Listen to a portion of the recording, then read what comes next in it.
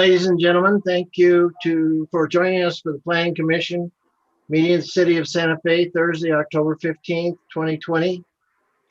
It's 6 p.m. and so we'll start. Melissa, will you please call the roll? Yes, Chair Hyatt, Here. Vice Chair Hogan, Here. Commissioner Clow, Here. Commissioner Faulkner, Here. Commissioner Garcia, Here. Commissioner Gutierrez, Here. Commissioner Lawrence, Here. Commissioner Satenia. Here. Mr. Chair, you do have a quorum present. Thank you. Ladies and gentlemen, would you please join me in the Pledge of Allegiance? I pledge allegiance to the flag of the United States of America and to the republic for which it stands, one nation, under God, indivisible, with liberty and justice for all. Thank you. Next is the approval of the agenda. Are there any changes from staff? Chair, there are no changes from staff. Are there any changes from the commission? A motion, please. Commissioner Faulkner to approve. Second, Commissioner Lawrence. Melissa? Yes, Commissioner Clow, Yes. Commissioner Faulkner, Yes. Commissioner Garcia, Yes. Commissioner Gutierrez, Yes. Commissioner Hogan, Yes. Commissioner Lawrence, Yes. Commissioner Satenia. Yes. The motion has been approved. Thank you. There are no minutes or findings and conclusions to approve. There is no old business, and so we'll move to new business, which is consideration of the newest draft, the ordinance which amends 14-6.2, which has to do with short-term rentals. Before we start, I'd like to take the opportunity to thank particularly Director Isaacson and Assistant Attorney Paez, because when we started this process 6 months or so ago, I really envisioned something much different, and it wasn't very positive. But I appreciate what you have done, at least since our first meeting, and I appreciate the fact that you coalesced all of our comments and those of the general public and put them together and took them to the sponsors, and you've made quite a few changes, and I'm very pleased, and I hope that everybody else is. I also am pleased by the kind of comments that we get. I went through the written comments from the public again last night, and I was impressed by the depth and the consideration that people are giving to this argument, and I appreciate it very much. So having said that, Mr. Burke, would you please give us an update on public comment that was received perhaps later than usual?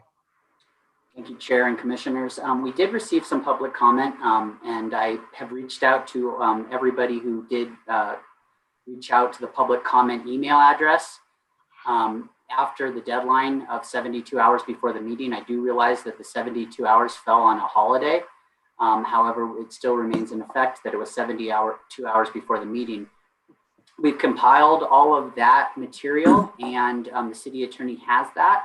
She will be passing it to as an exhibit to all the boards and committees that would come after this board. However, I did respond to each of the individuals who emailed us and asked them that they participate in the public meeting tonight. And I did provide them with the information about the meeting so that they could have a chance to speak if they'd like. I think that there was some information that was given to them that they didn't realize that there was a 72-hour deadline. However, I did reach out individually to every single individual who emailed me and told them how to participate in the public comment. It now appears that we have 59 or 60 attendees in attendance. We can see all of you in attendance. I'd like to kind of just go over, Chair and Commissioners, kind of the procedure for public comment in this form. Tonight's virtual meeting will allow for public comment on this item and any other items that are being heard as new business according to our agenda. The way that you can participate, if you're viewing from YouTube or if you're on the Zoom meeting right now, is by clicking the raise hand function down at the bottom of your screen. that will enable you to speak. I'll call it, it puts you in order from everybody who's raising your hand. Please only raise your hand if you wish to speak on the item that we're hearing. If you're calling in, which I do see that we have some people, you can press *9 from your phone, and that will enable you to raise your hand to speak on an item that's being heard tonight. In addition to that, what will happen is the chair will ask for me to let each person speak who has their hand raised. I'll address you by name, and then I will go ahead and click allow you to speak. You'll have to unmute yourself.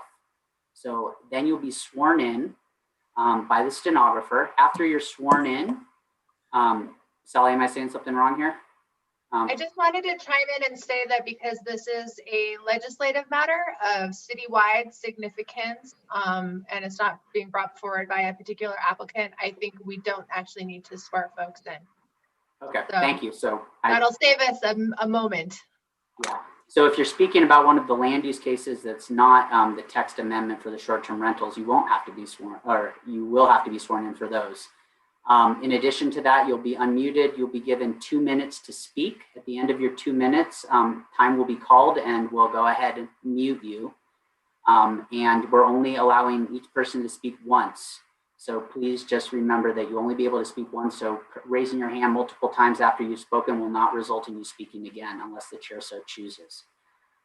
With that, I'd like to turn it back over to you, Chair. Well, also, did you mention that we're limited to 2 minutes? Did you say that? Yes, 2 minutes. Okay, and that we're not going to accumulate. So if a person wants somebody else to speak on their behalf, we're not generally recognizing that. You're going to have to speak for yourself, as will every other person who's going to testify. Is that your understanding as well? That is correct. And also, I'd like to remind everybody in attendance, there will be other boards and committees this is going to. So you will have other chances to speak, and including City Council. So just in case you don't get everything you'd like to say here, we can still accept public comment before those meetings. You'll just have to track that through the city's website and through the legislative process. All right. Chairman Hyatt, I have a question. Yes, Commissioner Cloud, go ahead. In looking at the minutes from the last time we addressed this, I thought that we determined that we were not going to have public comment. I think that was correct. In fact, I'm sure that's correct. But I think because there were such substantive changes in the second draft that I certainly have had conversations with City Attorney Paez as well as Director Isaacson, and we thought that it would be helpful to have public comment on that. Do you think we need a vote on that, Commissioner Cloud? No, I'm okay. Okay. Is there any commissioner that objects to the public hearing? All right, Commissioner, I'm sorry, Paez, you have your hand raised. Tara Hyatt, members of the commission. I just wanted to sort of chime in and add that the sponsors have chosen to introduce what they consider to be a new bill. So that's essentially restarting the legislative process. So this is not being treated as an amended or substitute bill. So that's why we're going to go ahead and do a new public hearing. All right, thank you. Ladies and gentlemen, during the public hearing, we'd be grateful if you would respect the people that are coming after you, and also the time that we have. If there are really going to be 50 or 60 people commenting, we'll be here a long time, but please respect the 2 minutes. If you extend beyond the 2 minutes, my theory is I'll give you a chance to finish a sentence, but not a paragraph. And if it goes beyond that, Ms. Paez or Mr. Burke have the ability to cut you off. And we don't mean to be rude, but we really have to move. So we appreciate your cooperation. And this isn't a presidential debate, so we hope that it works out just fine. So with that, Director Isaacson, you have the floor, sir. Thank you, Chair Hyatt, fellow commissioners. I was actually going to hand it off to Assistant City Attorney Paez to make a quick introduction, both explaining sort of how we've gotten to where we are this evening. Chair, you alluded to the fact that we looked at this prior. However, some significant changes have been made to the draft we looked at a few months ago. And so we will talk about the process, the existing ordinance, what we presented earlier, and some of the changes we've made that are before us this evening. And then I also believe Ms. Paez will provide some guidance on the types of actions we can take this evening as it pertains to the next steps in the legislative process. So with that, I'll turn it over to Sally. Thank you, Ms. Paez. And Chair, I just wanted to just clarify, we're on new business item 1, is that correct? That's correct. Okay, thank you. Thank you, Ms. Paez. Hyatt, members of the commission, Director Isaacson. So this, as I think you'll have gathered by now, is our second draft of the proposed legislation to amend our existing short-term rental ordinance. And the many of the features of the original draft have been retained, but there have also been many changes that were made in response to the first bill, which we did get significant comment on. So this legislation would amend the ordinance to adopt by ordinance the 1,000 short-term rental permit limit. Those are for permits on residentially zoned property, and that is our existing limit, but currently it's set forth in a resolution. So we're going to move that on into our city code so that it's more easily kind of accessible and located in the same place. This ordinance would prospectively limit the number of short-term rental permits to 1 per natural person. Again, that is permits which would apply on residentially zoned property, the 1 per natural person limit, and it would not apply to existing permits that are timely renewed and remain in compliance with other applicable rules. The ordinance would also adopt new proximity limitations. Our current rules speak to the adjacency of short-term rental units. This would sort of change the metric by which we are evaluating how close short-term rental units can be to one another. And it would adopt some new record keeping and reporting requirements, some new inspection requirements, some other clarifications. So as I might be repeating, but we did previously introduce this legislation and we did bring it before the Planning Commission on June 18th for a public hearing.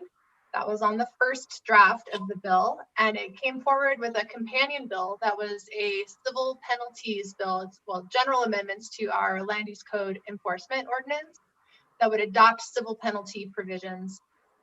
Based on the significant input received and the desire to meet with constituents and stakeholders and really take in a lot more information, the sponsors chose to sort of pause the legislative process with regard to the short-term rental ordinance.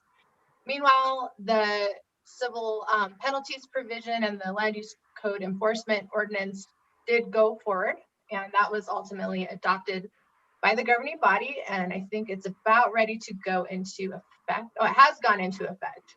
Yeah, sorry, time flies when you're having fun.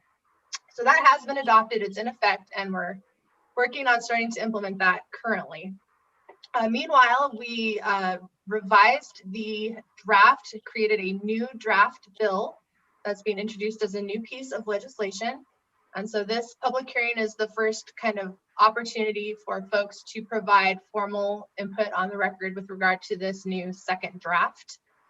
And I just want to highlight a few of the big changes that were made from the first draft to the second draft. So the first draft would have created more restrictions for non-residentially zoned properties. Specifically, it would have imposed some of those permit limits, the 1,000 permit limit and the 1 per natural person limit to all short-term rentals in the city that aren't grandfathered in. It would have applied in our business capital district and our commercial districts. We received a lot of input with regard to that proposal, and so that piece has been withdrawn. So we're going back to just keeping those permit limits on the residentially zoned property. Let's see, and we also proposed to clarify, so there's an existing provision in the ordinance that limits the number of rentals you can have in a week to 1 in a 7-day period. So if you're an owner or an operator of a short-term rental unit, you can have 1 round of guests in a 7-day period, and that is an existing provision in the ordinance. The first draft more clearly specified that that would apply citywide and not just on residentially zoned property. This new second draft would apply the 1 rental per 7 days provision only on the residentially zoned property. So that's another thing that we've sort of pulled back with regard to the business capital district and the commercial districts. We've added some clarifications based on public input received and also on suggestions from the Planning Commission. So there was some proposed language from this commission with regard to how we should draft the natural person provision and what that's intended to mean, specifically that it's not about the underlying property ownership, can still be a legal entity, a business entity, an LLC, or a trust, but that the permit needs to be held by an individual human being with the authority to act on behalf of the underlying business or legal entity. So that language has been added to the draft as proposed by the commission, and also a clarification with regard to a limitation on permit transfers. Again, the permit transfer rule applies only to permits, and so that's only on residentially zoned property, but the rule is that permits cannot be transferred when the property is sold, can't be transferred to a new person or a new property. So they're kind of specific to the person and the property, but we've clarified that, for example, I could put my home into a trust and still continue. So the underlying ownership, I've transferred it to my trust from myself, but that's still my property, and that would not be considered a transfer for purposes of losing the permit. You would be able to keep the permit in a situation like that. We've clarified the proposed local operator provisions. So this draft would adopt a requirement of having a local operator for all short-term rental units to ensure that there is somebody who can come physically to the property to take care of any problems or issues that arise during the rental period, respond to a complaint by a neighbor or a concern by a guest. And what we've done in this draft is we've revised it to explain that they need to be able to be physically present at the unit within 1 hour of being contacted. Before we said, I think, within the municipal limits of Santa Fe, and there were some concerns that folks in the county or the surrounding areas might actually be closer and more able to respond. And so we've revised it, looked at some other jurisdictions in making that change and how they required local operators and defined that requirement. We've updated the provisions with regard to fire and safety inspections. We received comments from Airbnb and VRBO about the proposed host platform requirements in our ordinance, and we have responded to those by making some changes. And we've revised some of the provisions in the grandfather clauses to make sure that those provisions say what we intend them to say. So sort of an overview of the main changes that were made from the first draft to the second draft. And we have a very hearty packet that is available from our website. If anybody wants to try to link into that, you can go to the city's webpage, the weekly meeting list, to the Planning Commission, to the packet. There's multiple paths to getting to that. So you can look at all the comments received, the minutes from our last meeting, the old bill, the new bill. It's all available on our website. And in conclusion, I think I was supposed to say what our outcome is tonight. So the Planning Commission is required to make a recommendation on all proposed amendments to the land use code. These are amendments to the land use code, so it can't go forward to the governing body for a final public hearing and a decision about whether to adopt legislation without a recommendation from this body. And so tonight, hopefully the Planning Commission will be able to make a recommendation with regard to whether this ordinance should be adopted. And you're certainly free to provide a nuanced recommendation, as we've done sometimes in the past. So it could be recommend adopt with these changes, or recommend adopt except for this, recommend adopt, but please explore this provision further, or we don't think this is ready to go and we recommend that you don't adopt the legislation. So I think there's a lot of room to sort of provide that type of input again. And with that, I can either stand for questions. I don't know, Director Isaacson, if you wanted to chime in with anything I may have missed at this point. No, thank you very much, Assistant City Attorney Paez. Yeah, I also will stand for questions now, or we could open up the public comment and take questions.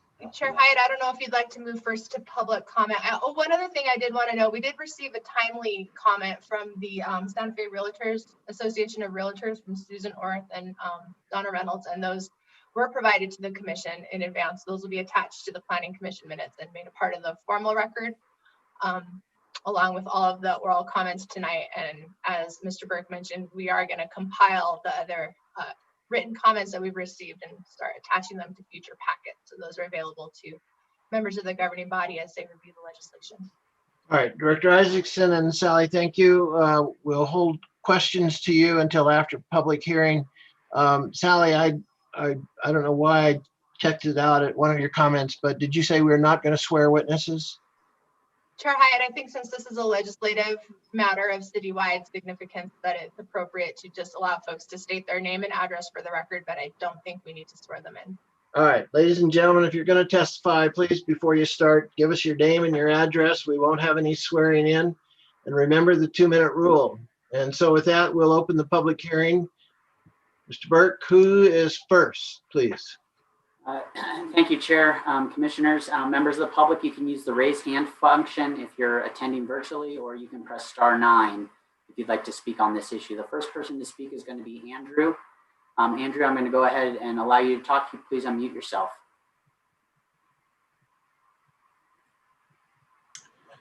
Good evening, everyone.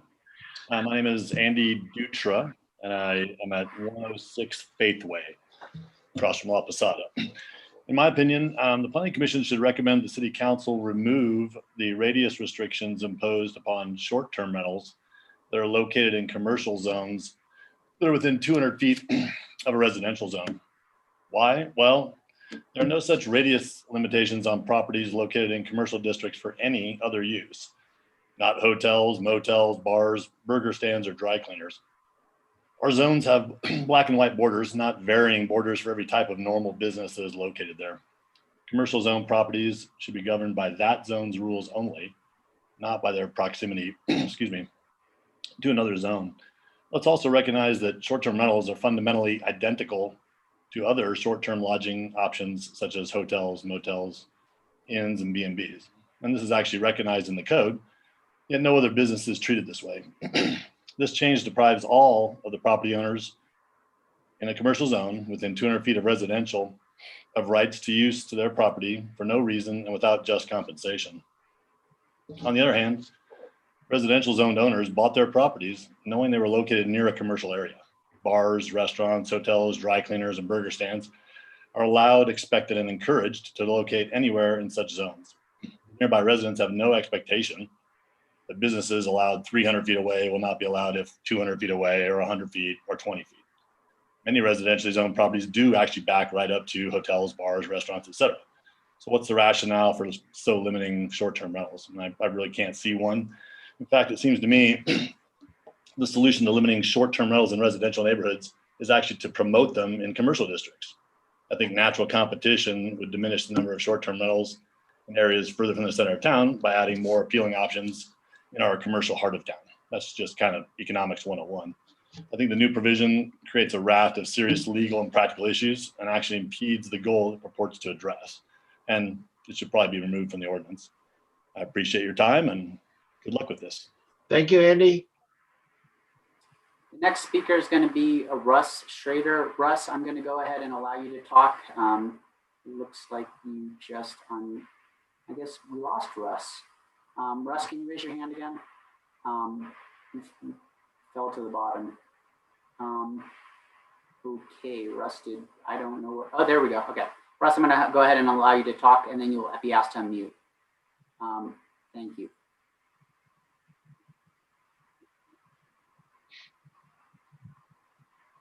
Go ahead, Russ.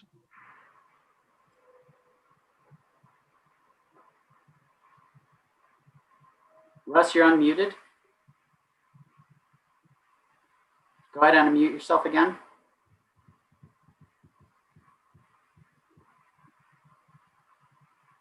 There you go. Go ahead, Russ.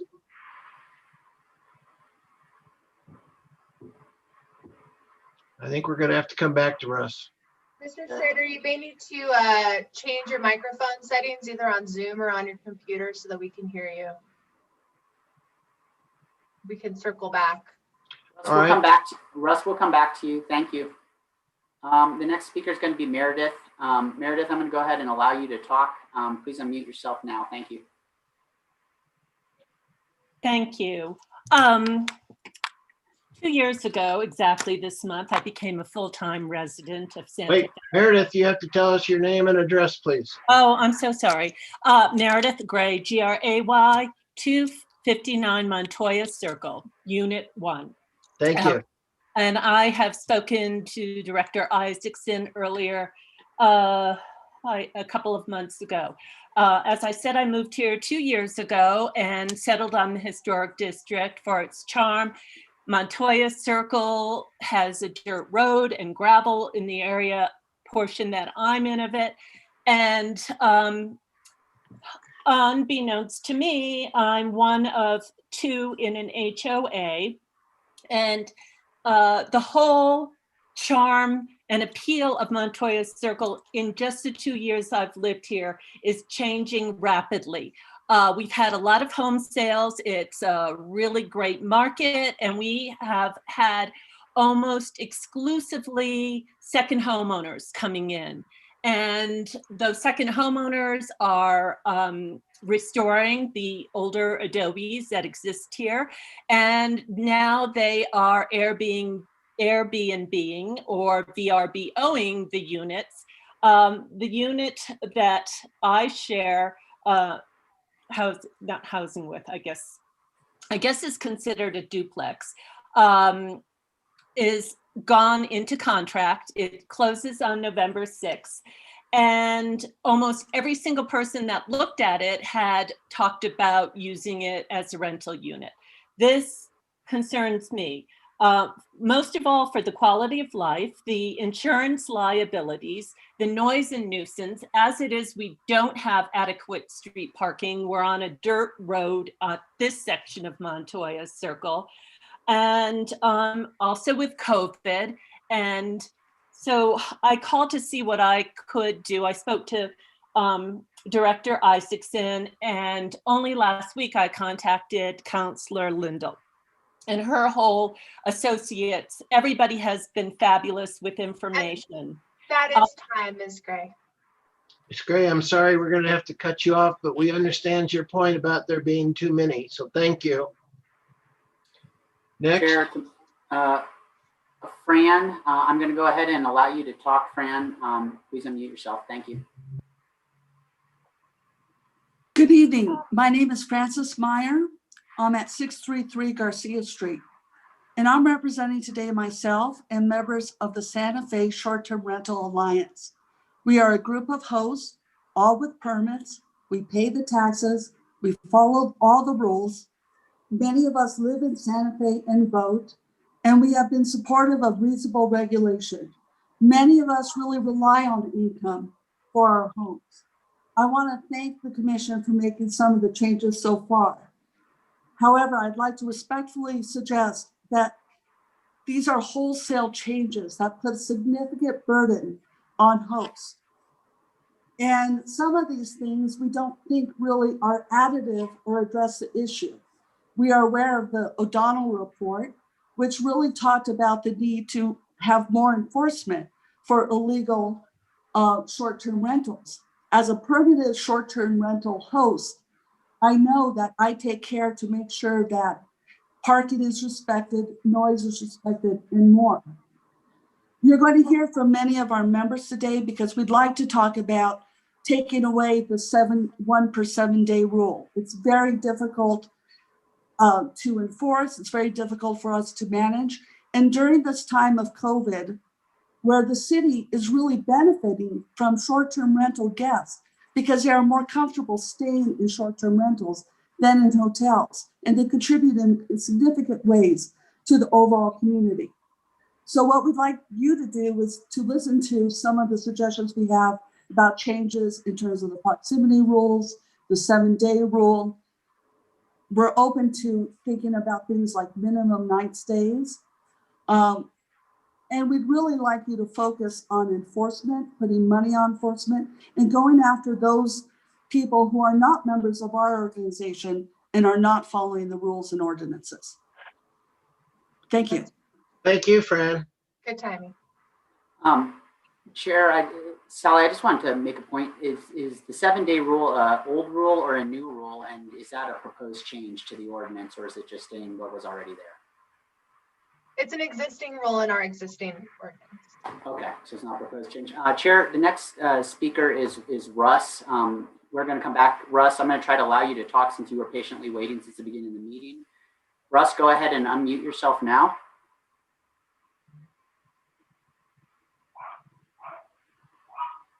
All right, Russ, you're unmuted. Go ahead and speak.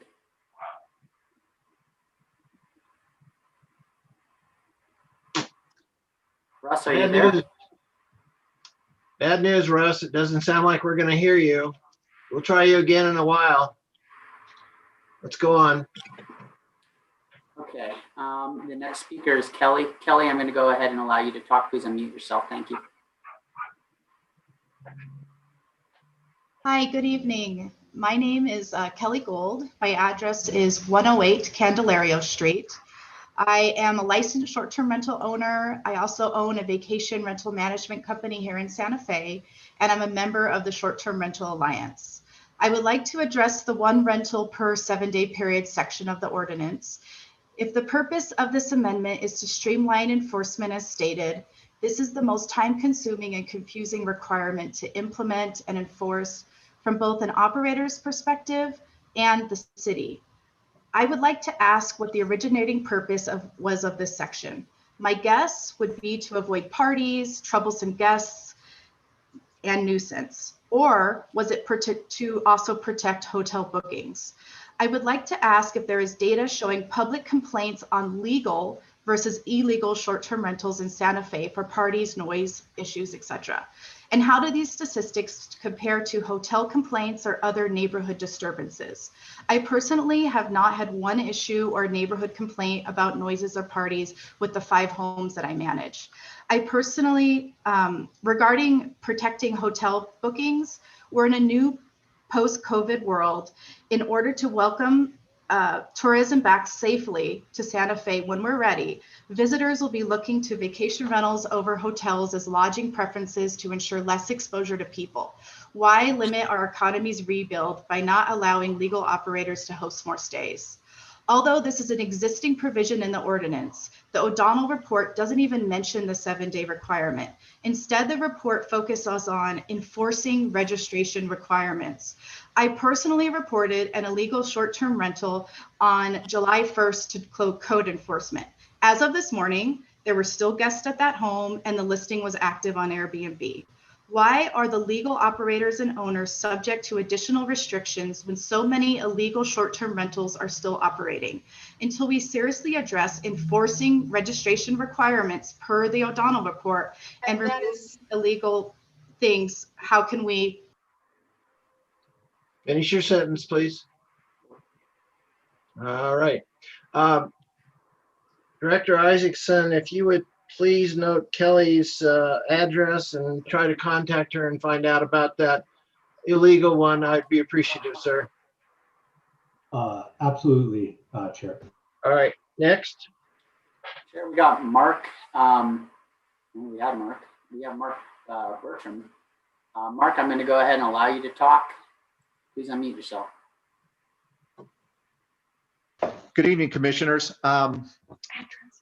My name is Mark Bertram. My address is 906 Trail Cross Court. And I would say, much as the city attorney spoke to, this has gone through a couple of iterations here. And I would say I'm much more in favor of some of the proposed changes in this recent draft. However, I think there are new provisions that are problematic and are likely to cause serious potential legal and zoning concerns for property owners within the commercially zoned areas. First, the new proximity radius provision amounts to a downzoning or taking without notice or compensation of some of the property rights of every owner in all commercial and BCD zone districts when that property is within 200 feet of a residential zone. The owners no longer would have the right to develop or change the uses to a perfectly legitimate STR business on those properties. That is a lot of properties in the city and a lot of value being taken.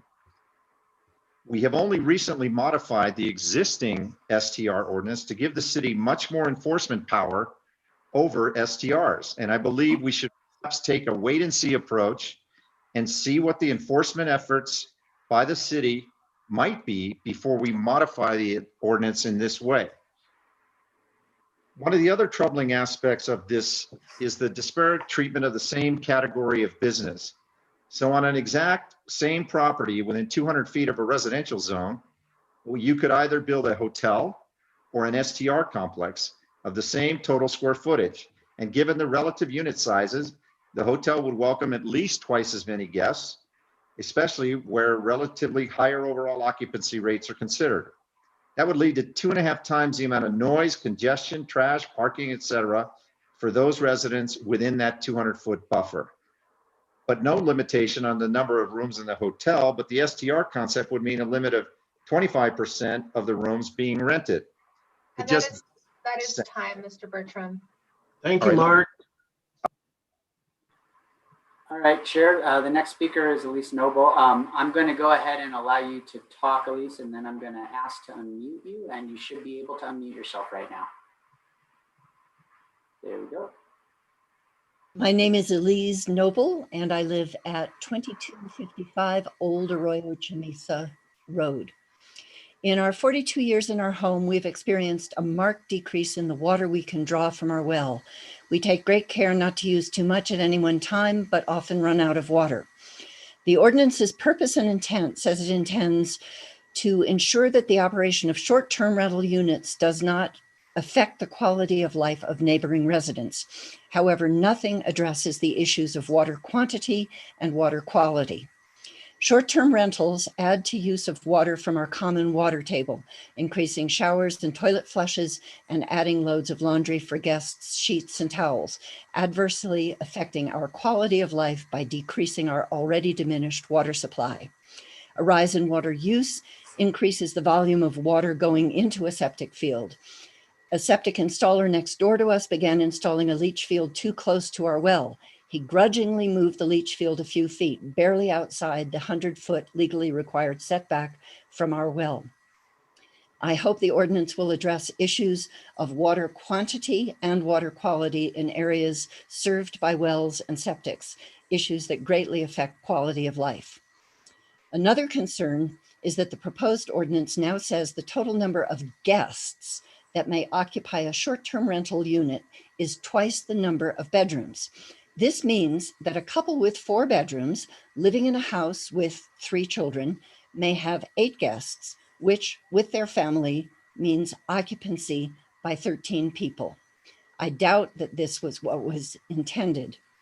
Restoring the word persons where guests is now proposed corrects this, I hope, unintended situation. Finally, the required notice for short-term rental permits includes no provision for notice recipients to raise concerns or objections. I hope that that will be added. Thank you. Thank you, Elise. The next speaker is going to be Richard. Richard, I'm going to go ahead and allow you to talk. Please unmute yourself. Well, thank you. My name is Richard Woodruff. I'm also a member of the Short-Term Rental Alliance here in Santa Fe. And I live Woodruff, if at, you could please add your address and then I'll start your timer. I live at 615 Onate Street. Thank you, sir. Although it has never been made clear to me exactly why we are making changes to the ordinance, I think it is good that we are making some changes because some of the ordinance points, as the 7-day occupancy rule, are unworkable. But that being said, I would like to address just one point, and that is the scofflaws of short-term rental permits, because it seems to me that part of the basis of doing the whole ordinance change was that people were not applying for rental permits. So I would just like to clarify, and I did send everyone an email to my points, that not all rentals listed on Airbnb and on VRBO or any other listing engine actually require a permit. Some are in the county, some are rentals for more than 30 days. Some are actually duplicates of rentals for marketing purposes. Secondly, very importantly, all taxes, whether you have a permit or not, are collected by VRBO and Airbnb and the other listing engines and pass directly to the state for gross receipts or to the city for lodger's taxes.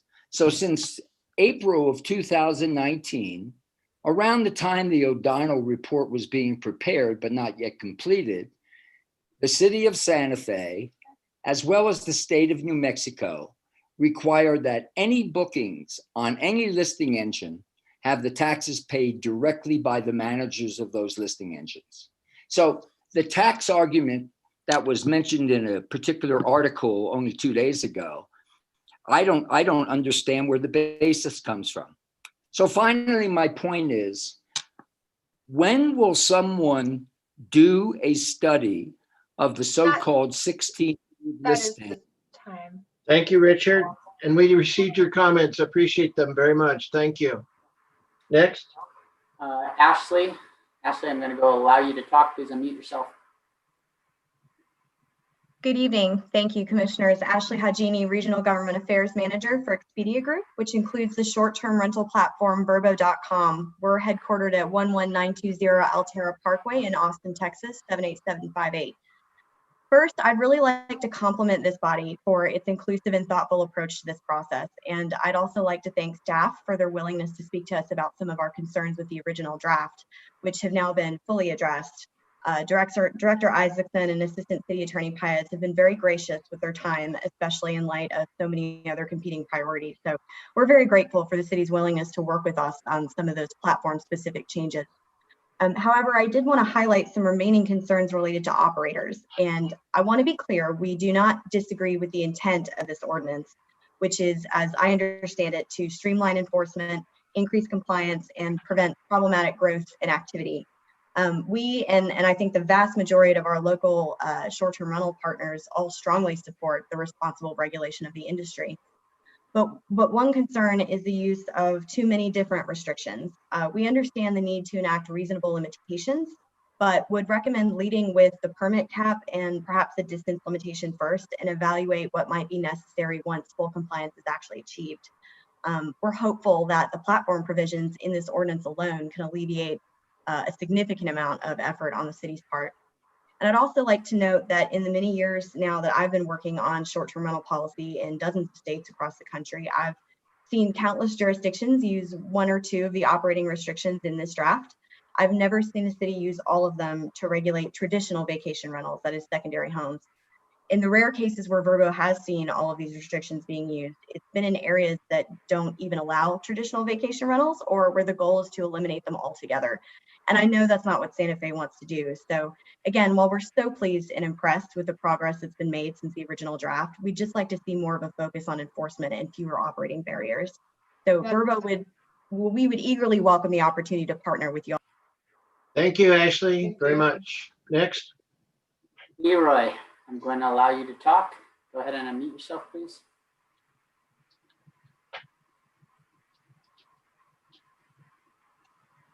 Oh, thank you, Noah. I tried to submit. Can you hear? Am I being heard? I'm sorry. I'm Yes, new you're to this heard, Leroy. venue. Please give us your name and your address again, please, and then start. Okay, thank you. Let me higher the volume. Leroy Pacheco, 313 Lomita. And I just became aware of this issue basically last night about 10 o'clock. So pardon the non-sophistication of my comments. I think I'll just read my comments, and when I run out of time, just cut me off and I'll maybe email the comments in. All right, thank you. So dear commissioners, I recently became aware of the city's consideration of this proposed ordinance amendment regarding short-term rentals. I understand and support the city's desire to protect the quality of its residential neighborhoods, which I believe is a shared value by those who visit our beautiful city and choose to stay in a private residence rather than a hotel. I am rather new to hosting visitors, and I do enjoy providing a more unique experience to those who prefer to visit Santa Fe in this way. As a licensed host, In a home in a neighborhood I grew up in a house that my grandfather built in 1960, I have had about 6 months experience as a host pre-pandemic and about as much time acting as a host through the current pandemic.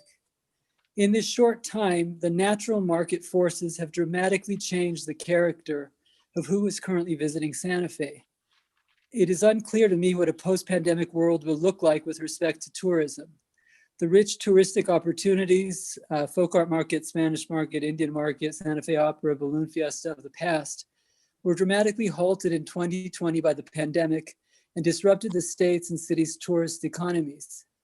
The current political division and recent vandalism of the historic Civil War monument on the plaza have added to a climate of angst in the city and further raised uncertainty for the future. I question whether some elements of this proposed ordinance will further impinge on our city and state's ability to economically recover. Specifically, the intrusion of the ordinance on the length of stay per 7-day period and the proximity rule of no new permits within 50 feet of existing permits should be more fully and perhaps separately vetted with a thorough analysis of its compliance with federal private property law.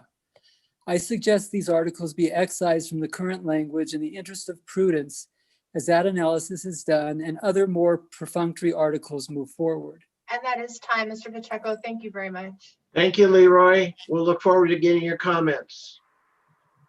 Chair, the next speaker is going to be Chris Leslie Curtis. Chris, I'm allowing you to talk right now. Please go and unmute yourself. Good evening. My name is Chris Leslie Curtis, and I live at 142 Vaquero Road. I also am a second generation real estate investor. My parents, Ed and Shirley Leslie, and my uncle Walt Chapman were developers in Santa Fe.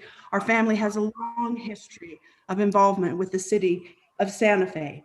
I am here to represent myself as a small business owner, and also I have aligned myself with the Santa Fe short-term rental alignment because of the magnitude of the proposed short-term rental ordinance changes and what I perceive the negative effect that it will have on the short-term rental market in Santa Fe.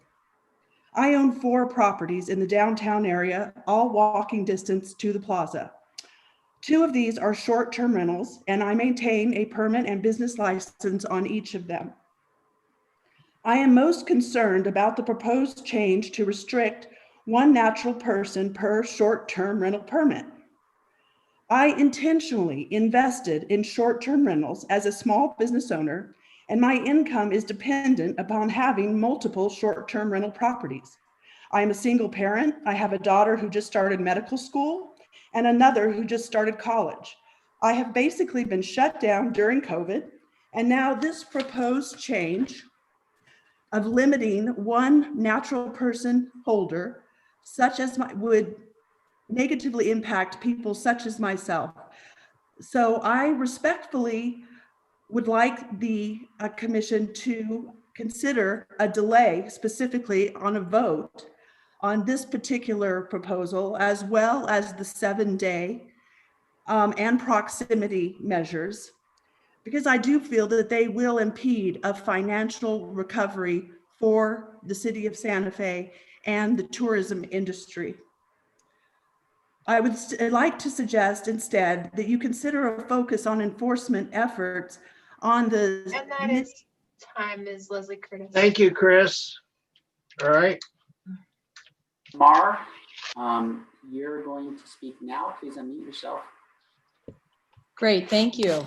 Good evening. My name is Tamar Hurwitz. My home is at 1039 Camino San Nicasio. 4 years ago, my husband and I made a dream come true, and we bought a retirement home in your beautiful community that we love as our own. Until we are actually retired, though, we are not able to live in Santa Fe full time, and we have renovated and furnished our home so that it's a beautiful part of the Santa Fe experience. When guests come, they love it. It makes them feel better about their experience in Santa Fe, and we're proud of what we offer in our short-term rental that is fully licensed as requested and required. My real issue has to do with the 7-day rule. The way I understand it, if it's 1 rental per 7 days, that means if a guest checks in on Friday and checks out on Sunday, that I can't have another guest check in until the following Sunday. Most of our rentals are for the weekends. And so if this 7-day rule is in effect, that means that in theory, we don't have any midweek rentals. We may only have 2 weekends a month rent based on the 7-day rule, knocking out that second weekend, if that makes sense. Same thing for Christmas and New Year's. If someone rents over the Christmas holiday, then in effect, they can't rent over the New Year's holiday because it would fall within the 7-day rule. We think that that's not quite right. Not only does our rent provide our rental property, or our home actually that we rent out, not only does it provide tourists and guests with a great experience, but it also provides our housekeeper, our property manager, our snow shoveler, our wood provider. It provides them with jobs. And if we limit to one rental per 7-day period, that's less work for all of those people. So we believe that enforcement is important. Let's go ahead and put our energy into, wrangling up the folks that aren't following the rules and that are making an impact negatively, so that we can be proud of the work we do together as a community and provide the best that Santa Fe has to offer. Thank you for the work that you do. We value and understand that you care about our community like we all do. Thank you. That is time. Thank you very much. Thank you, Tamara. We look forward to your moving out when you're retired. Good luck. Noah? All right, we're coming back to Russ. Russ. We're giving you another shot, Russ. So I'm going to allow you to talk. Hopefully you've got your technical stuff. So go ahead and unmute yourself, Russ. And please, did I finally get it right? right. Thank you so much for your indulgence and keep trying the software. But anyway, I'm Russ, as you figured out. I'm at 125 Paseo de la Cuma. Guests in my house are usually extended families. They're getting together, spend quality time with the grandkids in a homey setting. I joined the Short-Term Rental Alliance because we have permits, we pay taxes, we support reasonable regulation, we rely on the income. But we realize that city and hosts and guests and neighbors, everybody needs to feel safe. I totally endorse, the top findings of the O'Donnell report, enforce registration, educate the stakeholders. I mean, you've heard about the new world since COVID. I think rentals are the key to the tourism here. Rentals need to really focus on the advantages and encourage them. One of the things that I've noticed is that sometimes neighbors to rental homes overlook the advantages. I know that people don't like to see change, or they hear about noise and parties. They want to see familiar faces on the street, and that's totally understandable. Loud parties, bad guests should be dealt with the same way they are with neighbors today. Enforcement. But, the short-term rentals are among the best kept homes due to competition for guests. A nicer home is a few clicks away. Rental income helps me keep my house looking good, because once again, I'm looking to retire there too. And I put down my stakes early to get the rental to make it nice. So when I retire, I'm ready. It also improves the neighborhood safety.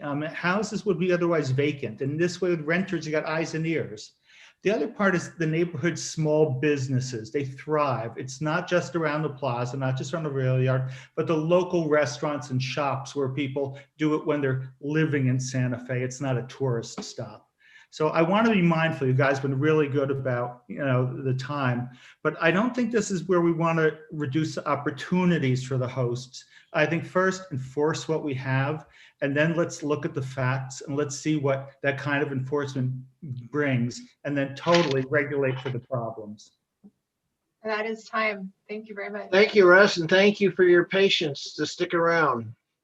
Noah? Thank you, Chair. It looks like we have one more speaker. I encourage anybody who would continue to like to speak on this to go ahead and raise your hand up. We're getting more. Or you can press *9 if you're calling in. Diane, I'm going to go ahead and allow you to talk right now. Please unmute yourself. Good evening. Thank you so very much. My name is Diane Kinderwater. I live at 6737 Camino Rojo, which is off Airport Road. It's not in the heart of the city. It is over off of Airport Road. First of all, I would like to thank Director Isaacson and his staff for helping me get my short-term rental license, because I had a problem getting it online and they were very gracious. And I sent them letters, thank you notes, and I hope that he and his staff received it. But again, he was very gracious and patient with me. I would like to thank the commission for changing its recommendation to allow us 1 hour to address any complaints at the home. I think that's much more reasonable, so thank you for that. I do disagree with the restrictions of 1 visit in a 7-day period. I would like to take this opportunity to share my experience as opening my home, my private home up off of Airport Road to visitors. You perhaps realize that Airbnb and VRBO, their guests write reviews. So we work very hard as hosts to make sure our guests, our visitors to Santa Fe, have a really wonderful time. We give them glowing recommendations of the area. We give them personal information that we experience, that we like about Santa Fe. I think it's an experience that they don't get at a hotel or motel. So for that reason, we work really hard for good reviews so people choose our homes. And for that reason, I hope that the commission does not put too many restrictions on us as hosts. And I do appreciate them allowing us to open our homes up to people from other cities, from other states, from other countries.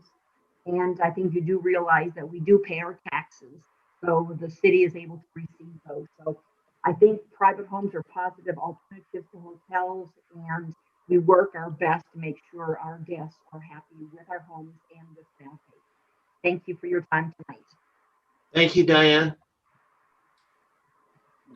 Janie, it looks like we've got James. James, I'm going to go ahead and allow you to talk. Please unmute yourself. Yes, hello. My name is James Eck. I live at 1964 Hopi Road. We have an attached casita that we use for our short-term rentals. Thank you for the process and the openness of this. I've been on the planning meetings as a virtual attendee since June, and listening to this and now seeing the changes. Importantly, you have some of the rules and regulations that have been in place that you've referred to, specifically the 7-day period. I think this is an opportunity to consider and to change those as well. But I would like to just ask a couple of questions. First is, in regard to that 7-day rule, I haven't seen clarification on this, and maybe you can help me with this. Is that in a calendar week, or is this a rolling 7-day period? That's certainly a confusion, and then trying to keep the records on this would become an issue. And then also this notification of neighbors, again, while also in place, you've made some changes and some further clarification. But is the purpose of this notification to inform neighbors of the short-term rental property, or is it to invite response? You know, I've heard some questions in regard to this as well. That is this opening then response from neighbors to complain, even though we've had certainly no complaints from neighbors or our rentals. Again, I really do appreciate this, and I'm just trying to reach some clarification for myself. Whether you do that in this meeting now or with some follow-up, I certainly appreciate it. Thank you.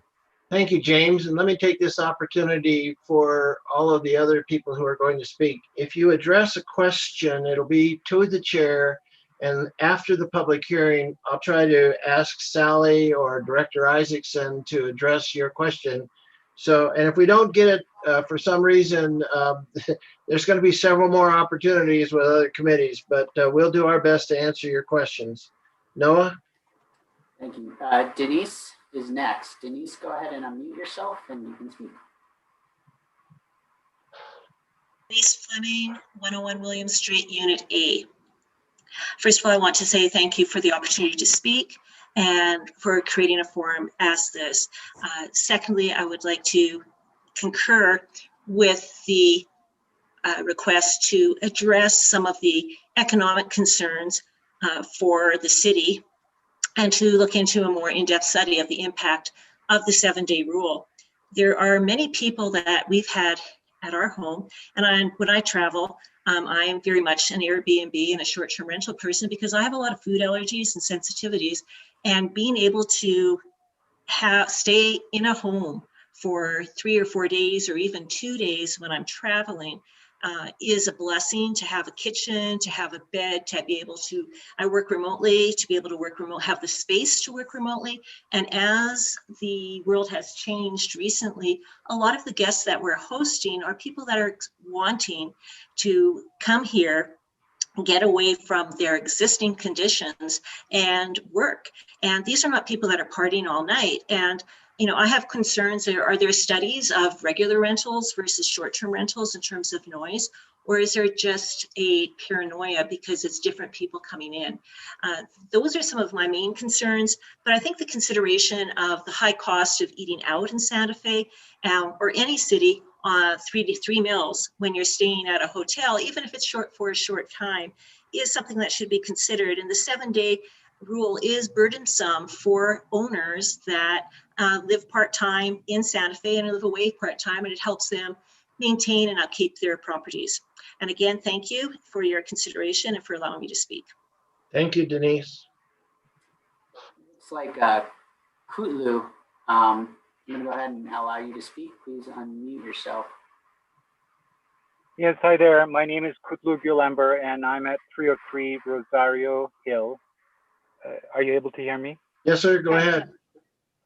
Very good. I live in Albuquerque for 26 years, and I moved to Santa Fe by accident for the last 4 years. I have so much fallen in love with this beautiful city, and it has been such a joy as an Airbnb owner to share the beauty and the gorgeousness and the incredible sanity that it gives the visitors and the residents of this beautiful city with others. And we sweep our streets, we make our homes beautiful, we plant the gardens, and we paint our homes, and we upkeep our street, and we talk to our neighbors, and we organize against crime, and we love being able to share this beautiful city with others.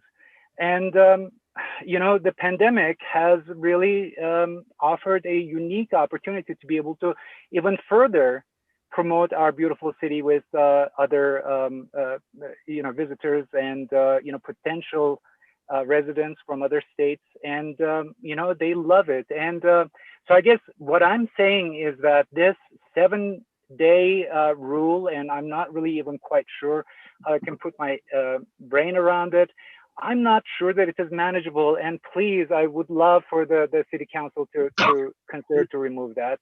And number 2 is the BCD zoning. I mean, this is BCD zoning, and I just really request for you to consider not to change rules on that. The zoning is zoning, and let's just leave it the way that it is. And with that, thank you so much. And let's keep our city beautiful. Let's share our city with anyone who wants to come here. And let's be, I don't know, let's just promote this city, and let's make it a beautiful one, and let's continue to improve our city, and let's continue to keep it beautiful. Thank you. Thank you, Kutla. All right. Belinsky. I guess Belinsky is the next person. Belinsky, go ahead and unmute yourself. Yes, my name is Bob Zielinski, and we have a short-term rental at 502 Sunset. And we've had this since 2008. We've had great guests. We've enjoyed talking with them and meeting them. And again, it's been a good experience, I think, for us and also for all of the renters we've had. We also have some long-term rental properties, and I only wish that the long-term renters would be as courteous as our short-term renters. So again, I think several people before have mentioned that the short-term rentals are kept a little better than long-term rentals, and again, I can testify to that. My 1 or 2 comments would be that I believe this ordinance might be a bit premature, especially I've been to about 3 of these meetings before, and that the problem with illegal renters, illegal people not having permits is, again, I know you're trying to address it, but again, I think first you need to address that before you start adding different ordinances and changing ordinances. So again, I would say that 2 things you need to first wait and see what's happening with the enforcement, and 2, what is the economic impact, especially post COVID-19. So I would suggest that instead of voting on this tonight, that I think it'd be prudent to table this ordinance and enforce the ordinances you have, see what the economic impact is, and then readdress this when the time is appropriate. So thank you for your time and all the work you guys are doing. Thank you, Bob. All right, Leslie is next. Leslie, go ahead and unmute yourself.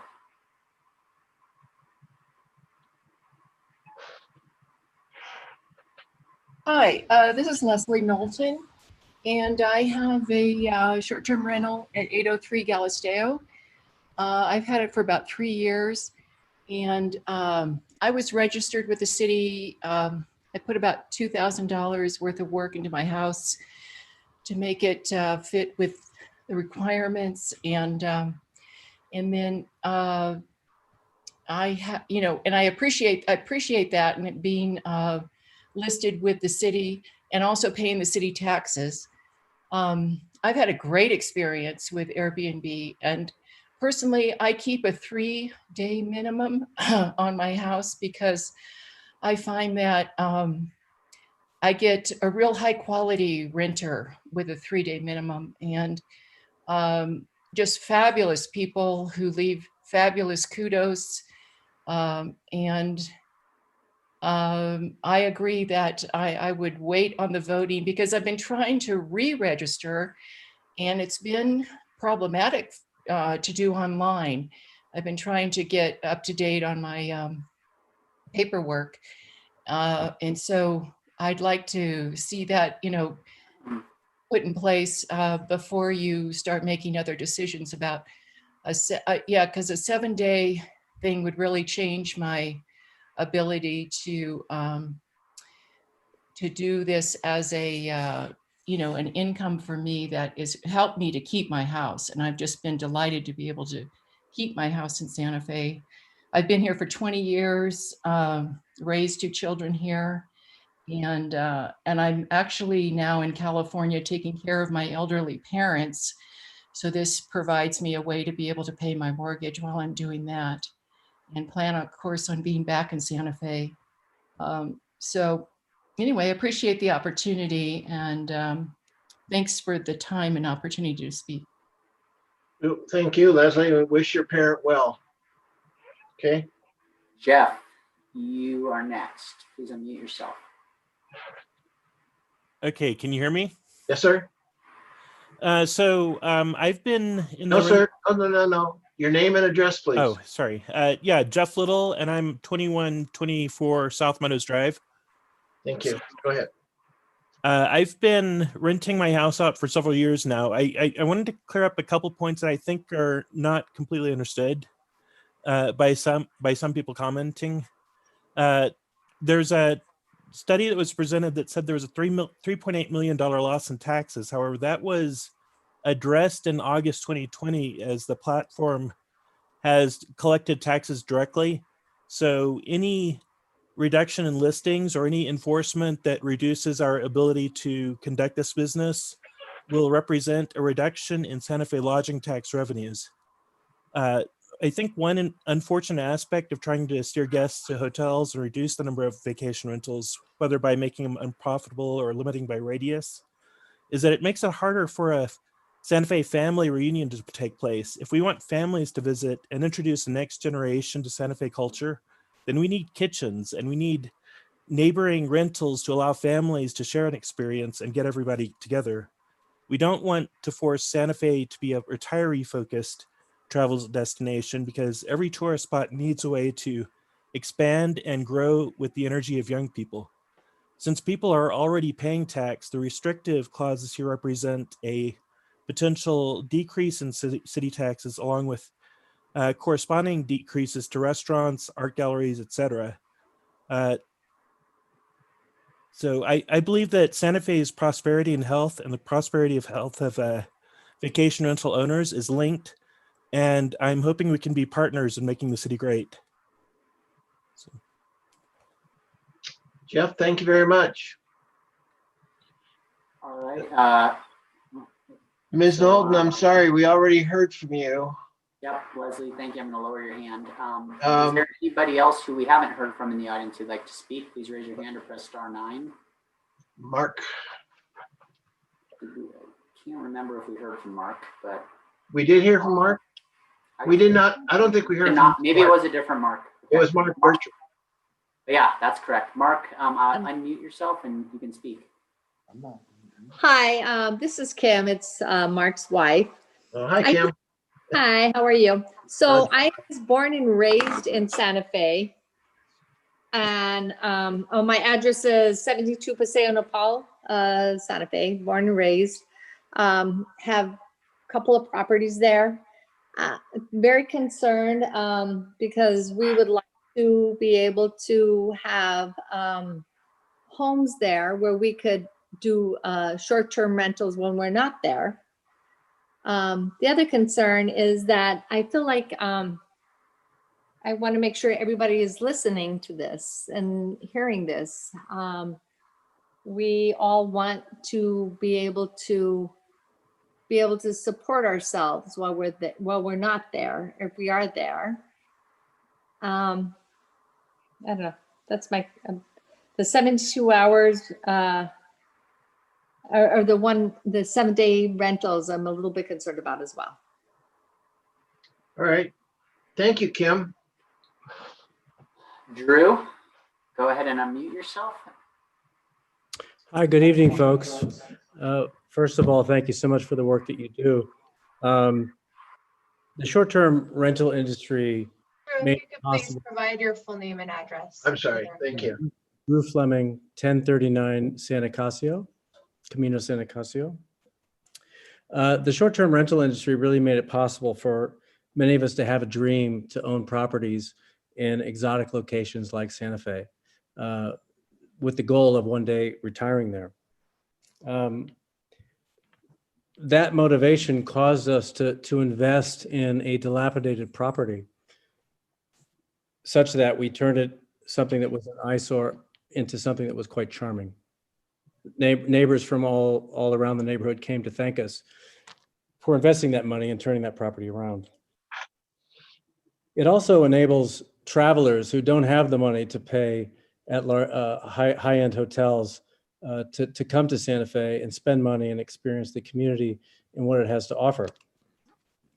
Airbnb and VRBO and platforms like that have allowed a lot of people to take trips to places that they wouldn't normally have been able to visit. And I think the danger to the communities is reduced when you have a certain number of permits in place to cap the number of rentals, which you do. So I think that protects the community from degrading, from having too many rentals or too many tourists. But by placing other restrictions, there is a danger of impacting the number of tourists who are able to come, the amount of money that they're able to spend, the amount of income that the support staffs of all these properties can earn, thereby causing low-income people to have lower income, all of which will affect how much money is spent in the community, how much in taxes are paid. And so I think as long as you keep the number of licenses capped, the other restrictions won't do you what you want, which is keeping the communities and keeping the tax dollars and the money spent in the communities where it could be. So thank you for the work that you do. I hope that made some sense, and thank you. Thank you, Drew. It made great sense. Appreciate that, and thank you. Chair, it doesn't appear that we have any more hands raised. All right, ladies and gentlemen, those of you that are listening on telephones, Once again, you need to hit *9 if you're going to participate in this public hearing. And if we don't see that, and if we don't see more hands raised, I'm prepared to close the hearing. Ade, does that sound right? Ade, I'm going to allow you to talk. Please unmute yourself.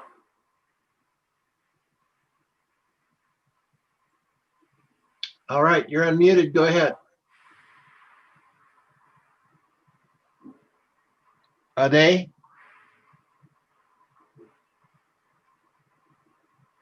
Ade, you're last. So if we don't hear you, we're going to have to close the hearing. Leslie, you've testified before. I don't think we can hear you again. I'm sorry. Ade? Okay, thank you, Ade. Well, you know, if you want, everybody can submit more written testimony as time goes on. So please don't think this is the end of it. Anything else, Noah? Mr. Chair, Commissioners, I do not see any other hands raised. All right, ladies and gentlemen, we're going to close the public hearing and open the floor to the commissioners. I'll go last, and I have several questions for Director Isaacson and for Sally, but commissioners, if you would identify yourselves, let's start with a commissioner. All right, Commissioner Gutierrez. Thank you, Mr. Chair. We've heard a great number of testimony, and the thing that keeps popping up time and time again is this 7-day one stay for residential. I know, Ms. Paez, we talked a little bit about it last time, and it seemed to me that you had alluded to cleaning up some language, and that was from before. Can you remind me what you know about the 7-day one stay, please? Chair Hyatt, Commissioner Gutierrez, that existing rule, I'm not sure we've changed the language on this one. I want to be able to read you the exact. Well, while Sally's looking that up, maybe I could clear up some of them. Just sort of. Go ahead, Director. Questions about the 7-day provision and how it works functionally for hosts and guests. So I think someone said, you know, is it a 7-day calendar period? If I had someone coming on a Thursday and checking out on a Sunday, would I then not be able to host a new guest the following Sunday? That's incorrect. So the way it works is, let's say I am a STR host. I have guests that arrive on a Thursday. They stay till a Sunday, or a Tuesday or a Wednesday. The next time a new party would be able to stay at my unit would be the following Thursday. So that's how the 7-day period starts. It's from when your reservation starts. You cannot start another reservation until 7 days later. So I hope that clears up some of the confusion that's been voiced from some of the public testimony we've heard this evening. Thank you. I think that was Mr. Eck that asked that question. I hope that takes care of his question. Sally, back to you. Sure. So the existing provision is within the general provisions section of the ordinance, and it says no more than one rental is allowed within a 7 consecutive day period. We've taken that, we've moved it into a subparagraph that addresses specifically residentially zoned property. And it says frequency of rental, a permitted short-term rental unit shall not be rented more than once within a 7-day period. So we did take out the word consecutive. I don't know if that really changes the meaning, but I think some folks found that to be kind of a confusing aspect. And I think Director Isaacson did a good job of explaining how it's being applied. And I think the intent is to continue applying it in the same way. I don't know if that's. And Chair, I just might add, that was a condition that the counselors from the years that this was redrafted in 2016, I believe, put in there. That provision was meant to stop a revolving door of short-term rentals where you could have multiple ones per week. And it was also a request of the neighborhoods as well. So if you equated that, it would come out to, you could have up to 52 rentals per year, right? So that's one every 7 days, just another way to look at it. Well, let me just point out to the staff who are going to have to take all these comments and regurgitate them to the next committees as well as the sponsors, that we had 22 people testify on this, and at least half of them objected to the 7-day requirement. That seems to be a serious, I mean, there's no question it's a serious issue to everybody, but I think that's going to take some revisiting. Commissioner Gutierrez, you still have the floor, sir. Thank you, Mr. Chair. Mr. Burke, you started saying that 2016, this was put into place by councilors at that time. Were there a number of permits? Was there a limitation on the number of permits back in 2016 when they were working on this ordinance? Chair, Commissioners, Commissioner Gutierrez, thank you for that question. Yes, there was. If you looked at this short-term rental historically, I think there was a cap at around 300 short-term rental permits when it first started.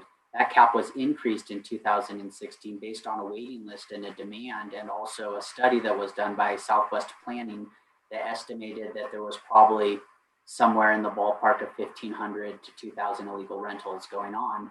So the council at the time voted to increase the short-term rental permit limit to 1,000. When they did that, they also said that they could increase that 1,000 limit through an amendment or through visiting the governing body if there was a demand for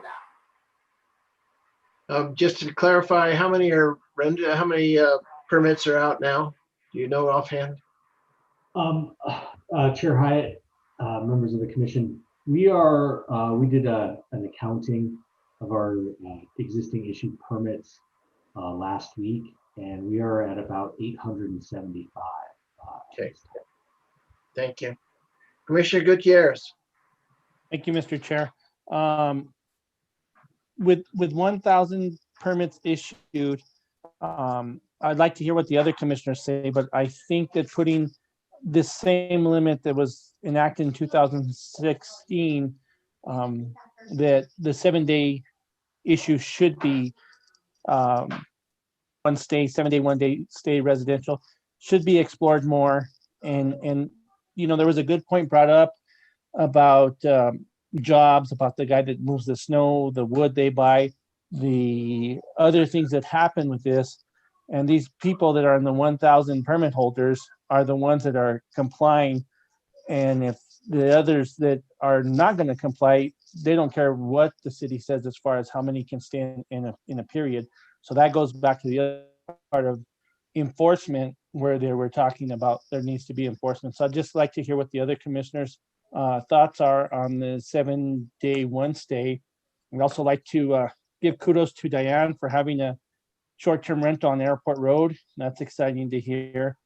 And I will yield the floor. Thank you, Mr. Thank you, Commissioner. Commissioner Lawrence. Thank you, Mr. Chair.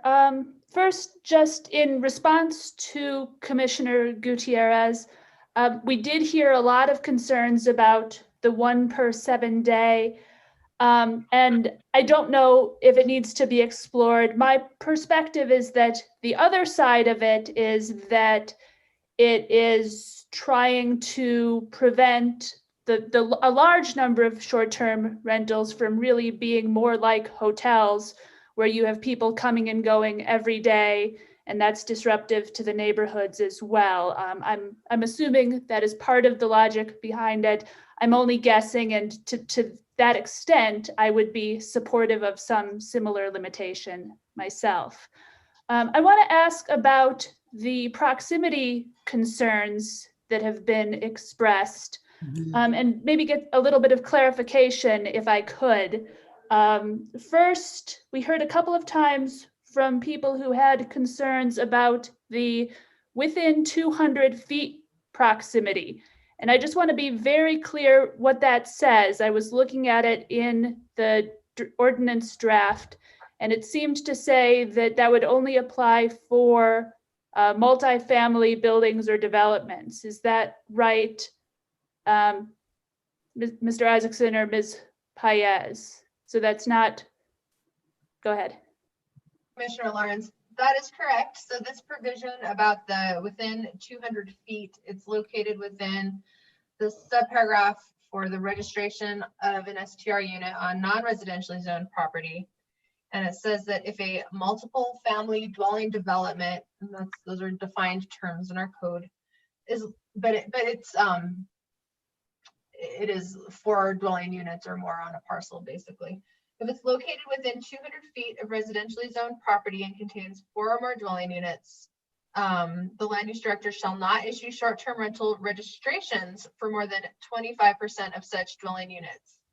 And so basically that would be rounded down. So if you have a 4-plex and it's on non-residentially zoned property, but adjacent to residentially zoned within the 200 feet, then only one of the units within the 4-plex could obtain a short-term rental permit.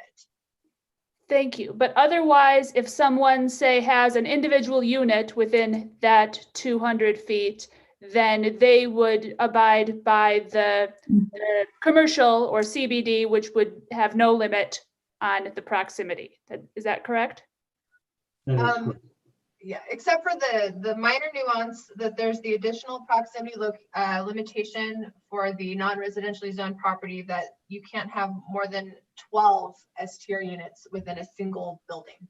So that's an additional thing that would also apply in those commercially zoned areas. Thank you. And then I also wanted to ask for clarification. One of the written comments that we had received had suggested that rather than the 50-foot radius, we should look at adjacent parcels or something like that. And I wanted clarification. That is what staff wants to move away from, right? Because it's more difficult to interpret than the 50-foot. Is that correct? So thank you, Commissioner Lawrence. So in our current ordinance, and I'm trying to pull it up right now, but yes, it says something to the effect that no more than 2 short-term rental units shall be adjacent to one another, including across a public way. That in the past, let's see, I have it here. I can read it. Let's see. I thought I had it. Here we go. Short-term rental permits will not be issued for more than 2 short-term rental units directly adjoining each other on a residentially zoned street.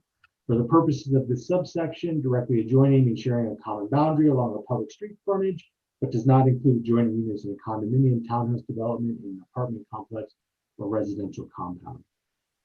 So that over the years has been difficult to enforce, in that it is more open to interpretation than we would ultimately like. I think different supervisors in the code enforcement and STR office have interpreted that to mean different things.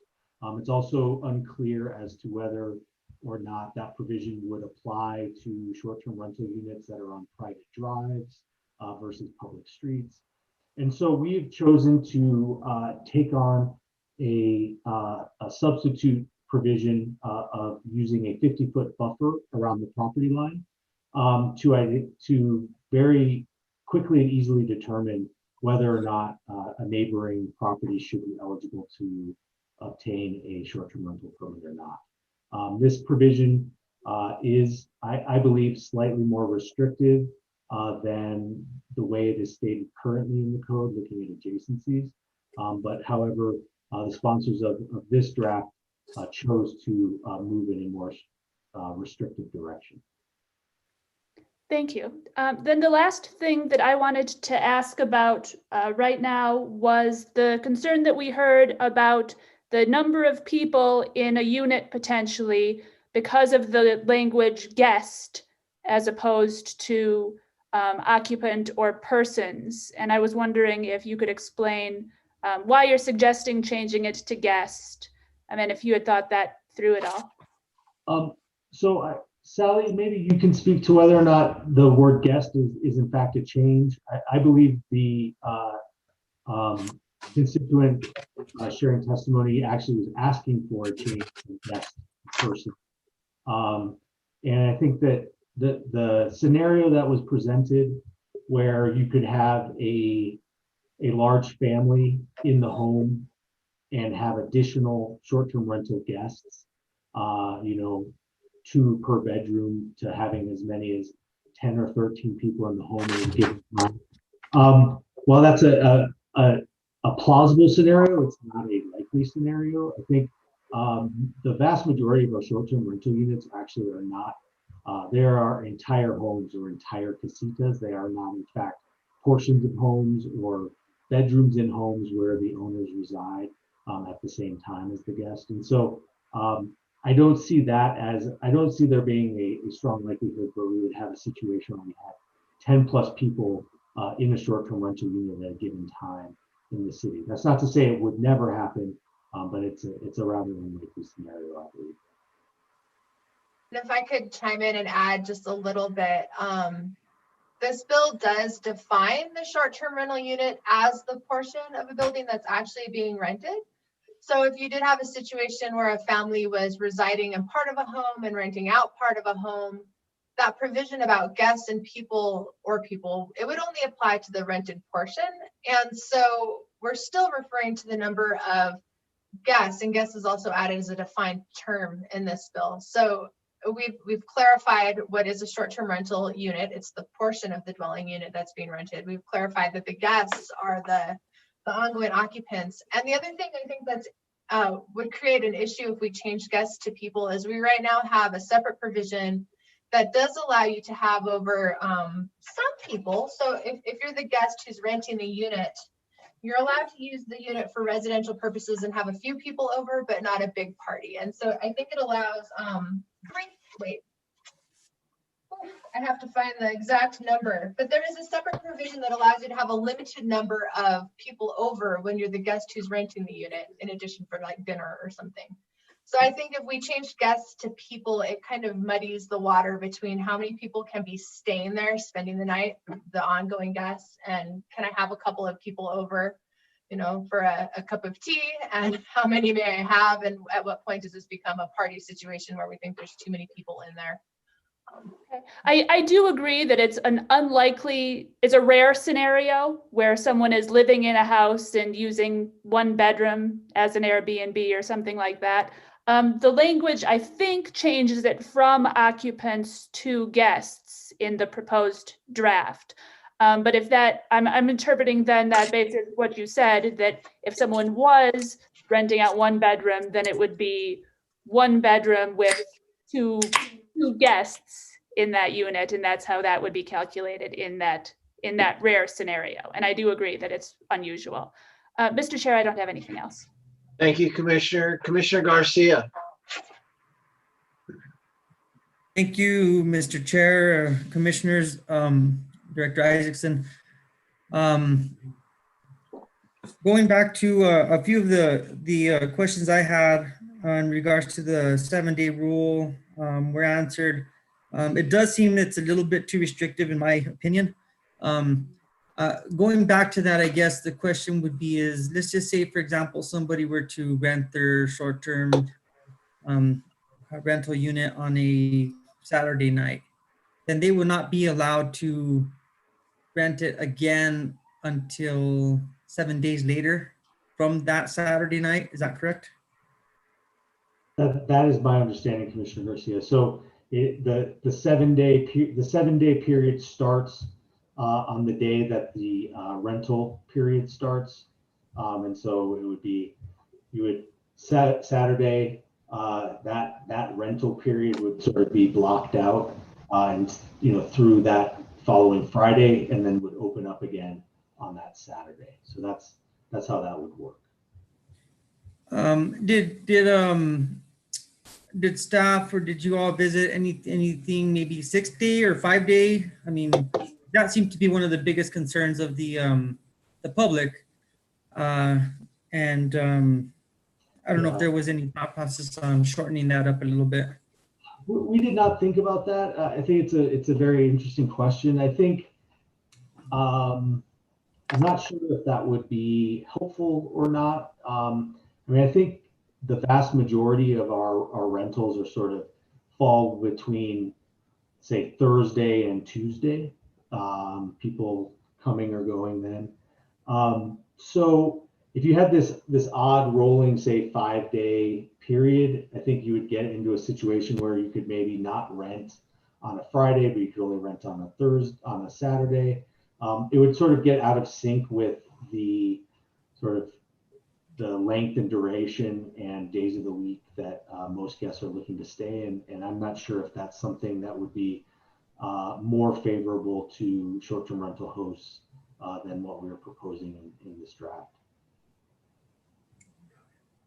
And so then the reason for this rule, I guess, is to manage the amount of short-term rentals that are happening throughout the year. Is that correct? Thank you for the question, Commissioner Garcia. Noah alluded to this a moment ago in his response.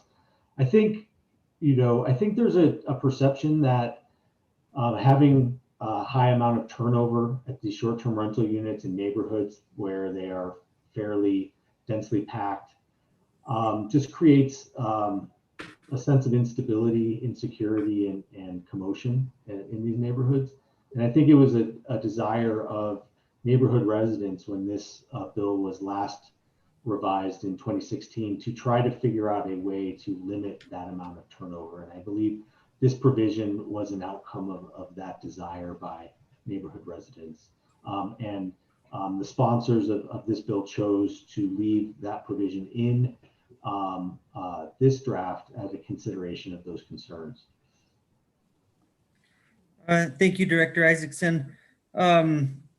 The other question I had in terms of the one natural person rule, and the reason for that is what would be the reason for that? To limit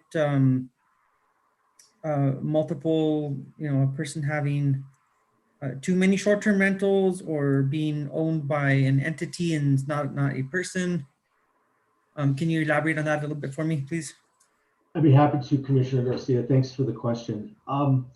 The one per natural person provision came out of a growing concern that the nature of the short-term rental business or industry is changing from where it started. So I think, as we've heard tonight from some of the public testimony, Airbnb started out as a way to rent a spare bedroom. And then I think it evolved from there into a way to maybe own a home you wish to eventually retire to and to earn some income on that property and defray some of the costs of ownership until you could live there full time. And now I think we're seeing in this latest iteration of the short-term rental business is people buying properties, multiple properties, for the sole purpose of turning them into short-term rentals and to really monetize these properties through the use of vacation rentals. And so I think there's growing concern in neighborhoods that no longer are these places where people own homes to live there, or are these homes offered to long-term renters where you can really get to know your neighbors and know the people living in your community. But now they're being turned into sort of a hollowed out neighborhood where you have people constantly coming and going, and no one knows who their neighbors are. And so I think that this is another way to sort of put a bit of a check on that proliferation of people purchasing these homes for the sole purpose of renting them as vacation rentals, and to hopefully make some of these homes more available to folks that would like to live there long-term or rent them out long-term. Thank you, Director. And then one last question I just have. You said that the city's at around 875 short-term rentals now. So given this 1,000, I think is what you want to cap it at. When is this going to have to be revisited again? Because obviously it looks as Santa Fe is becoming very, very popular to come and visit. And people need places to stay. And so obviously for that, we do need places for people to come and have options to stay, but is it going to have to be revisited again sometime soon to expand that? Thank you, Commissioner Garcia. So I don't have I don't believe I can provide you with a concrete or definitive answer on that. As Noah mentioned earlier, you know, the cap was raised from 300 to 1,000 in 2016. So that was roughly 4 or 5 years ago. We raised it from 300 to 1,000. So we increased the number by 700. We still have not met that number. So, you know, I think as our enforcement efforts continue to grow, I think we will see more and more people. We're already starting to see it, but we'll see more people transition from maybe operating without the proper permits or registrations and start operating as a permitted unit. And I do feel that, you know, we may hit our 1,000 cap here within the next 6 months to a year. Although, you know, granted, we are dealing with this sort of backdrop of COVID and an overall decrease in the amount of tourism and the profitability of short-term rental units with the restrictions placed on travel and also hosting by our governor and her executive orders. So it's hard to project when we will reach that 1,000 permit cap. I do believe we will hit it at some point in the future. At that time, I think it would be the appropriate time to ask ourselves, do we want to increase the limit? Do we want to operate with a waiting list as we have done in the past? That is how we anticipate working once we hit the cap in the near future. So I think that those are all things that are worth exploring. I mean, I think, you know, just sort of as an aside, I mean, I think, you know, we will need to, with this ordinance, like many of our other ordinances, revisit it from time to time anyways. I mean, I think we always want to be, this is an evolving type of operation. And I think we will want to revisit this to make sure we're keeping up with trends in the industry so that we are current in our rules. We're supporting the industry, but we're also ensuring that our neighborhoods are also being protected. So that may be a long-winded way of not giving you an answer, but you know, I think that's some of the things that we're thinking about. Thank you, Director. I don't have any more questions. Thank you. Thank you, Commissioner. Commissioner Faulkner. Yes, this is for Eli or Sally or anyone in the staff. When you're looking at the caps, was there a consideration for looking at placing the cap at a percentage of the houses available? So as the city grows, you look at it by percentage and not just a number? Do you know what I'm saying? Like we have X number of houses in Santa Fe, this amount we can tolerate. And then kind of a connected question is, does the short-term rental market have a negative impact on our goal of trying to get housing out to residents in Santa Fe and keep the housing market growing? Thank you, Commissioner Faulkner. So I can't speak to past efforts. That might be an area where Noah can provide some insight. I know now we did not in this go around as we have revised the ordinance in the proposed drafts. We did not really explore revising or moving away from the 1,000 cap. We simply thought, you know, the cap was established through resolution. We would like to consolidate anything having to do with short-term rentals into a single ordinance. And so that's what we've done here is just taking it out of resolution and bringing it into ordinance. I think if sort of following up on Commissioner Garcia's question, if we were in a position where we needed to reevaluate that 1,000 permit cap and ask ourselves, is that still the right number for Santa Fe? I think that taking an approach that you described, Commissioner Faulkner, of looking at it as a percentage of overall housing stock or some other way to sort of pick a number that is more grounded in the actual conditions on the ground would be an interesting thing to explore, you know, rather than saying it's 1,000 now, we're going to just increase it by 200. You know, we're really trying to dial in how are we determining what the appropriate level is.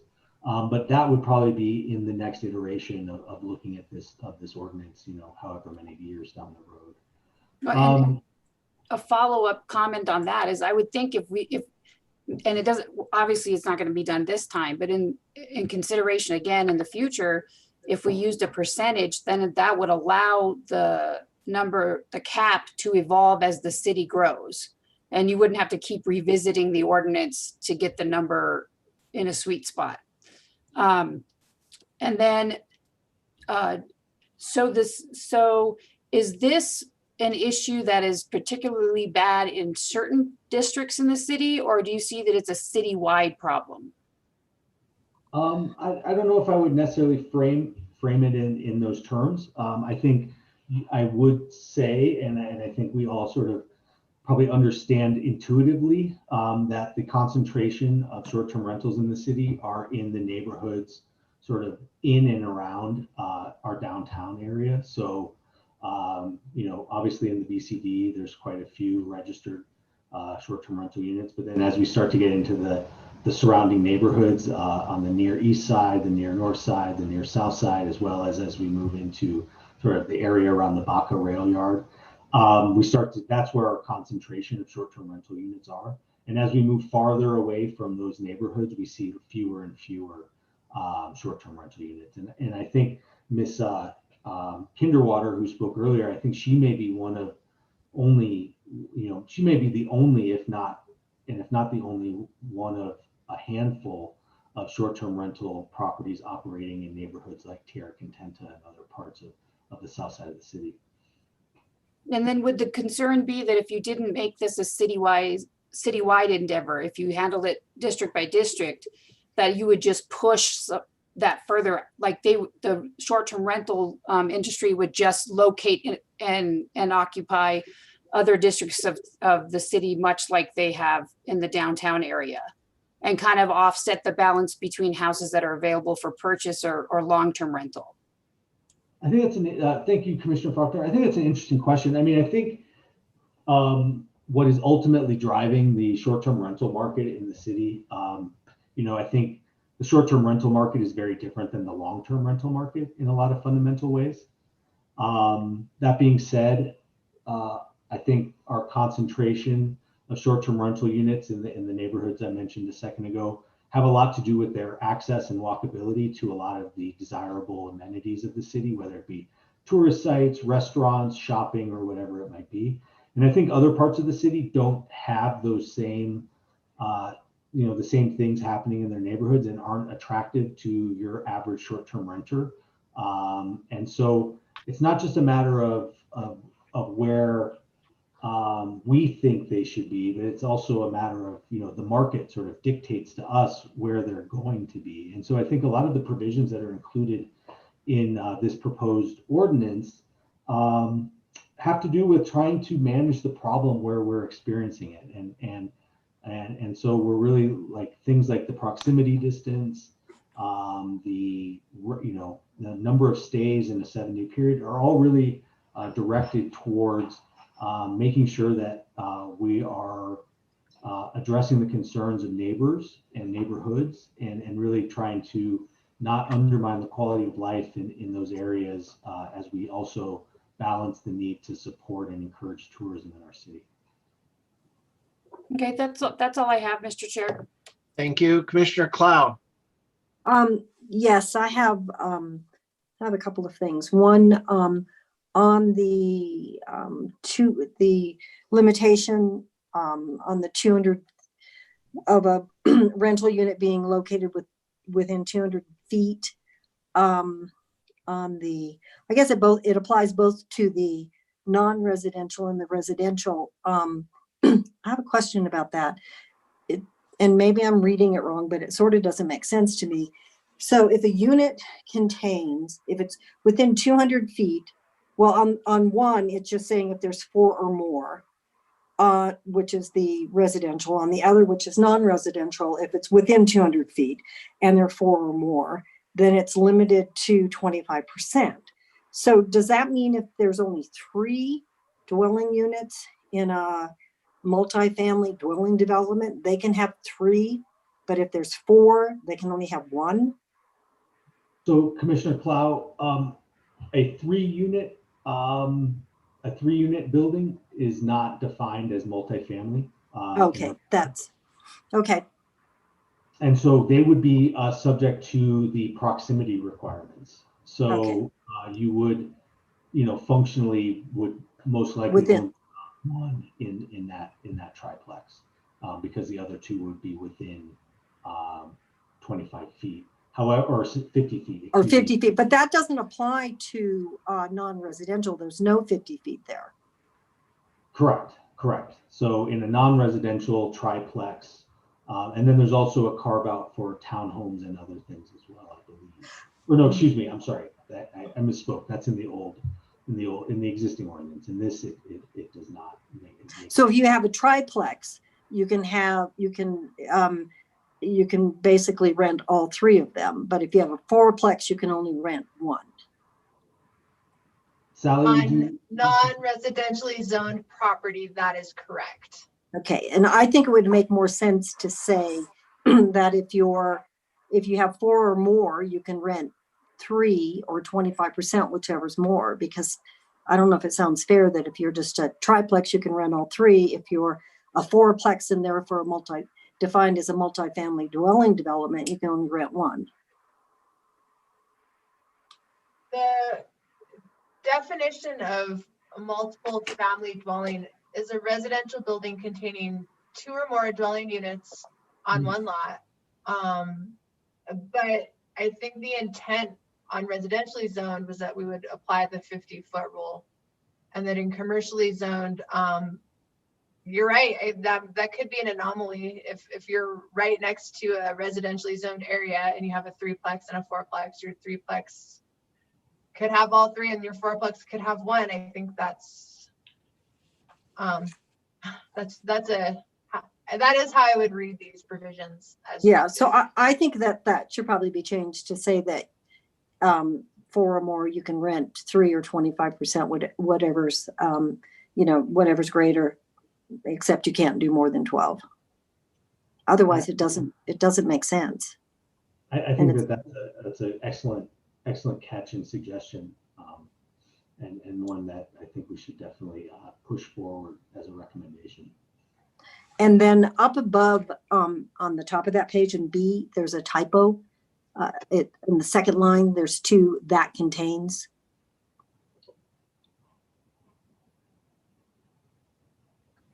Could you please repeat the line number, Commissioner Clark? It's the second line on the top of page 8. There's 2 that contains. That contains 4. Thank you. I appreciate it. Okay, and I guess I just wanted to comment that I don't think the 7-day rule really bothers me. I mean, if you look at it like, okay, 1 time per week, and if it's a hot season, you can say, well, there's a 5-day limit or a 7-day limit. So if there's a 7-day limit, you can rent it out, continuously, because you start on a Saturday or whatever. So I think it sounds reasonable. Otherwise, you've got a lot of people sort of coming and going, and I think more possibilities for disruption. So, and it's been in existence for 4 years now. And I didn't, it seemed like a couple things. It seemed like that the people that were talking didn't know it was in existence. So they're probably not following that rule anyway. But if it's been in existence and there haven't been complaints, I don't necessarily see a need to change it. And I think something else that needs to be pointed out is it sounds like some of the people that were talking aren't aware that they're grandfathered in. If they already have a permit or registration, they're already grandfathered in. So none of these new rules apply to them. They only apply to new permits or new registrations. That is absolutely correct, Commissioner Clow. And I appreciate you bringing that up, because I think it's an important point that these provisions in the revised draft will only be applied prospectively. So folks that spoke tonight out of concern because they own multiple units and rely on that income, they will, as long as they renew in a timely manner and do not lose the permits that they currently have, they will not be forced to relinquish any of those permits for any of their existing properties. And that's all I have. Thank you, Commissioner. Commissioner Hogan. Thank you, Mr. Chairman. I was really actually taken tonight by the amount of positive testimony towards the support of short-term rentals. And in my mind, that kind of puts a twist on some of the conversation we're having right now regarding some of the limits. Because as was pointed out, some of these were put in originally, like for instance, the 7-day rule, because there was a lot of people concerned that short-term rentals were going to run away with our neighborhoods and make them undesirable. But I think what we heard tonight, and it's important, is that it has had the opposite effect, that there has been a lot of dilapidated houses that have been turned into real assets to a neighborhood. And there's been some of the blighted properties in neighborhoods that have been resurrected that might not have been able to if they did not have the financial benefit of the short-term rentals. So I think if we look at these things, not so much as a detriment to our community and an asset, because we heard it tonight, that, you know, it influences people that are visitors here that don't necessarily want to have the downtown Santa Fe experience, and they see how wonderful our neighborhoods really are and what a beautiful place this is to live. I think that increases the value of our community.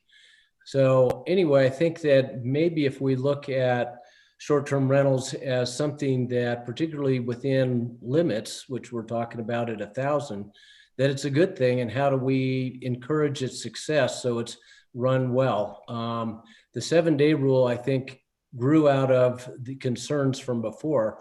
I think that's actually should be, I'd recommend that be stricken altogether, because it's really self-regulating. If the people that are operating these units are getting bad reviews because they're turning them over too quick or they're not maintaining their property, they're going to get a negative review on their sites, and they're going to have less customers. So I think it'll solve itself. If people can't manage their properties, they're going to go out of business.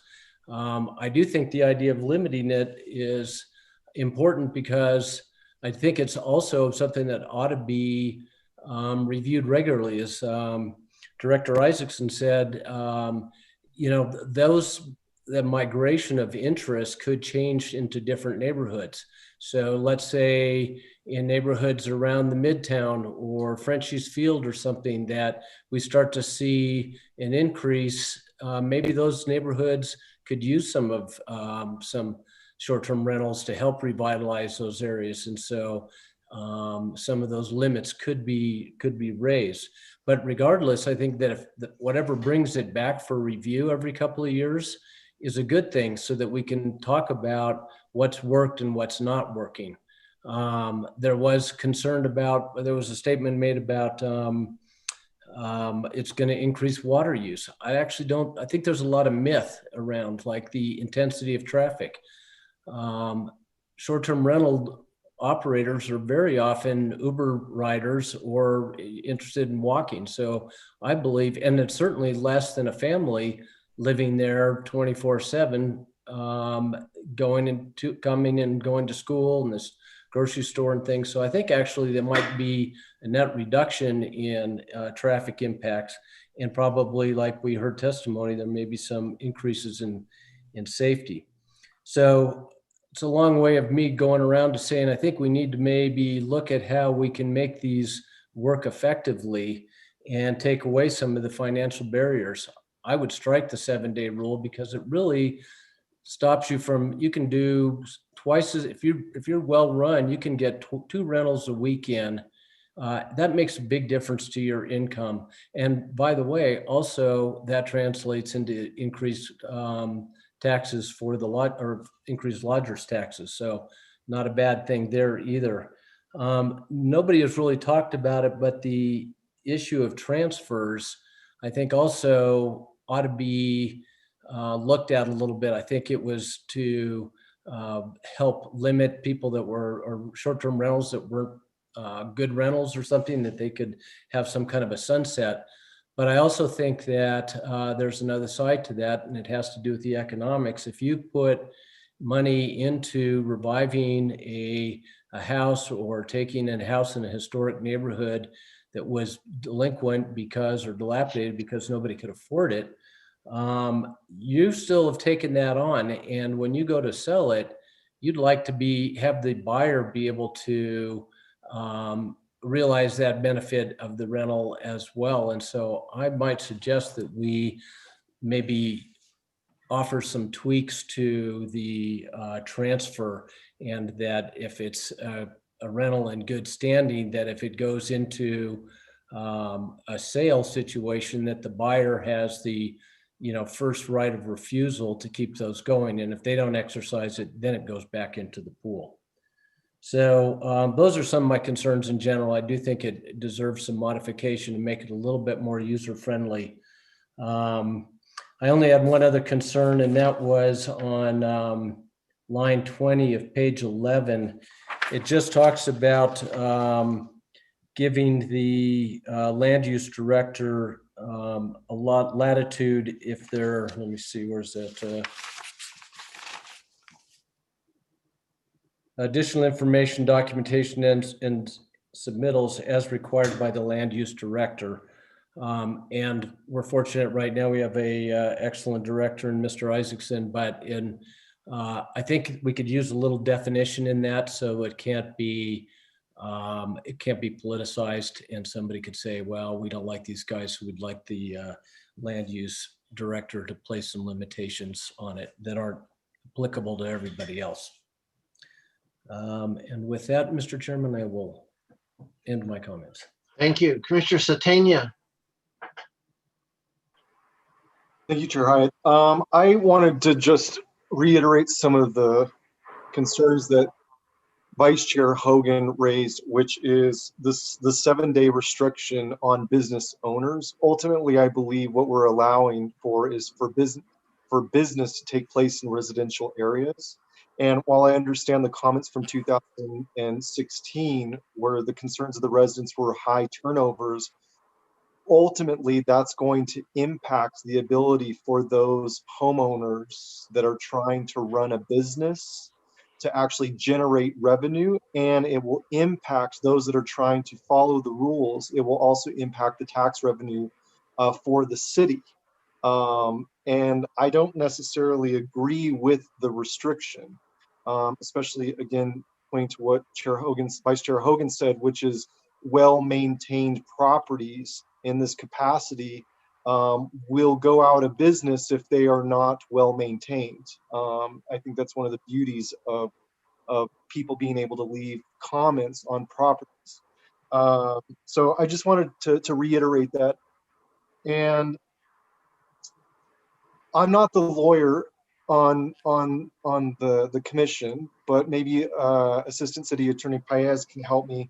I'd raise concerns about, New Mexico families, people that own properties here, being able, if they have a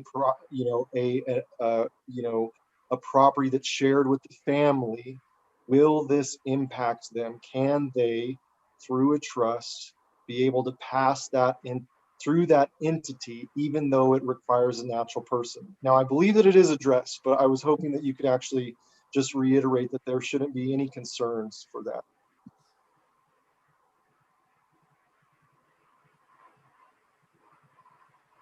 Thank you, Commissioner Satania. The revised language as added, I think, does still restrict some of those types of transfers. I don't think that this provision allows sort of a transfer upon death of a family member. So if that is something that we want to expand, I think the language should probably be expanded. I know that Commissioner Clow was also instrumental in at least adding a little bit of clarification that we put into this draft, but I still don't think this allows you to say leave the short-term rental permit in a will to a family member, or to put it into a trust and then allow it to pass the permit to a different person later on. Got it. So in terms of a married couple, if it's in the name of the husband, for example, and that husband dies, that doesn't necessarily, there's no possibility for that to actually be passed to the wife. or husband. I think that's correct. I don't think it would pass to a spouse. So then they actually, in that moment, lose the ability to continue their business. That is, I think this transfer provision as written would preclude that type of transfer. Given what we're allowing, which again, allowing business within residential areas, doesn't that have a negative impact on our communities, especially if we're allowing them to have these businesses that they actually can't transfer that to their spouses or immediate members at the time of death, that they're left with an additional property that they no longer can generate revenue from? That doesn't that have negative impacts on the community? Commissioner Satania, I think it's a valid concern and a policy question that is appropriate for the commission to raise and for the governing body to consider. Well, again, I'd like to raise the issue again for my concern last time. I think while we're trying to limit the amount of permits, in certain instances, we are negatively impacting families who either through certain entities, pass through entities, that, you know, at the time of someone's death, that basically eliminates an additional property and has negative consequences on New Mexican families in Santa Fe. And I just feel that some of these restrictions, in an effort to control, again, do not promote the general welfare of what it is that we're allowing to do, which is allow businesses within residential areas. So I would like the commission, or at least the governing body, to address that in the, you know, when it goes to the governing body to vote. The other questions I have for Director Isaacson, can you reiterate for us, and you touched on this in terms of tracking and monitoring, how are we going to enforce these new laws? Do you have specific provisions you have questions about, Commissioner Satania, or enforce in a more general and broad sense? Sure. Well, I'll just start with, how are you going to enforce the 7-day restriction, given everything you already have on your plate to do? Thank you. Thank you for recognizing how full my plate is. So this has been a ongoing challenge. I'll be frank. This is something that we are definitely struggle to prevent happening. We do now have some tools available to us that allow us, if we were to receive information from a neighbor or anyone else who suspected that a short-term rental unit was being rented more often and more frequently than once per 7 days, with using Host Compliance, which is our vendor that kind of scrubs the different host platforms and tracks Airbnb, VRBO, and other platforms for their rental information, would let us know if in fact something's being rented more than once in a 7-day period. And then we could, after verifying that in fact was happening, could notify the property owner and host that we're aware that they're violating that provision, issue them warning, or if it was something that happened more frequently, could ultimately issue a fine and possibly revoke that permit at that location. Got it. Now that seems pretty practical, but given the resources that you have and, limited resources, wouldn't that require someone to be actively monitoring and someone in your department to constantly be sending out notices or scanning? I mean, that sounds like another full-time position to actually manage a lot of these restrictions that we are putting in place. It certainly would take some resources. Again, we probably would not be pursuing this proactively or sort of, we'd be following up on these sort of on a complaint by complaint basis. So I think on that, in those terms, it's something that would not be extremely time consuming, but certainly would take some staff resources to track down, verify, and enforce. So it is something to consider. Have you spoken with the governing body or about if your department's actually prepared to implement this, or the additional resources will be provided? I mean, because one of my concerns is that while this seems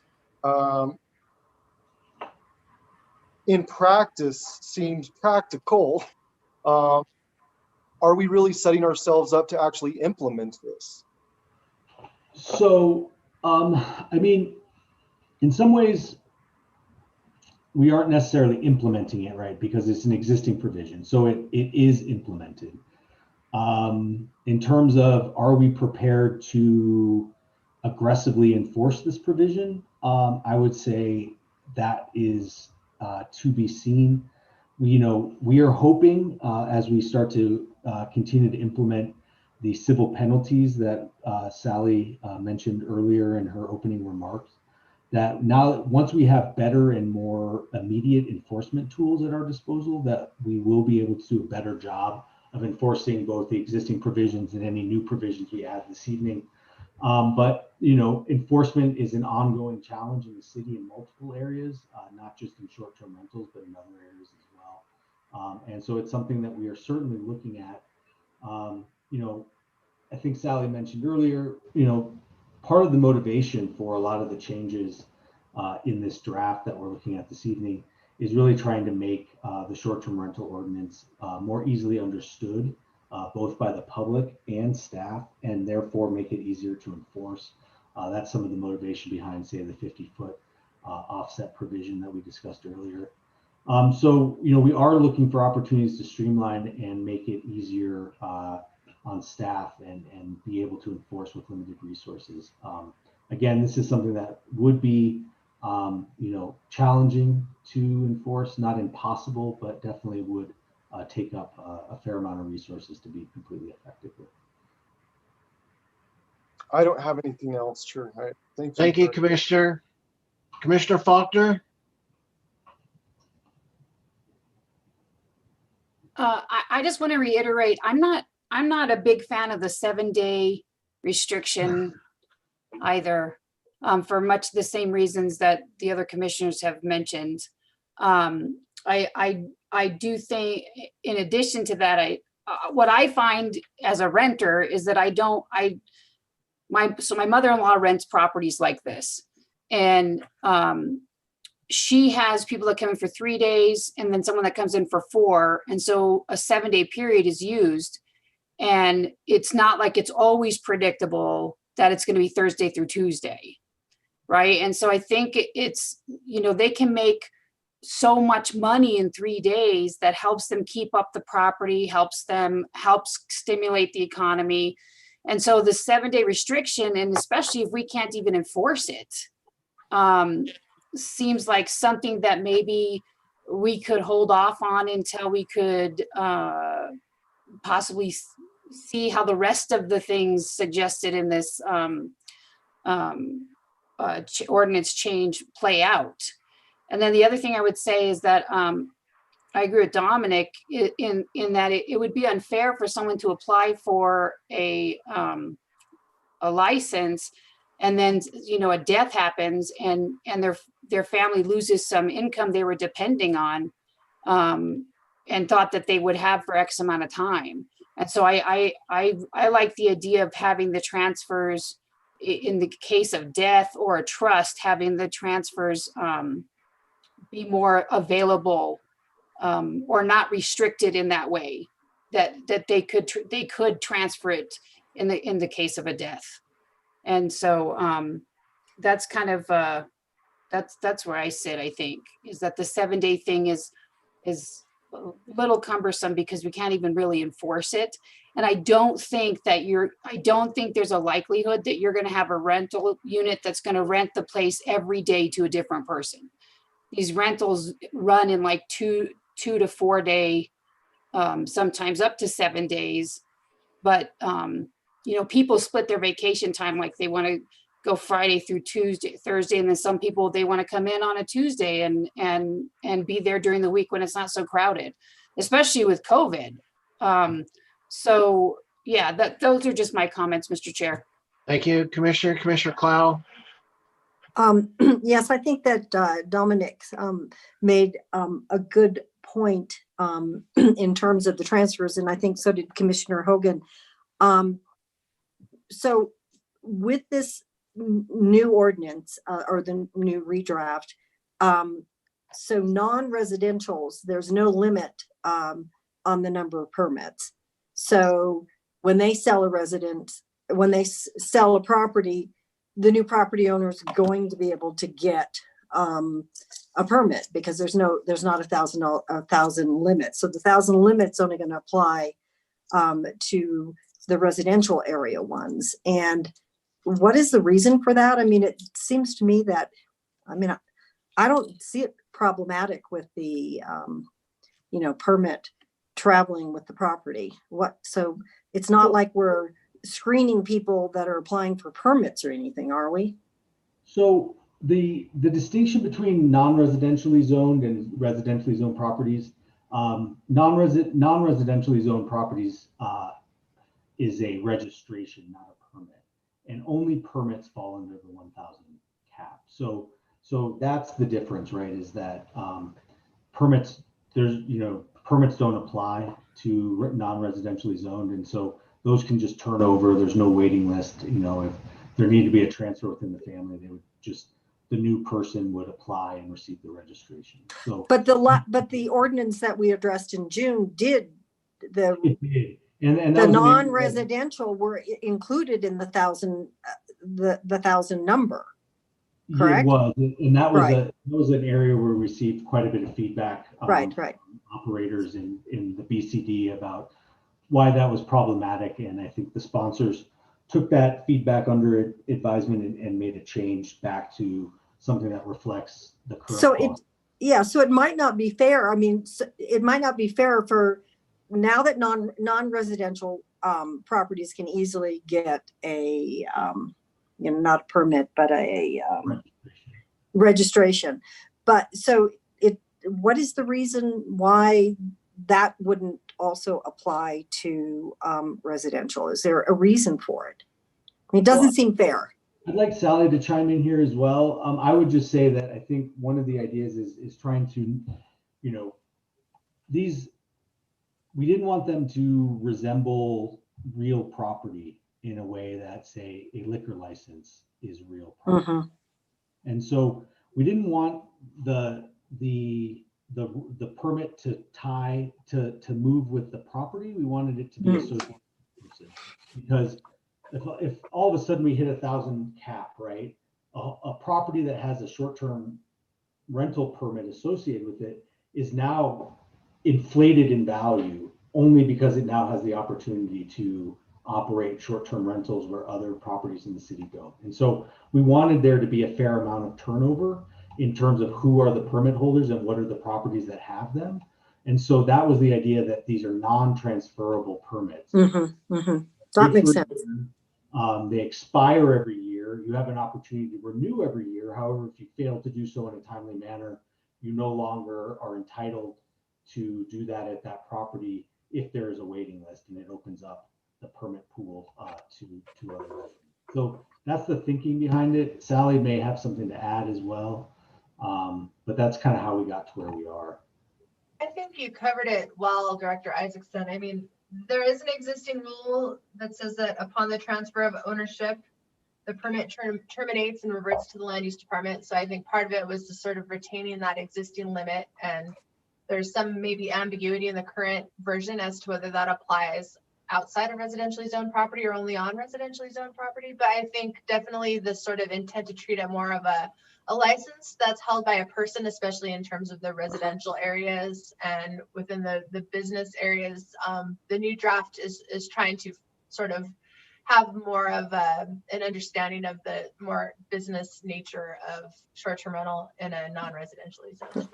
And I think that makes sense, that it, the permit is to the person and doesn't go with the property. And, and right now they're really, I don't think that valuable because they're still available. But if they become not available, then they would become valuable and somebody could make money off of a city permit. But it just seems that there's a distinction. I guess the distinction is that residential is limited to 1,000 and now non-residential is unlimited.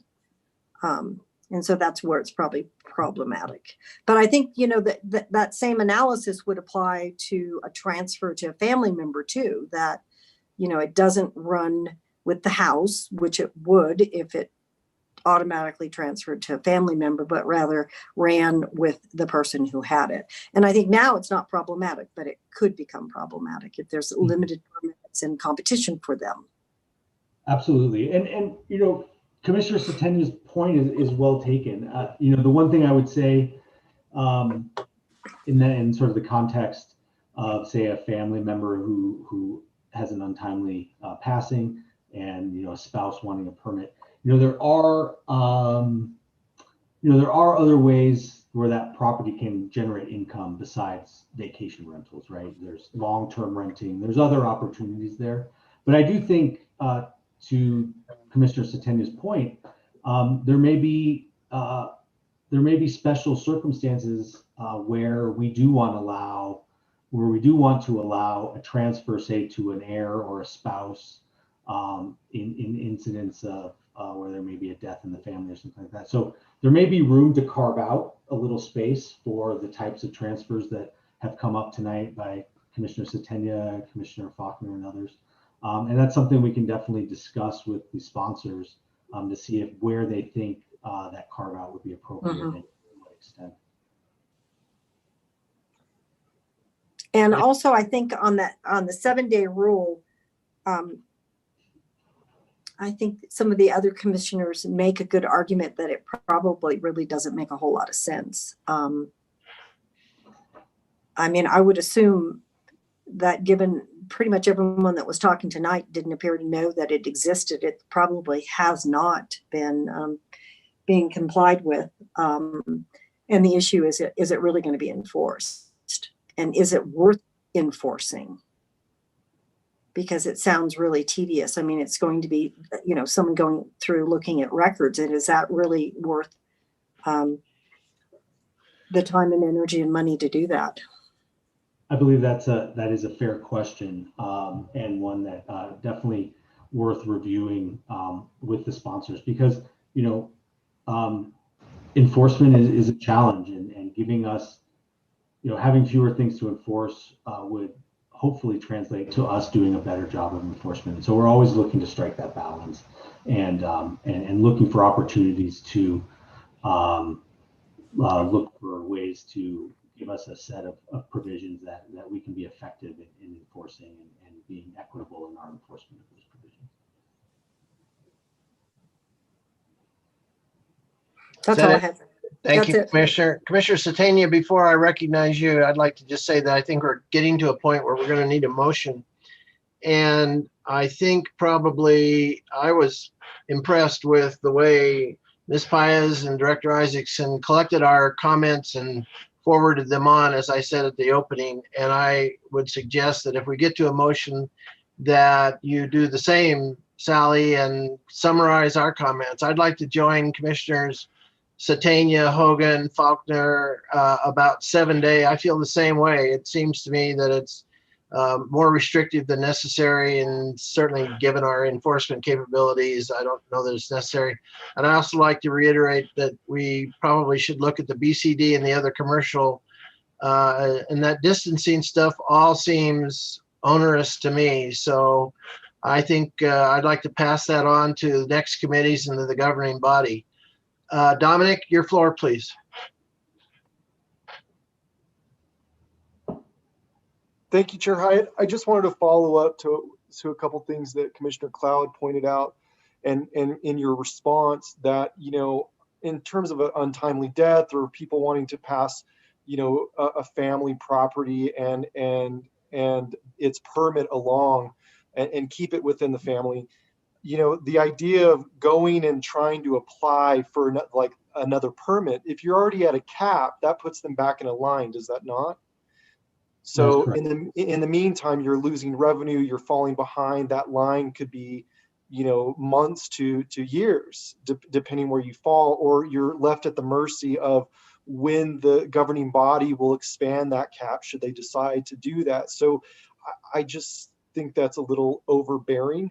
The other thing is, I don't think that you actually answered Commissioner Klau's question, which is what is the point of allowing unlimited permits for commercial spaces versus residential? That does seem a little unfair, and I just was hoping that you could expand upon that a little bit more. Absolutely. Thanks, Commissioner Satenia. So I think it comes down to a notion of, and I believe both Misters Mark Bertram and Andy Dutra touched on this in some of their public testimony tonight, that the BCD, these are commercial uses, and the BCD and the other non-residentially zoned properties are commercial areas, and so we should really not focus too heavily on restricting commercial operations in commercial zones.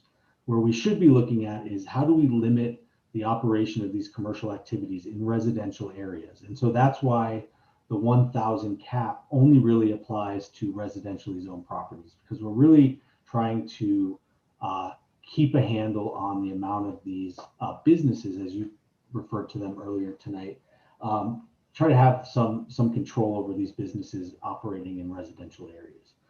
So that's why we draw a distinction, and that's why we don't really try to cap the number of short-term rentals operating in commercial areas, but do cap the number of short-term rental units operating in neighborhoods.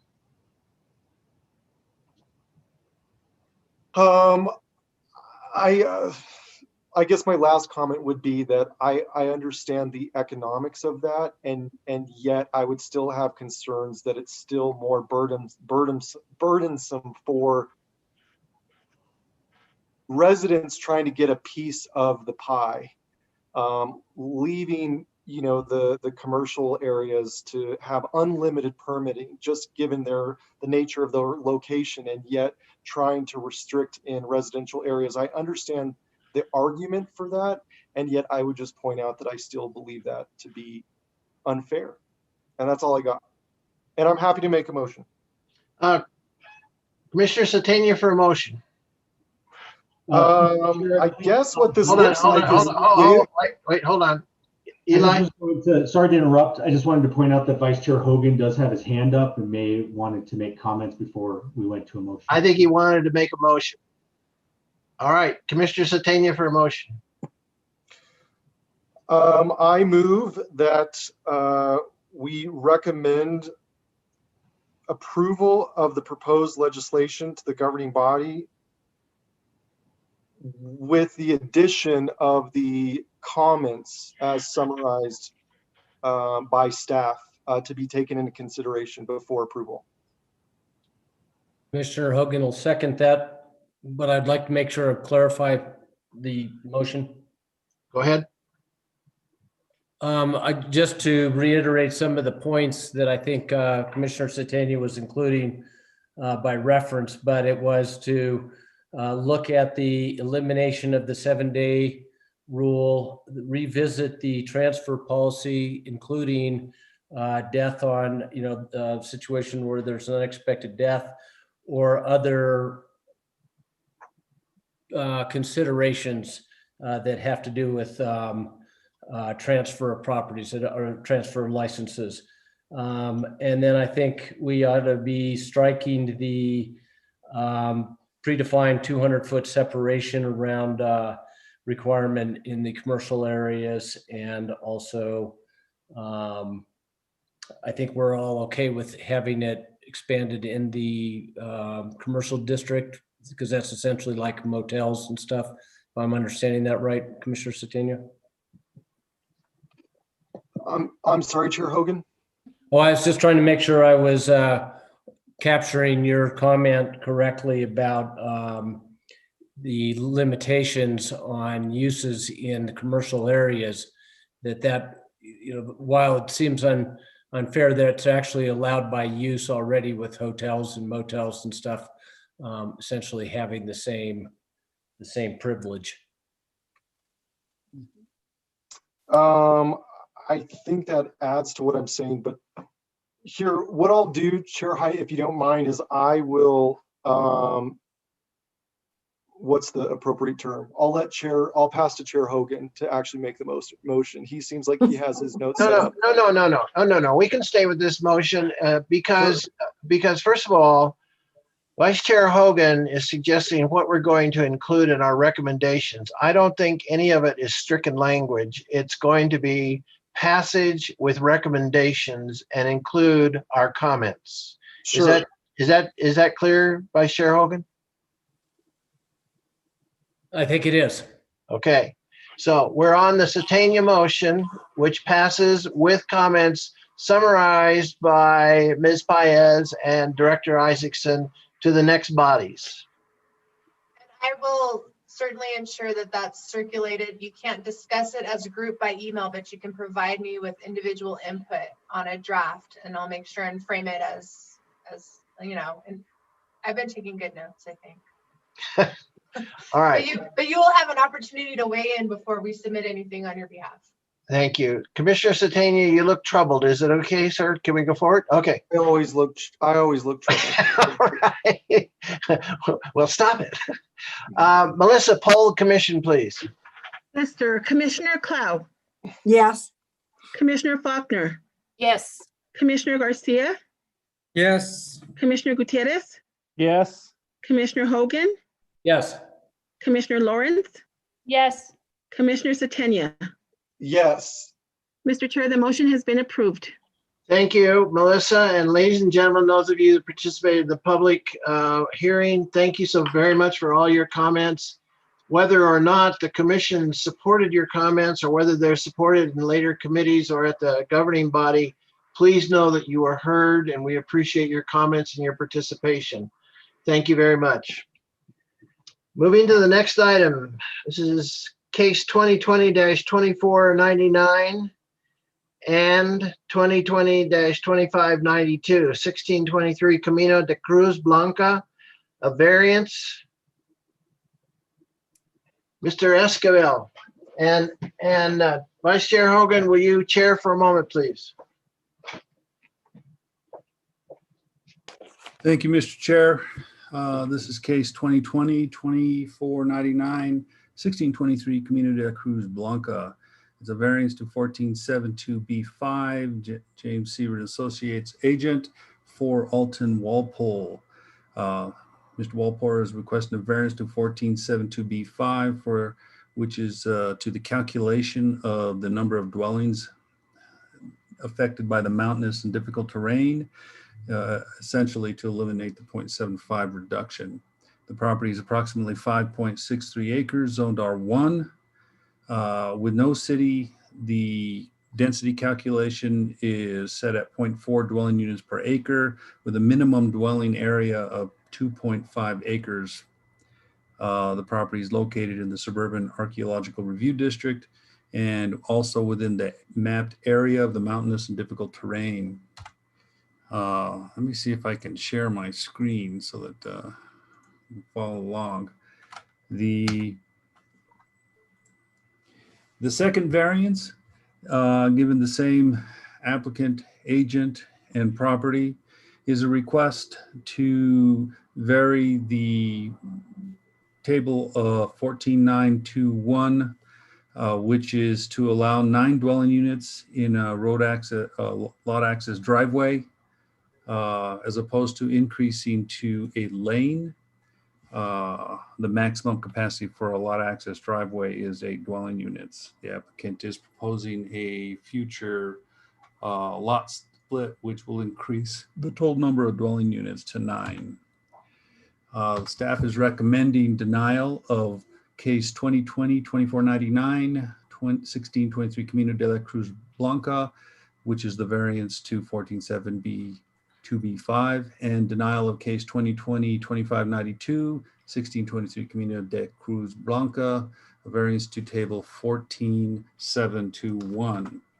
There are 3 motions involved with this proposal. The first one is to approve or deny a case 2020 2499, and approve or deny case 2020-2592.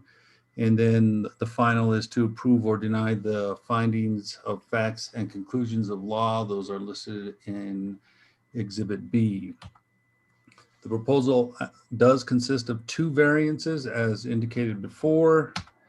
The applicant has complied with subsection 1431E, pre-application conferences, 1431F, early neighborhood notification procedures, and 1431H, which are the notice requirements for a public hearing. Within the property, the existing conditions, there is a single family dwelling located to the lower right of the picture. The property is accessed off of Camino de Cruz Blanca, a private road that is 50 feet in width, coming off of Camino de Cruz Blanca to the site. The applicant has stated that the road width is approximately 13 to 15 feet wide.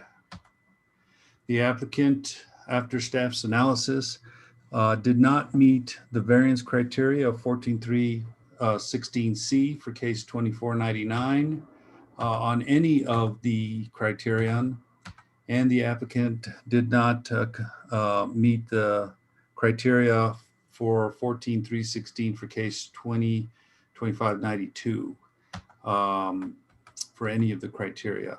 There was an early neighborhood notification.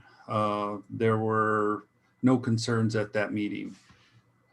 If you have any questions, I will stand or sit for questions. Thank you, Commissioner Hogan. I'm back. Thank you very much. And so we'll hear from the applicant now. Who's going to present? Mr. Herdman, are you going to present?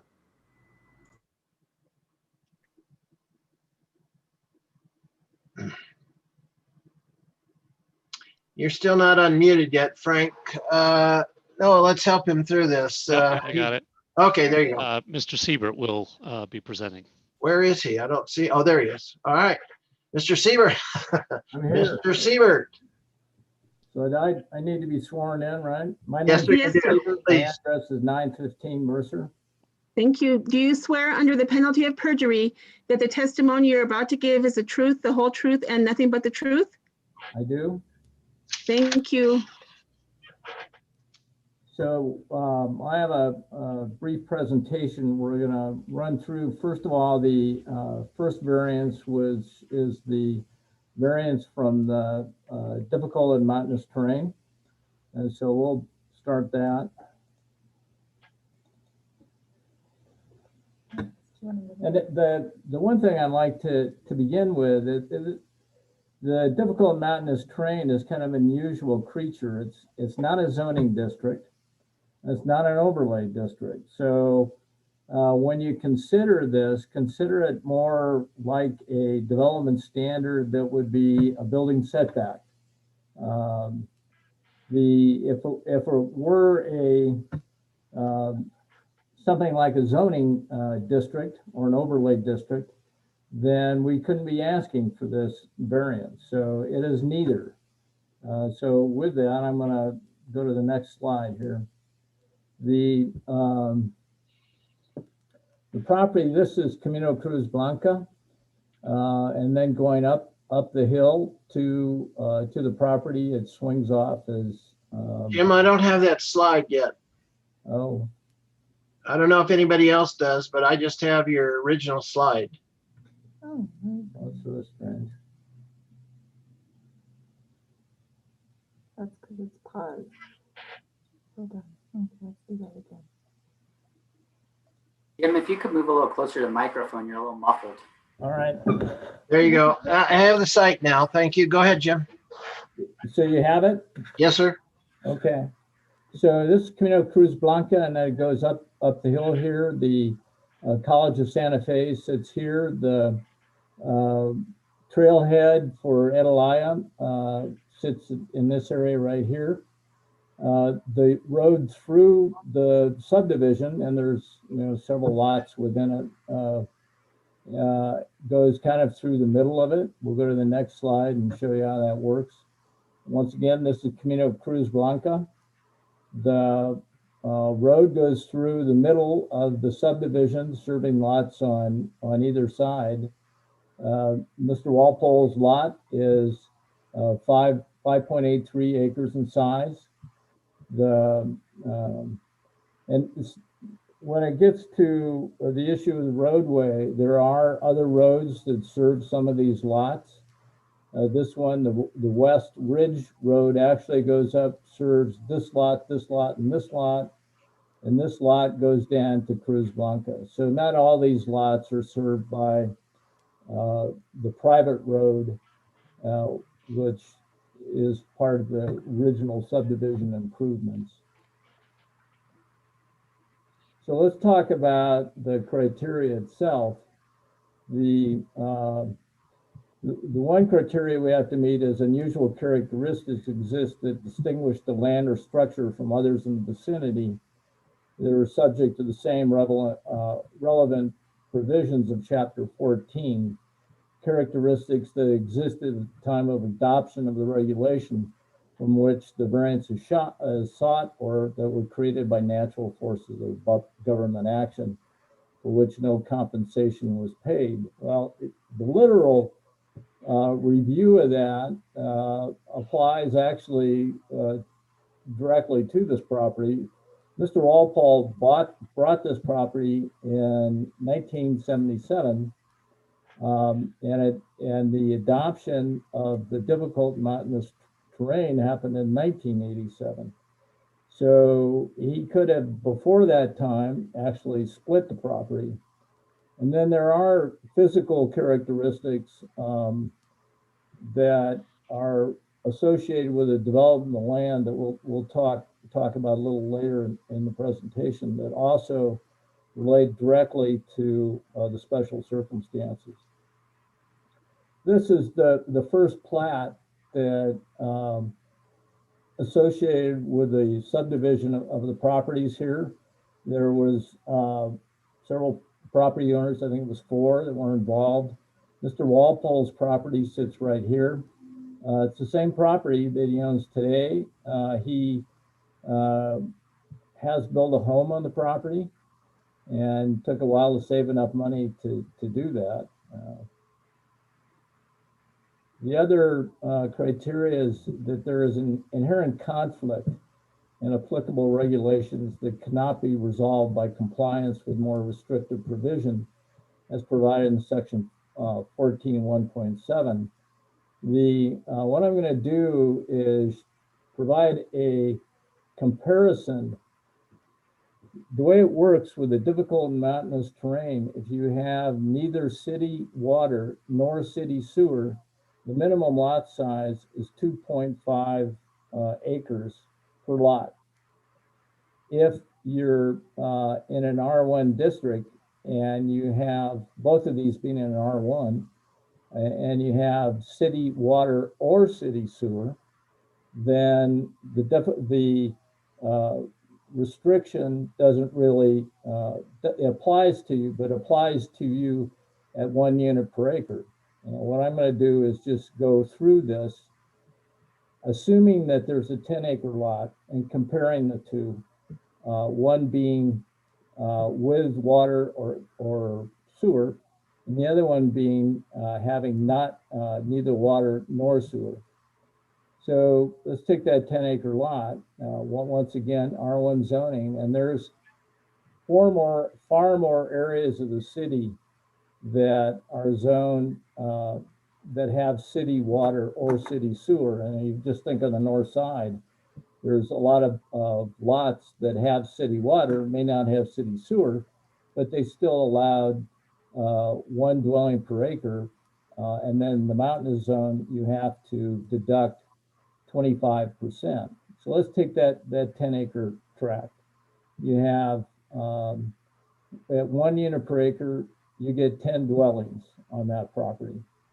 So if you're in the difficult and mountainous terrain, then it's 0.75 times 0.75, which is the inverse of the 25% that you have to reduce it by, which equals to 7.5 dwellings. Well, you have to round that down, so it's 7 dwellings on that 10 acres.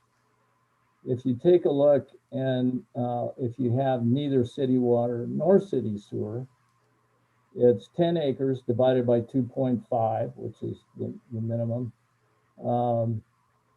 which equals to 4 dwellings. And then you multiply that point by 0.75 and you end up with 3 dwellings.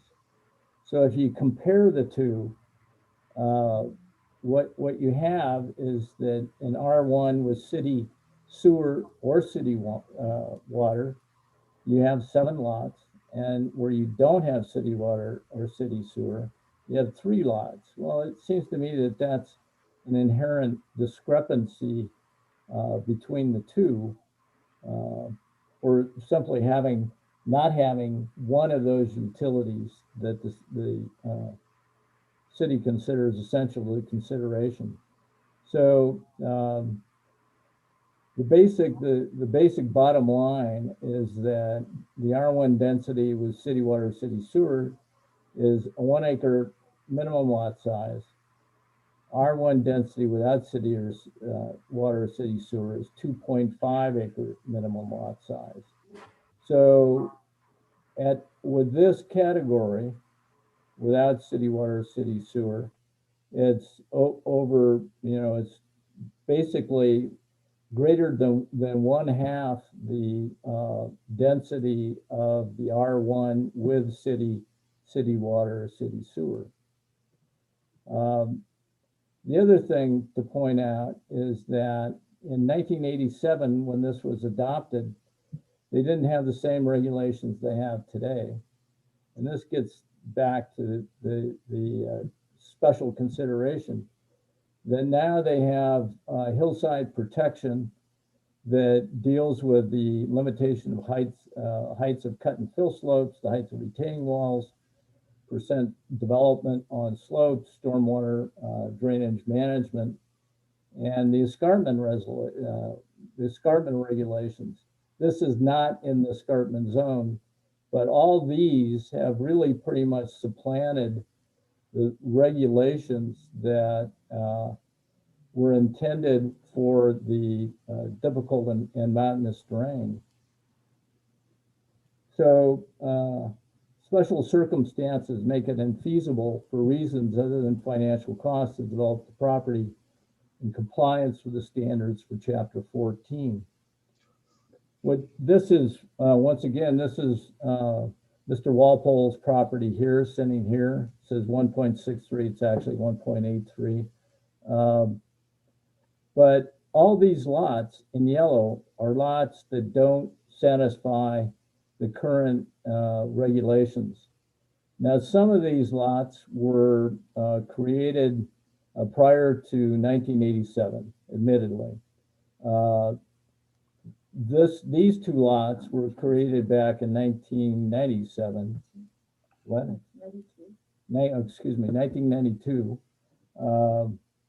And what happens is that Mr. Walpole, because these were created adjacent to him, and by the way, the city of Santa Fe owns the property that surrounds all this subdivision. So there will be no further development occurring in this area. So if Mr. Walpole wanted to purchase, in this case, it would take another 0.8 acres, and he would be able to meet the requirement of having 2 lots in this property. He's precluded from doing that because other lots that don't meet that same standard have been approved adjacent to him and within the subdivision itself. The other criteria, the intensity of development shall not exceed that which is allowed on other properties in the vicinity that are subject to the same relevant position. And if you go back to this, is that he's in compliance with a lot of the lots that are currently within the subdivision itself. And the variance and the minimum variance will make possible the reasonable use of land or structure the following factors will be considered: whether the property has been or could be used without variances for a different category or lesser intensive use. In order to achieve any kind of similar intensity of use to what exists in the area, Mr. Walpole has no other choice but to request a variance.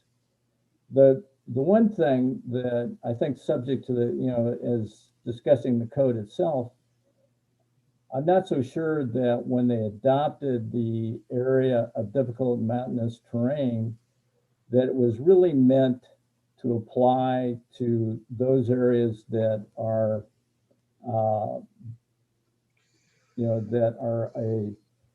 that have the required, that don't have water or sewer and have a mandatory density of 2.5 acres per lot.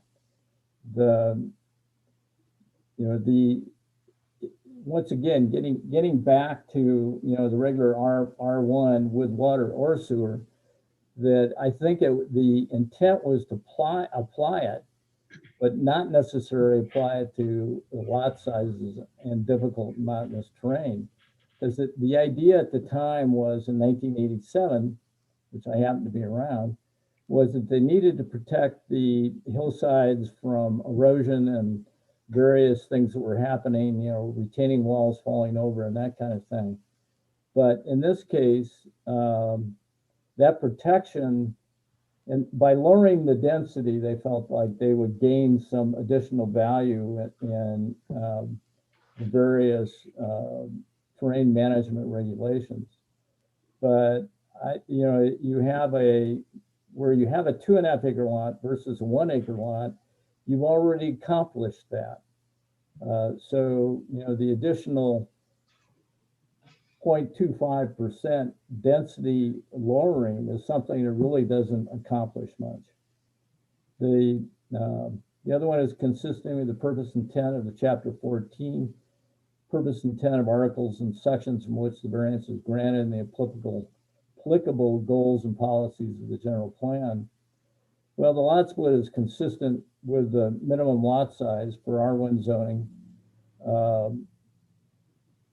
without city water or city sewer. In other words, if the difficult mountainous terrain was not applied to this property, Mr. Walpole would have enough acreage in order to split his lot. It satisfies, and it really does satisfy the intent of the city code, maintaining larger lot sizes in areas that are on the hillside, and in areas that are do have more difficult terrain. And then the area is not contrary to the public interest. Well, we had a neighborhood meeting, and typically you would see, to any kind of request for a variance, you would see, some opposition. But in this particular case, there was no opposition. In fact, I'm kind of hoping that people stuck around enough tonight that you will hear some support for Mr. Walpole. The other thing, once again, to get back to the issue, is that is the public, as a general, is the public interest protected? And I think by having a 2.5 acre lot versus a 1.25 acre lot, if you have water or sewer, it is protected, because by having a larger lot size, you do in fact have addressed some of the terrain management regulations that were the underlying purpose of the adopting the difficult mountainous terrain in the first place. The other thing I wanted to point out is there may be a concern. Well, fine, but what if we create a lot? What if we allow a lot, and then it turns out that that lot, that the extra lot that's being created for the additional unit, simply can't satisfy the terrain management regulations? Well, what this demonstrates, this is the existing road. This is Mr. Walpole's house here. This is the proposed location. All this area here in white is area of less than 20% slope. This in the lighter shade here is 20% slope, but there is like 20,000 square feet on this particular lot that satisfies the terrain management regulations. The other thing is that the access roadway, you can see the contours here. Well, it parallels the contours. So the grade on this satisfies the driveway grade to the house. The width can be 20 feet in width. There's no problem with that, which is one of the requirements of the fire marshal. And there's an existing turnaround that sits here that when Mr. Walpole built his house was a requirement by the fire marshal and worked out with the fire marshal at that time. So in your consideration, keep in mind that this new lot would satisfy all the city's terrain management regulations. So that's kind of the end of the presentation. I'd be happy to answer any questions you may have. Mr. Walpole is also, at least I hope he's on the line. I don't see him in any of the views, but we could probably bring him on the line if you wish to talk to him. I think he's in the participant queue right now. Okay. Jim, do you have anybody else that's going to testify on behalf of the applicant in this phase? Well, Frank Herdman may make some comments. All right, would you take that screen down, please, so I can see Frank? Yeah, and I just said, I don't have anything to add to Mr. Siebert's presentation. I believe he covered everything. I'm available for questions in the event anything comes up. All right. Ladies and gentlemen, this is the opportunity for a public hearing in this matter. Any of you that wish to testify, please indicate by the raised hand signal. If there anybody, I can see at least one telephone call in. Don't forget that it's *9. Oh, you haven't done that yet, but okay. So we'll start the public testimony. Remember, please, that there's a 2-minute limitation, and we're pretty strict about it, as you've heard in the previous case. So please pay attention to that. And with that, Mr. Burke, shall we start with Ms. Norton? Thank you, Chair, Commissioners. Carol, I'm going to go ahead and allow you to talk. Please unmute yourself. Thank you. Great. Ms. Norton, do you swear under the penalty of perjury that the testimony you're about to give is the truth, the whole truth, and nothing but the truth? I do. Thank you. Please state your full name and address for the record. Carol Norton, 324 East Marcy Street. Thank you. Thank you, Commissioners and other participants. It was interesting listening to that presentation because for me, it just felt like a rabbit hole. I believe that these rules or guidelines or regulations are there for the good of the community. And when I think about this community, I think about the immediate neighbors, of course, and the impact that something like this might have on them.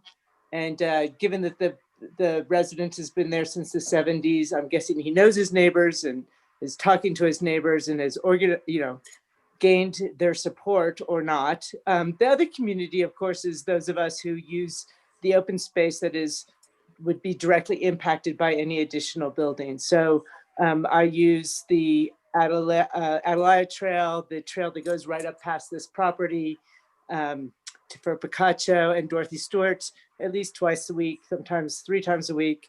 And I believe that the intention of the rule regulation is that open space and that community, both trail users and the homes there, have a certain feel to them. And yeah, there's like these little rules about sewer and water and whatever, but the intention is that we keep the feeling for all of us. And the feeling is open space. It is wildness. It is a lifestyle choice we've made here in Santa Fe.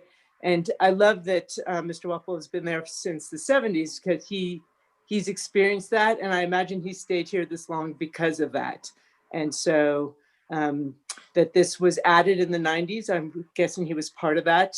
And it seems like a little revisionist to go back and reduce that intention to That what. was 2 minutes. Thank you, Carol. Sorry to interrupt, but I think we are doing a 2-minute limit, correct? Thank you, Carol. Appreciate it. Next. Bill Donahue. Bill, I'm going to go ahead and allow you to talk and you'll be sworn in and given 2 minutes. Please unmute yourself.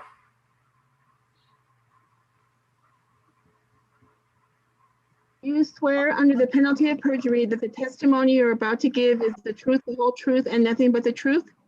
I do. Thank you. Please state your.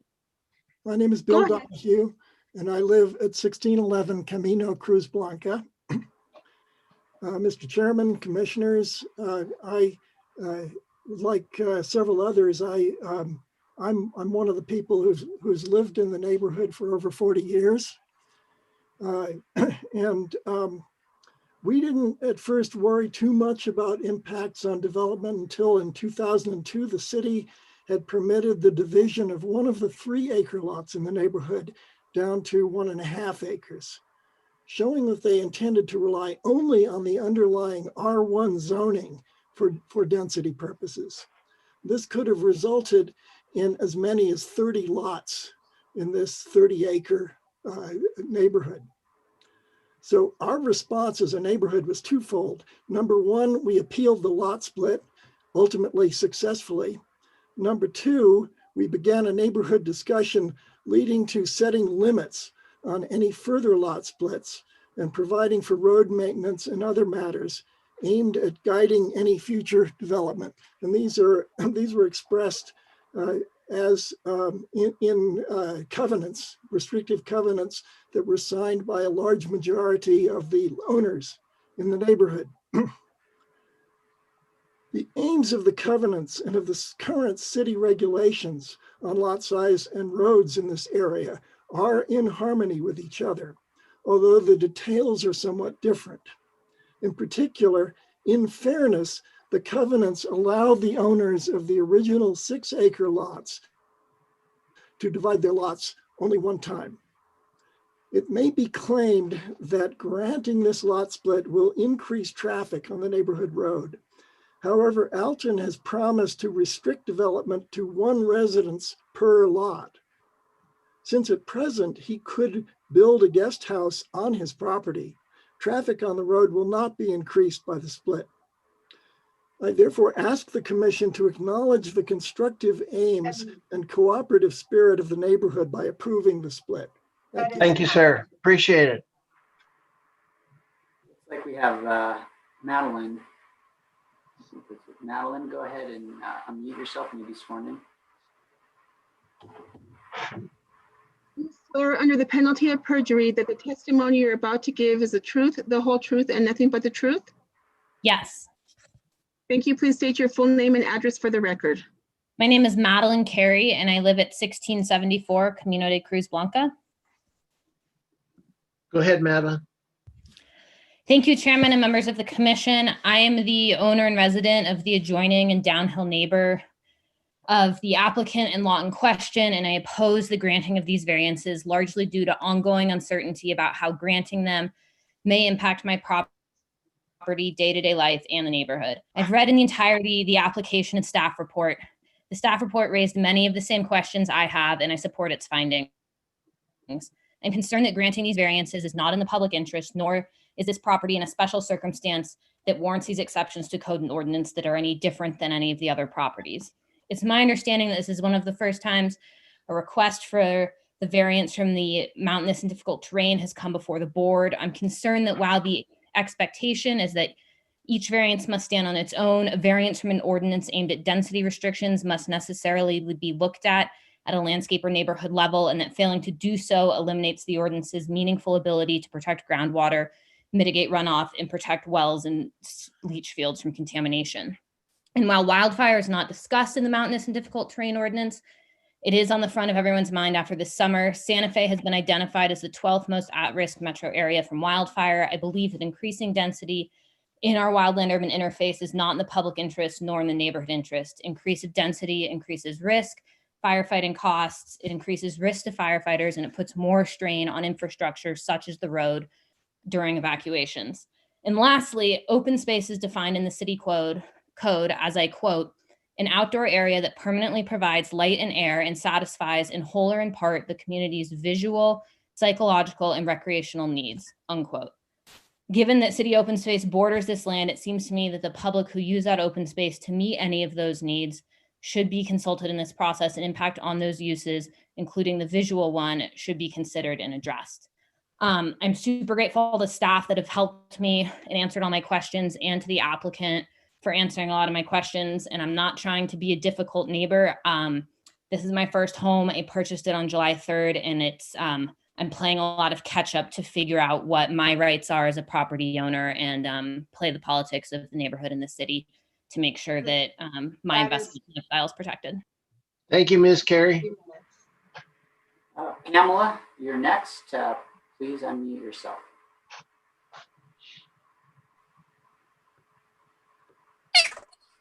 Ms. Messer, do you swear under the penalty of perjury that the testimony you're about to give is the truth, the whole truth, and nothing but the truth?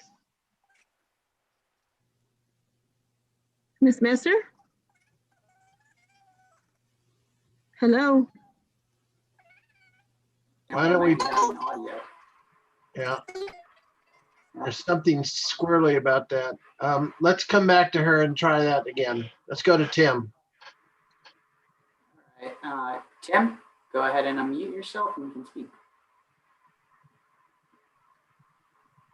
Mr. Curry, do you swear under the penalty of perjury that the testimony you're about to give is the truth, the whole truth, and nothing but the truth?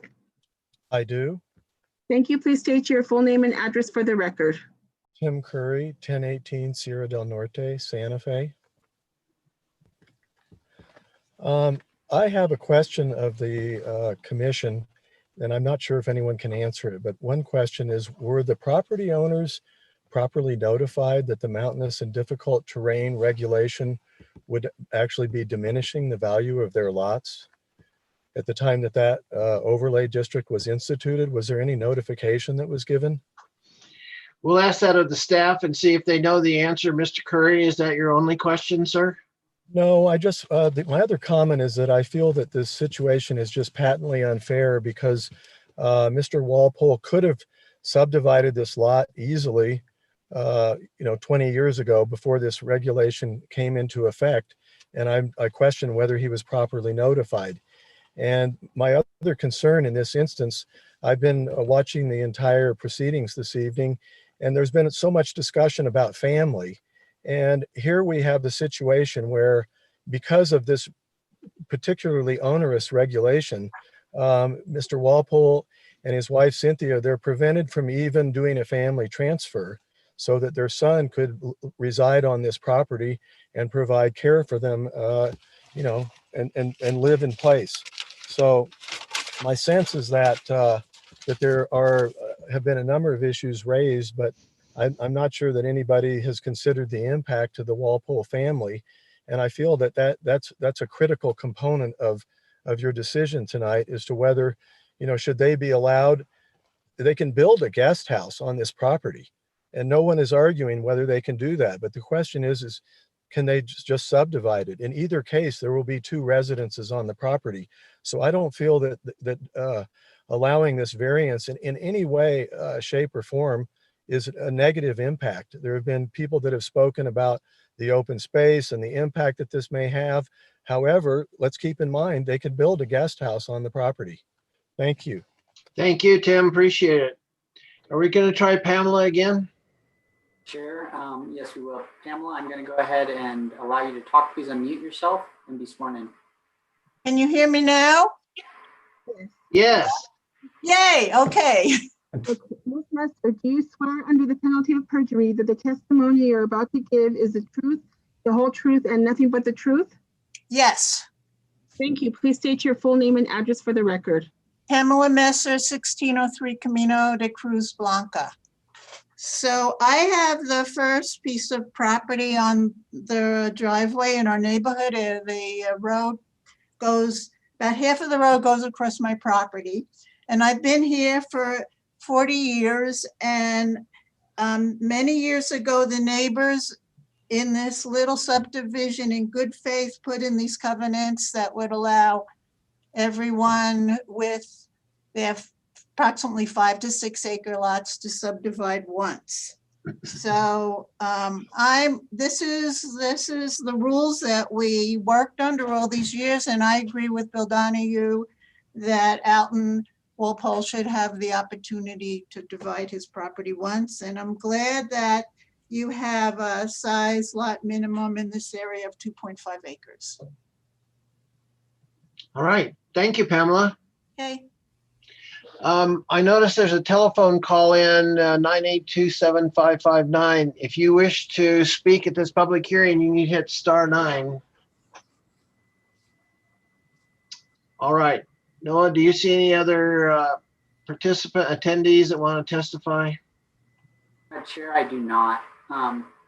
Looks like the applicant Alton Walpole would like to, but he keeps raising his hand and taking it down.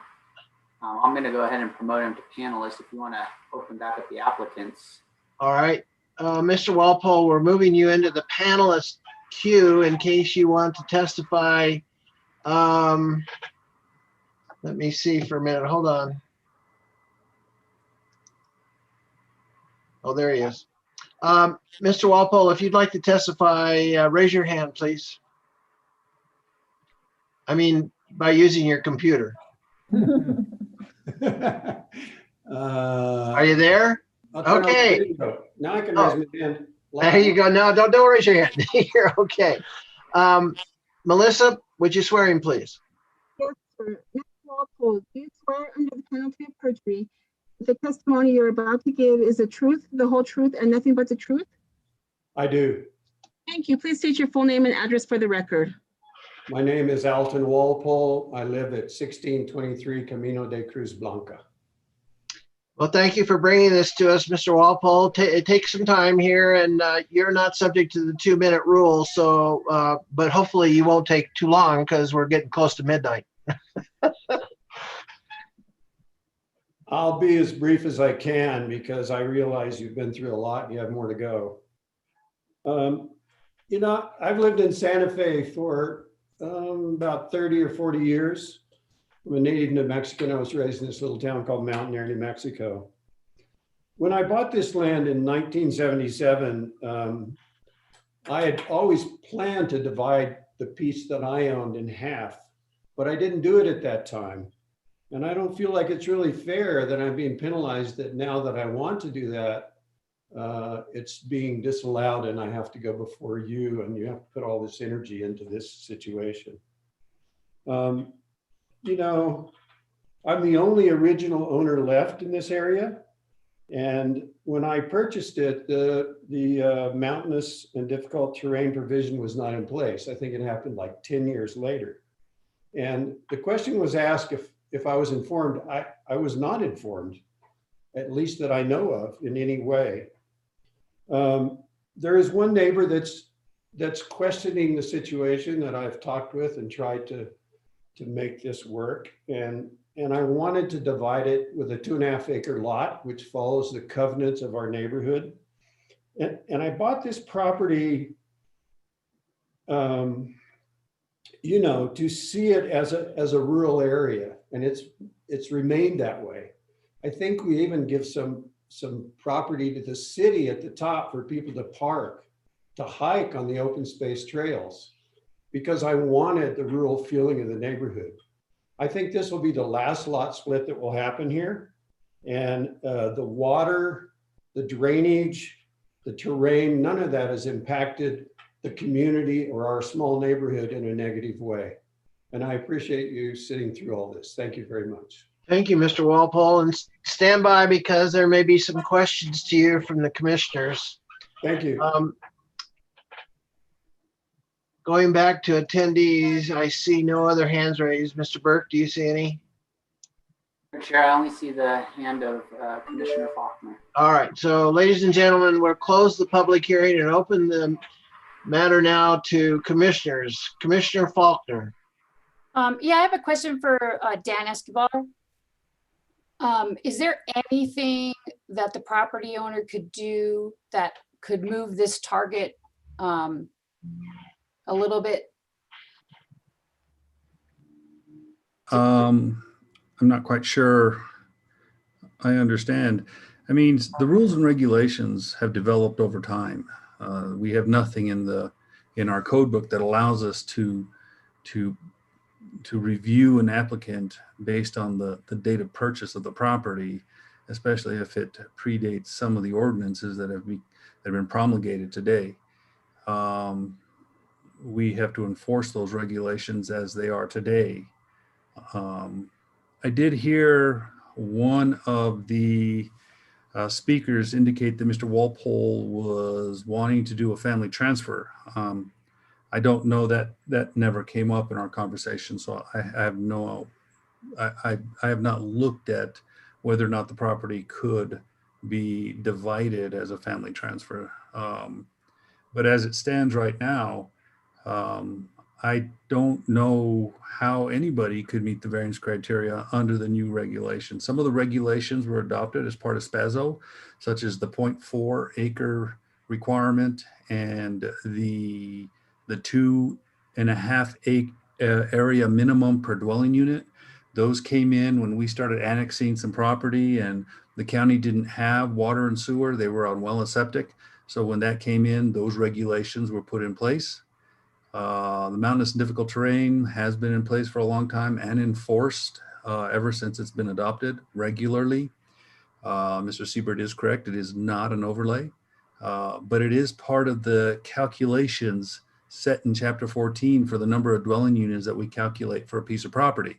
It's not a zoning in terms of R1, R2, R3, but because of the SPAZO regulations, it does define how we calculate or where we start with the zoning. So in an R1 district, if you have water and sewer, we do calculate based on the R1 zoning.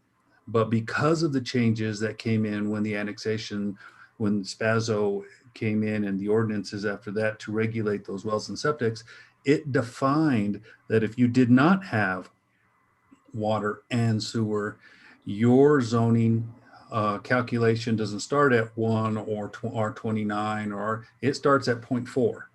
And if you And have explain one, SPAZO, please. SPAZO is the ordinance that the city adopted, and I'm sorry, the acronym actually eludes me right now for whatever reason, but it's the ordinance that the city and the county adopted in order to address those areas outside of the city limits that were in city control while we were annexing those properties. Extraterritorial zoning ordinance? It covered a lot of those areas that would have been in the extraterritorial zone, but it was more the area that we agreed to as a result of a lawsuit that occurred between the city, the county, and Los Solares as to how much we were going to annex into the property. And at that point, I think it was about 10,000 acres that we were annexing, and we had 3 phases. We didn't annex all of them, I don't believe. So SPAZO would still be in effect for some of those lots that are not part of the municipality and still within that area. Okay. I'm sorry, did you finish your explanation for Commissioner Faulkner? I don't know if I fully answered her question, but I think that's Commissioner Faulkner, do you want to follow up? Yeah, so you say that the code doesn't address a circumstance like this, but does the code specify that you have to rule on these situations with the existing code? Or is that an assumption that's being made because the existing code, like, I'm trying to get a better feel for what's leading the decision making. Commissioner, Chair, I can take that if you want a little bit, just to go. The reason this is in the code is to protect our terrained areas. This is meant for areas that have steep terrain. That's why it's there. It's called the mountainous and difficult terrain for a reason. The administrative relief that's offered to somebody who's mapped in this is that they can provide a slope analysis that disproves the city's map.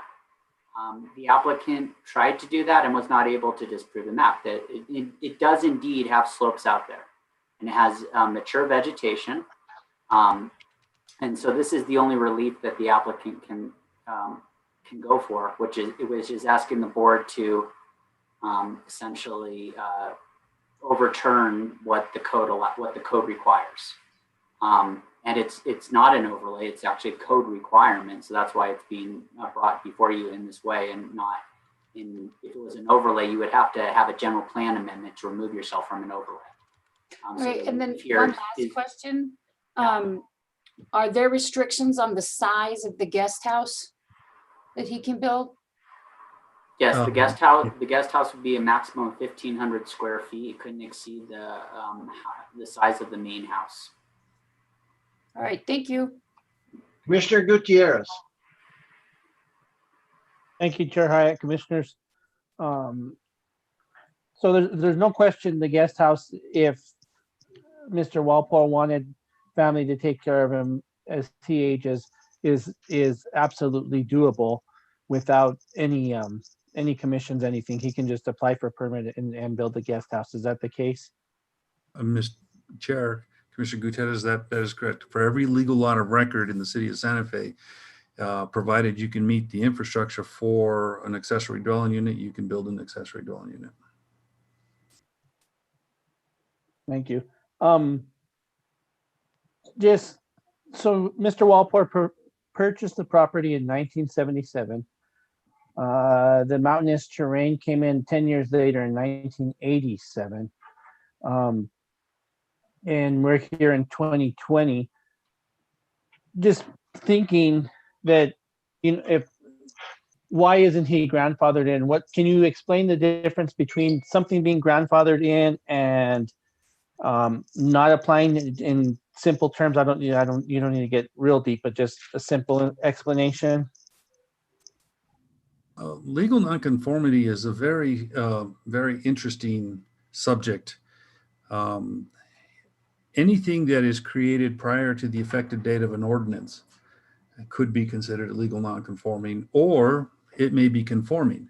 It really is hard to say. If your lot meets the current size, density, everything that would be approved today, but it was created, let's say in 1965, then there really wouldn't be any nonconformity with that lot. It was just created back prior to the effective date of the code, but there's no nonconformity. So is there a legal nonconforming?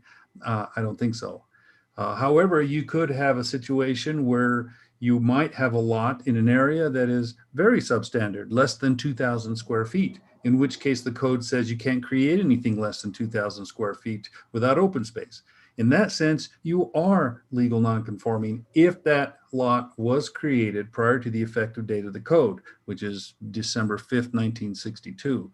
So when you're dealing with a nonconformity from the mountainous and difficult terrain, if you built more than what would have been allowed today through the calculations that we use today, and you wouldn't get that today, then you're grandfathered in. However, if you don't have that, and you're wanting to do that today, you're not grandfathered in. You have to meet the rules as they are today.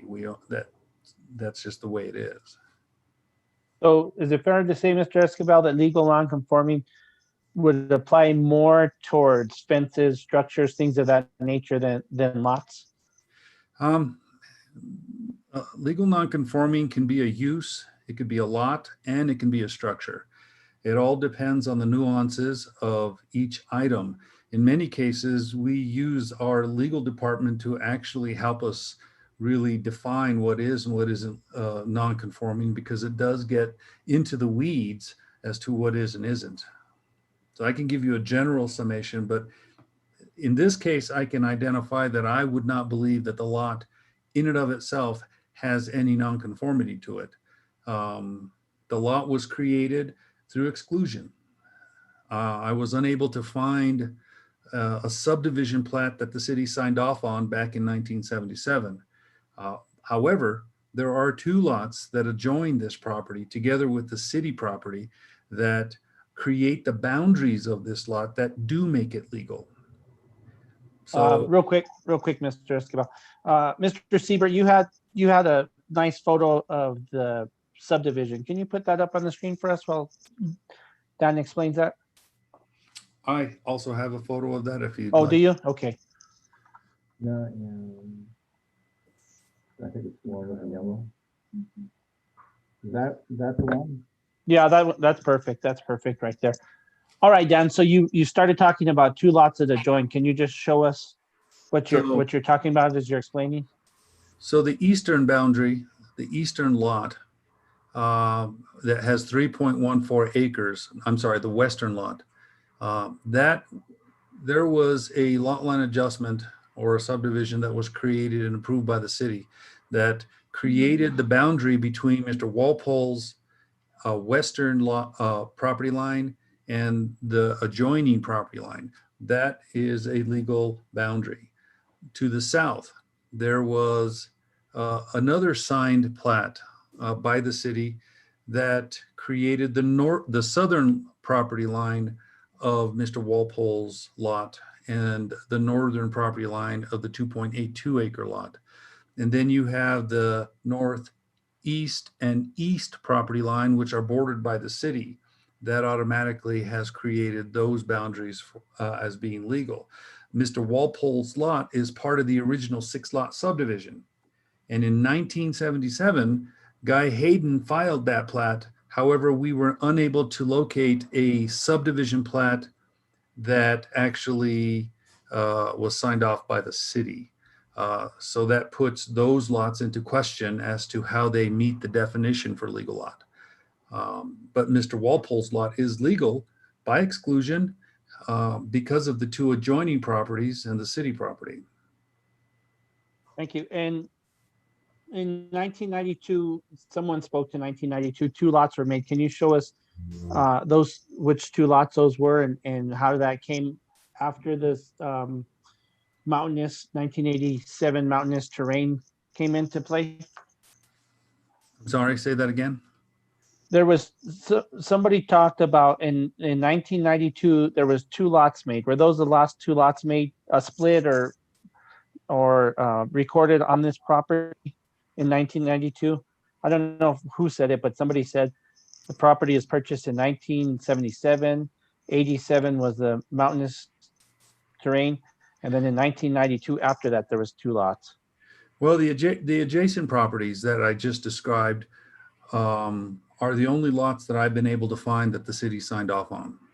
So they would have been the only lots that I was able to find that the city approved. Why they approved those lots back in the 90s or the 80s, I'm not sure. I wasn't able to look at the file or find out how that was done. But they were done, so they created the lot, and we accept the lot as being a legal lot. Okay, thank you. And So, Mr. Chair, could I make a comment? Sure. I'm sorry, I didn't recognize who that was. Is that Jim? Yes. Go ahead, Jim. These 2 lots actually were, pardon? Yeah, these 2 lots were prior to 1987. This actually was done in 2019. So, I mean, what I'm thinking is that at one point in time, there was a different interpretation of the reduction in lot size if you're in the mountainous terrain for lots that were 2.5 acres. Somebody must have felt at one time that reduction did not apply to lots that were mandatory 2.5 acres that did not have sewer or water. So the interpretation of the code has not always been, my point being is the interpretation of the code has not always been consistent. Mr. Chair, Go ahead. that is actually not accurate. As I said, these lots were created when the 0.4, if you don't have water and sewer, and the 2.5 acre area was put into place. Those were created after the ordinance, the SPAZO ordinance. So they would not have had to deal with those particular issues for calculations of density. So they were calculated purely at the time for the ordinances that were in place. Today, what we would do is we would calculate the acreage taken out to 2 decimal places. If there is a floodway, we would subtract the floodway. Then we'd multiply that times the zoning calculation. In this case, instead of 1 for the R1 district, we substitute the 0.4. That gives a calculation of 2 and some change. When you add the third requirement, which is the mountainous and difficult terrain, it drops that calculation to about 1.6. So when you look at the density value, that whole number is not a 2 anymore, it's a 1, not allowing for the division. There's the confusion there, is the 0.4 and the 2.5 area requirement per dwelling unit is a recent ruling that wouldn't have affected the lots that were approved back in the day. Commissioner Gutierrez, does that answer your question? Yeah, it does answer my question. Thank you. I was just wondering how that slipped by, but it looks like it didn't slip by. I think things were different at that time. So, Mr. Escobar, it looks like Mr. Walpole is up against a few things, and the biggest one is that there's no city sewer or water there, therefore reducing his density. Is that fair to say? That is accurate, yes. Okay, and then on the driveway, how much does that play into it? Say that again. On the driveway situation, how much did that play into it? The hardest thing that they have is they've got a 50-foot easement, and nothing that they provided within the variance criteria really addressed why they couldn't actually build the lane as required by adding, if they were to be approved, by adding 9 dwelling units. So a lot of the arguments that they made were based on a lot that should be allowed to divide because in 1977 they would have been able to divide. Well, that may be a philosophical argument you can have for a long time, but under the code, when we have to make those findings in order for this committee to be able to say, yes, we agree with you and we think that we can ease the rules for you, they didn't address any of those. They went and addressed the lot. Thank you to me, and then this might sound silly to some, but it's kind of like a 1950 Chevrolet and a 2020 Chevrolet, no seat belts. And as people got smarter, seat belts and airbags came into play. Mr. Chair, I'll yield the floor. Thank you. Thank you, sir. If you'll take down the drawing, please. I can't see the participants. All right, thank you. Commissioner Hogan. Thank you, Mr. Chairman. I'm just trying to look at some of the contributing factors to this in this case. And I wonder if anybody from the city can answer, you know, when in mountainous terrain, they restricted the lot sizes based on sewer and water, but does anybody have the background to talk about why those 2 utilities affected lot size? I'm sorry, can you repeat that again? I'm wondering why utilities, whether or not sewer and water was availability to a lot, affected the city's view on how big it could be. So you could meet the other requirements and have sewer and water, and you could build more houses, correct? Yes. But what was the basis for restricting if you did not have sewer and water? Mr. Chair, Commissioner, when we were annexing a lot of those properties in from the county of Santa Fe, most, if not all of the area were on well and septic. Now, when you think about how the county developed their rules and regulations, it was water-based at the time, notwithstanding the new regulations, but their regulations were water-based, and they calculated density based on whatever basin you were in. So if you had water and sewer, you were able to gain a higher density there. But if you were on well and septics, the only way you can get below a 2.5 acre lot was through a geohydrologic study, because what they didn't want is they didn't want to overpopulate an area that would affect the groundwater resources for the people that were using it within a 100-year lifetime supply. The other thing is they also didn't want to overpopulate an area where they were on wells and septics and increase the nitrate levels for the groundwater and thereby contaminating those areas. So a lot of this was done in the county, and when we accepted those properties, there was concern that the densities, our densities, were going to be too much for those areas that would dry up their water supply and create problems for many of the people that had their wells. So they made these rules in order to mitigate those impacts. Thank May I you. speak to That makes a lot of sense, Dan. And oh, I'm sorry. Who's that? It's Alton Walpole. I would just say one thing, that when I purchased this land, it was part of the city of Santa Fe. It was not annexed. And so the SPAZO or whatever was discussed did not affect me at all. And at the time it was purchased, the boundaries you talked about were approved by the city and the roadway. I understand, Mr. Walpole. If I can just get back to my question of Dan for a sec. I think that those were really rational basis for limiting lot sizes, and water use and the nitrate levels is a matter of really important concern to us.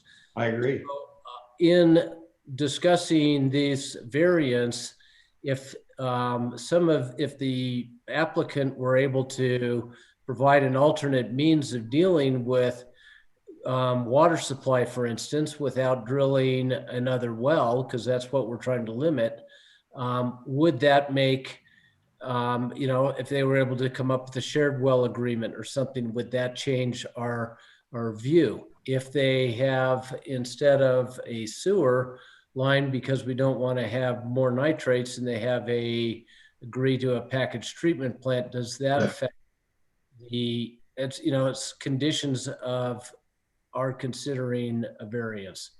That's really my question.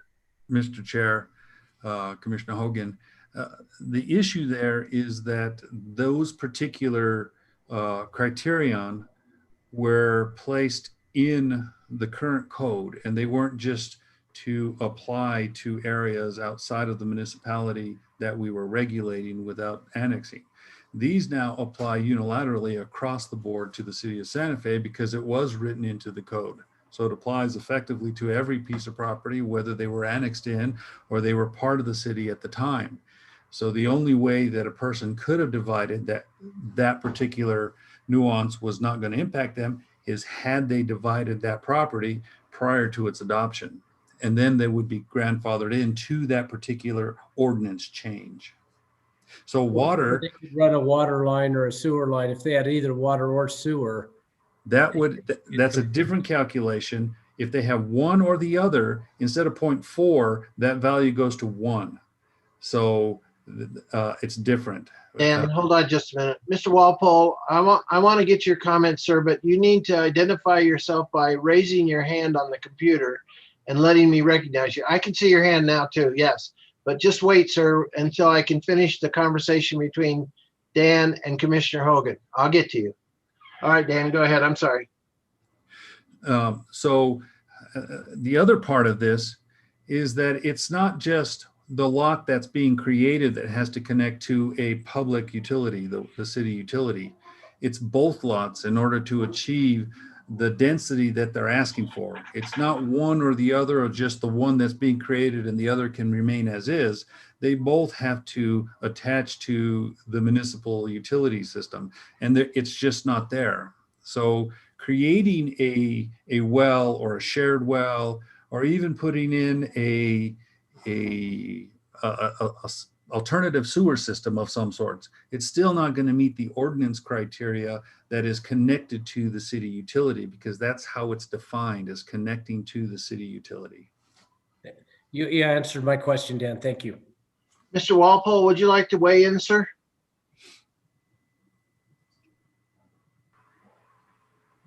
He's muted. I'm not hearing you. Now, can you hear me? Okay. Yeah, go ahead. I really didn't mean to interrupt. That's all right. Don't worry. Just go ahead. I would just say there's a couple of provisions. We never increased the size of the roadway because of the rural nature of the place, and we didn't want to do that. Every year we have a community shared maintenance on that road. Every year we widen it a little bit slowly to try to make it wider and wider. And there's a lot of turnouts on it.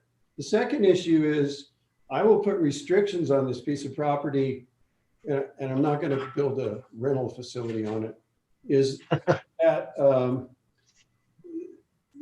my well is amazing, and most of the wells here are.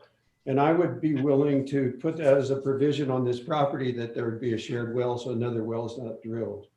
The other issue I might point out is that there's some really bottom arroyo land here. And I actually gave an easement to the Madeline that spoke earlier, so they would have a leach field, because they had a house that was approved by the city and built with no leach field and no septic system. Thank you, sir. You understand what we're trying to accomplish here is that several of the commissioners are trying to push the square peg in the round hole. And we're doing our best, so we'll keep trying here. Let me just check and see if any other commissioners have comments or questions. Chair, could I chime in on this also? Please, go ahead. Okay, thank you, Chair and Commissioners. So I do want to recognize and thank the neighbors for their support of Mr. Walpole. I've worked with Mr. Walpole for many years since he did emergency turnaround quite some years ago. I think, Jack, you were the department head when that happened. I want to, reiterate the fact that the city did have regulations where you could go, if you were zoned R1 and you didn't have sewer and water, you could go 1 unit per 1 acre. And that didn't work out very well. What we had is we had a lot of wells, we had a lot of septic systems being dug, and the density was getting too much for these rural areas. This provision applies to everywhere in the city. If we start at this point by saying that this provision shouldn't apply here, then we give basis for other places to have this. I think that there is administrative ways to get out of this provision, but I do want to emphasize the reason it is there is to protect our natural environments. I do understand also that a packaged sewer treatment plant would, that would look like a feasible option, but it just doesn't allow for that in our code. What it does say is if you want to get the density on the ground, you have to extend utilities. We have infrastructure requirements. If you've ever been down this road, it's very narrow. There's quite a few houses back there. It is, the terrain is steep on the roadway. So I do want to also emphasize that, while I do respect the needs and wants, there is reasons that we have some of these type of regulations in place. And when we start poking at them and granting variances, we start to have to reevaluate, does that regulation still need to be there? So just want to emphasize that a little bit. Thank you. Commissioners, I see no hands raised. Are we through discussing this? And if so, are we ready for a motion? The chair would recognize Commissioner Hogan.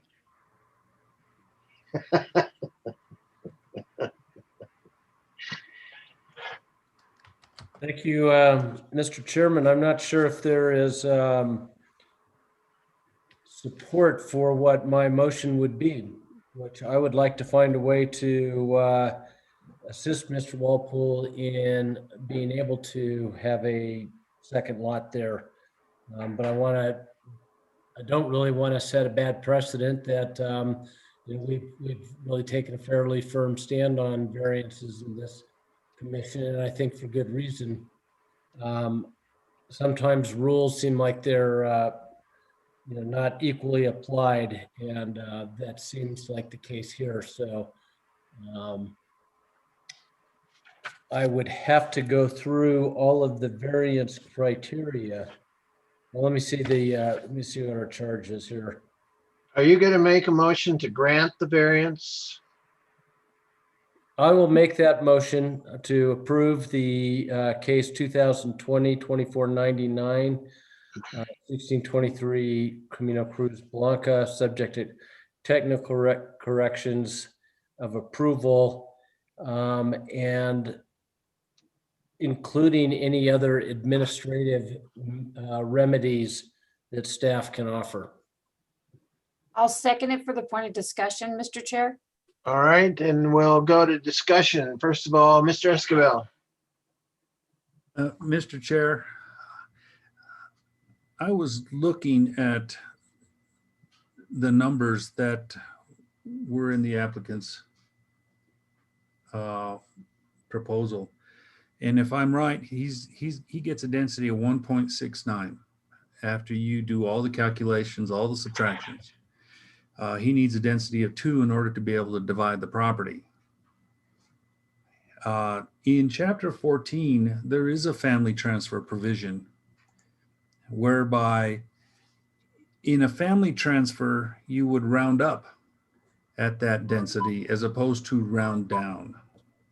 Everywhere else you round down, regardless of what the decimal value is.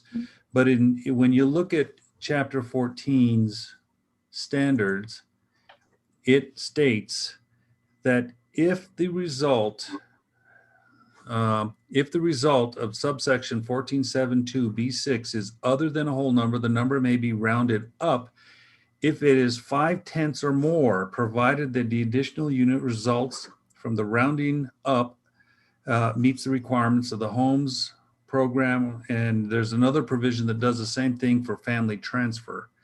So arguably speaking, we'd go through the decimal value, we'd subtract for floodway, which is 0. We'd multiply that times 0.4, which gives it its zoning. We then multiply that times 0.7 down, which brings him back down to 1.6. But then we go back up from 1.6 because it's greater than 5/10 of an acre. So he would get a value of 2 for a family transfer. That would not need a variance per se, except for maybe the road requirements. If I could, just quickly, not to contradict Senior Planner Dan Escobar. However, I'm always a little apprehensive of doing code interpretation on the fly, especially around issues as complicated as the one we're confronted with tonight. So if the, and Sally, this is where I could really use your help. Because this was not presented to us as a family transfer for the purpose of tonight's hearing, rather than advising Mr. Walpole that we would approve a family, a lot split in a series, in the case of a family transfer, if Mr. Walpole wanted to somehow suspend tonight's case, re-engage with city staff on whether or not a family transfer would be allowed in this condition, let us look into that. If that's if that is something in fact we can do, and that's an amenable path forward, we can just handle that administratively. Otherwise, we could resume the conversation we're having this evening and take up the issues of the variances if in fact we find that a family transfer lot split is not allowed in this location for whatever reason. Mr. Siebert, would you like to weigh in, sir? Are you still here?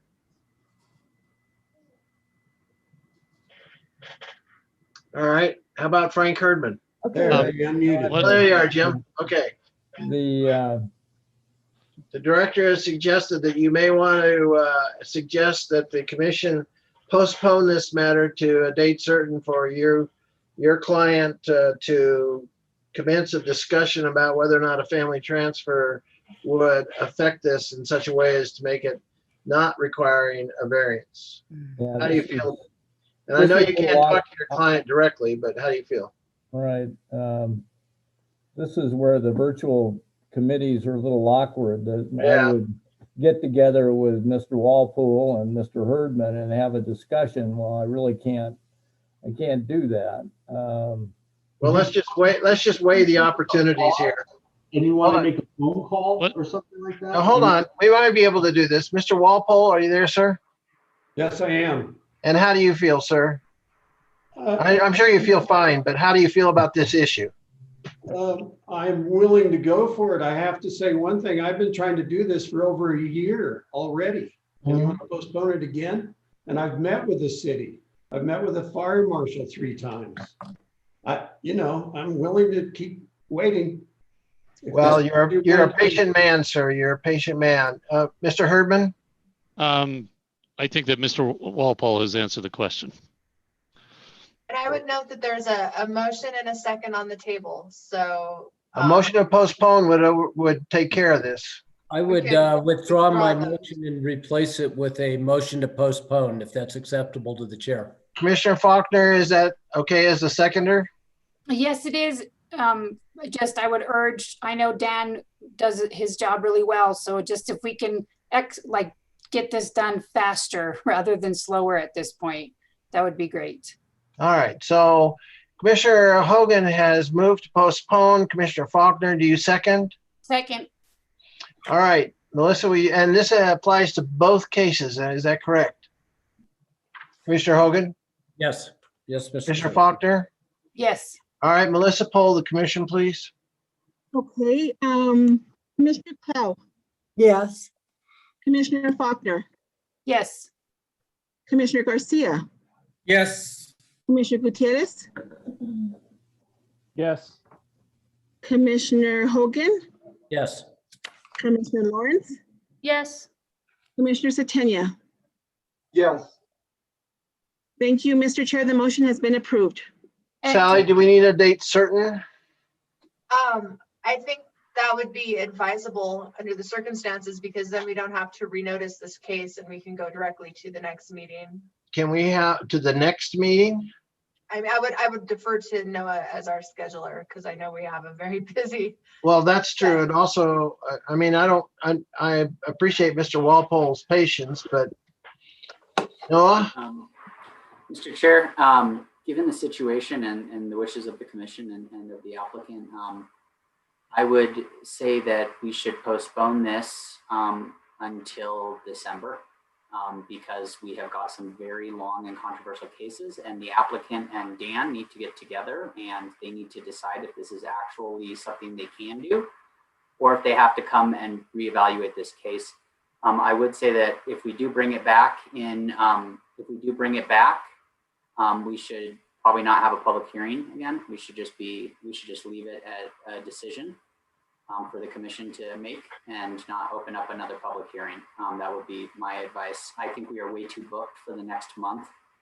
We're going to have 2 meetings and they're going to be very big, beefy cases with lots of public input. So that would be my suggestion. Unless there's an objection from a commissioner, I would recommend that we not have a public hearing in the next, if this comes back. And it may be, well, that if you work it out with Mr. Walpole, it won't have to come back at all. Is that correct? Mr. Walpole, are you agreeable to that, sir?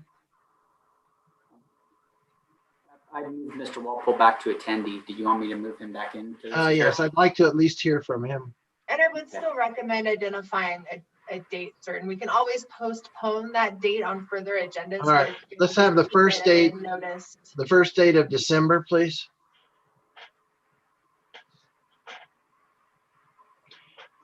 Mr. Walpole, you're back. If you'll unmute yourself, I just want to hear that you're okay with this, sir. Noah, did you Hear unmute? me now? Yeah, I can hear you. Go ahead. I'm not sure. This, again, we postpone. I'm not sure what I'm postponing to do. You're postponing so that you can have the opportunity to sit down and have a substantive conversation with the department to see whether or not you can affect a family transfer and avoid this whole process. My application was not for a family transfer. It's not. That's right. That is correct, sir. So you're saying that I have to do a family transfer? No, we're not saying that at all. We're saying that if you want to pursue a family transfer, there's an opportunity here that you may have to avoid a variance request that has to go through this torture. And what if I don't want to pursue a family transfer? Then we can proceed to a vote tonight, sir. It's very confusing. Yes. Mr. Chair. Mr. Herdman, Hold I on, want just to do whatever will work. It's been such a long journey already. I understand. Let me hear from Mr. Burke, please. Thank you, Chair and Commissioners. So Mr. Walpole, the benefit of us looking to see if this is a family transfer, which I'm sorry this came up in the midnight hour, but or the 11th hour, I would the benefit to it is there is rounding up for density. So you may not even need to have an application in front of this board. You would just be a lot split, right? The downside to it is it puts a label on your plat, if you were granted this lot split, that you cannot sell it for 5 years. And it has to go to a direct descendant. So that is one of the things. If you really truly are wanting to transfer this lot to a direct descendant of yourself or a family member, direct family member, then this may be advantageous. We can offer you, if we are able to get there, we can offer you to credit you with the money you put towards this in terms of application fees, towards your other application, which would be a lot split, and it can be handled administratively. If you wish to pursue this variance tonight, then and not have your case postponed to figure this out, then we can move forward with a motion if the chair so pleases. But I think a motion to postpone has already been passed. So It could be reconsidered if needed, but. Mr. Walpole, it all depends on you, sir. If you don't think that there's any benefit in discussing a family transfer, then we should probably proceed to a vote tonight, sir. I don't want to postpone this any longer than is necessary, and I appreciate that you've been very patient, and it's time to fish or cut bait, sir.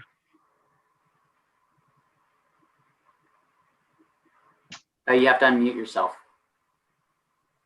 As I said earlier, I'll defer to Mr.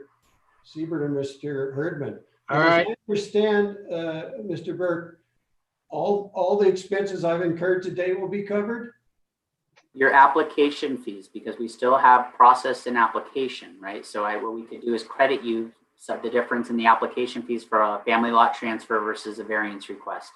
But I will remind you that if we were able to get there with a family lot transfer, it does not waive the right that you still have to provide access that's adequate and meets our city standards for 8 dwelling units or more.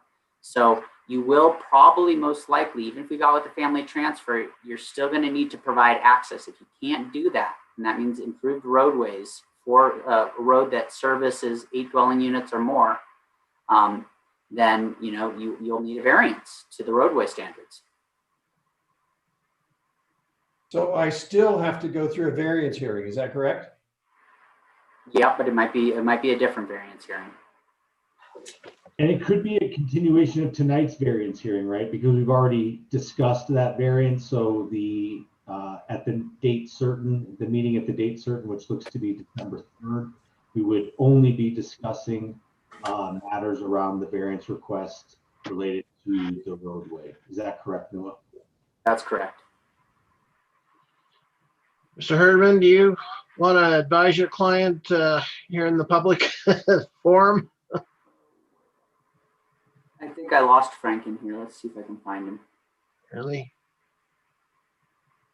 I see. All right. I see 2 commissioners while we're doing this. Commissioner Satania? Yes, this seems to be more administrative in terms of the family transfer. That's something that's not that the commission deals with.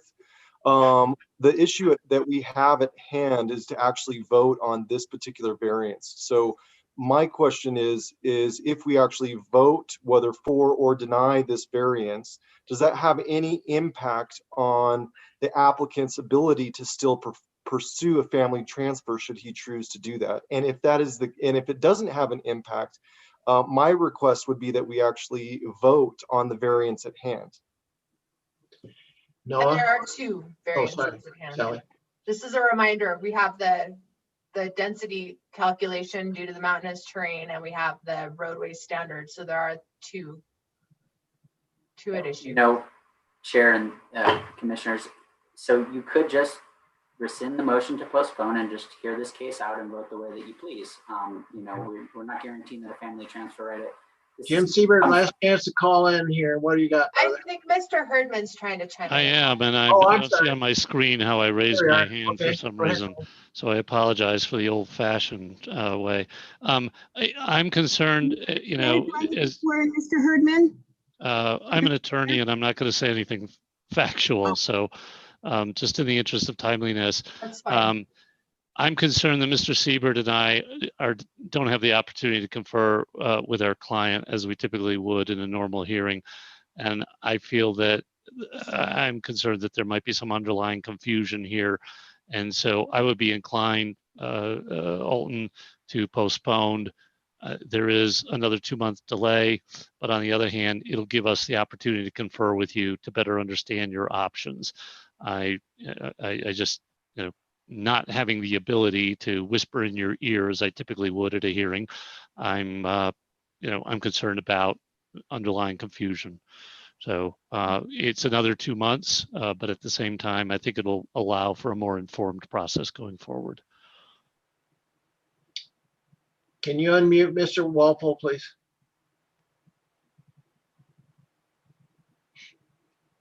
Alden, will you unmute yourself, please? There you go. I think I just did. Okay. I'm still would like to hear from Mr. Siebert. I'm willing to follow that advice. All right. Mr. Siebert?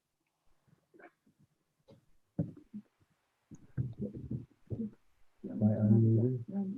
You're up. Go ahead, Jim. Okay. I didn't realize that. All right. I agree with Frank. I think Alton, another 2 months is not going to hurt.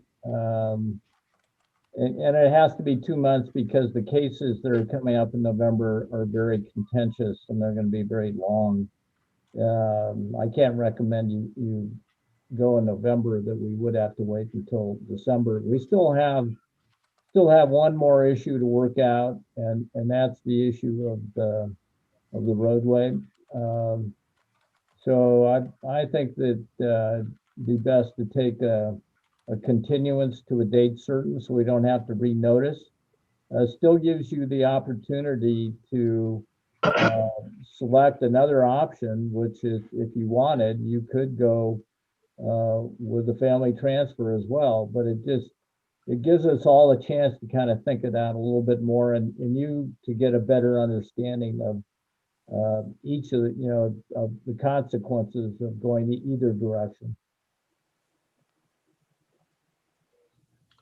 All right, Mr. Walpole, I think having heard from both your counsel and Jim Siebert that you were willing to take their advice. And so I'm going to, unless you strenuously object, I'm going to allow that motion that we just passed to postpone to carry the day. And Sally, what is the first date in December, please? December 3rd. All right, so we'll continue this matter to December 3rd. And Without we'll, a public hearing. So without a we're public hearing. for a discussion and a vote. That's right. All right. Thank you, Mr. Chair. Walpole. Thank you again for your patience, sir. Yes, Noah. Melissa has her hand up. Who does? Melissa Byers. Oh, yeah. Melissa, what's up? Oh, sorry, I was just, that was it. I thought Mr. Herdman had to be sworn in, but I don't have my hand up anymore, sorry. No, that's okay. Thank you, Melissa. Thank you, everybody, on this Thank case. you. We'll move on. And let's see. Next matter. Case 2020-2498 Plaza Contenta Development Plan. For the record, I have a conflict of interest. I'm the president of the board of directors of Tierra Contenta, and so I'll ask Vice Chair Hogan to chair the rest of the meeting. Thank you, everybody. Hi, Mr. Chairman. Okay, the case has been announced. The staff like to give us a report? Is it? Commissioner, before we get going, Commissioner Zedania. Yes, Vice Chair Hogan, is there any way that we can pause for like 3 minutes or 5 minutes? It's 10 o'clock, just to like go grab some water or take care of business. Does that work for everyone? Yes, we'll call a break till 10:08. Thank you very much. Does that work for everybody? And Chair and Commissioners, can you please put your camera video feed off and your mic on mute, please, while we're taking this break? Thank you.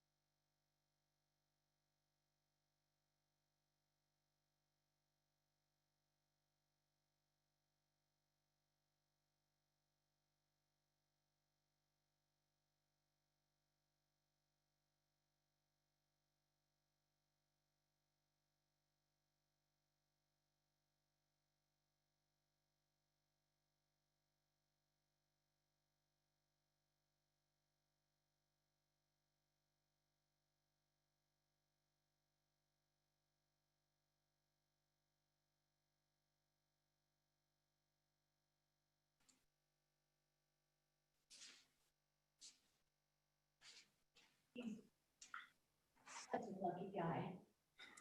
And I was like, well, thank you. Yes. But I'm a little girl too. It was just funny how.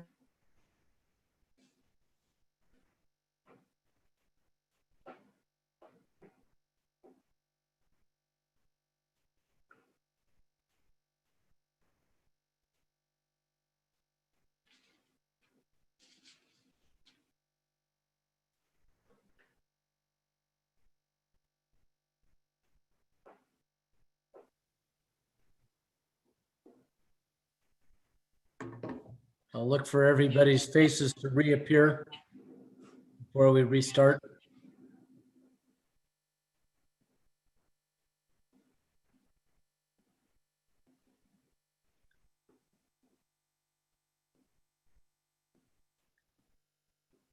It looks as if we have a quorum assembled, I believe. Okay, we're starting again at case 2020-2498, Plaza Contenta Development Plan. Is there a staff report on this? Yes, good evening, Mr. Vice Chair and Planning Commissioners. This next case before you comprises proposed Plaza Contenta Development Plan, as will be located on a 7.2 acre site located at 6001 Jaguar Drive within a central portion of the Tierra Contenta community with nearby facilities, including public schools.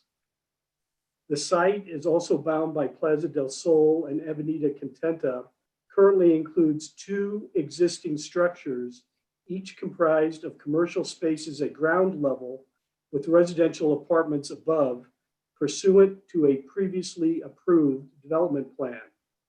The applicant is now proposing a new development plan that will provide for 150 new residential apartments within 5 separate 2- and 3-story buildings, along with commercial spaces within 3 one-story buildings. The new plan also provides for conversion of commercial spaces within the 2 existing buildings, conversion of those into 5 residential apartments, as well as co-working studio space for residents.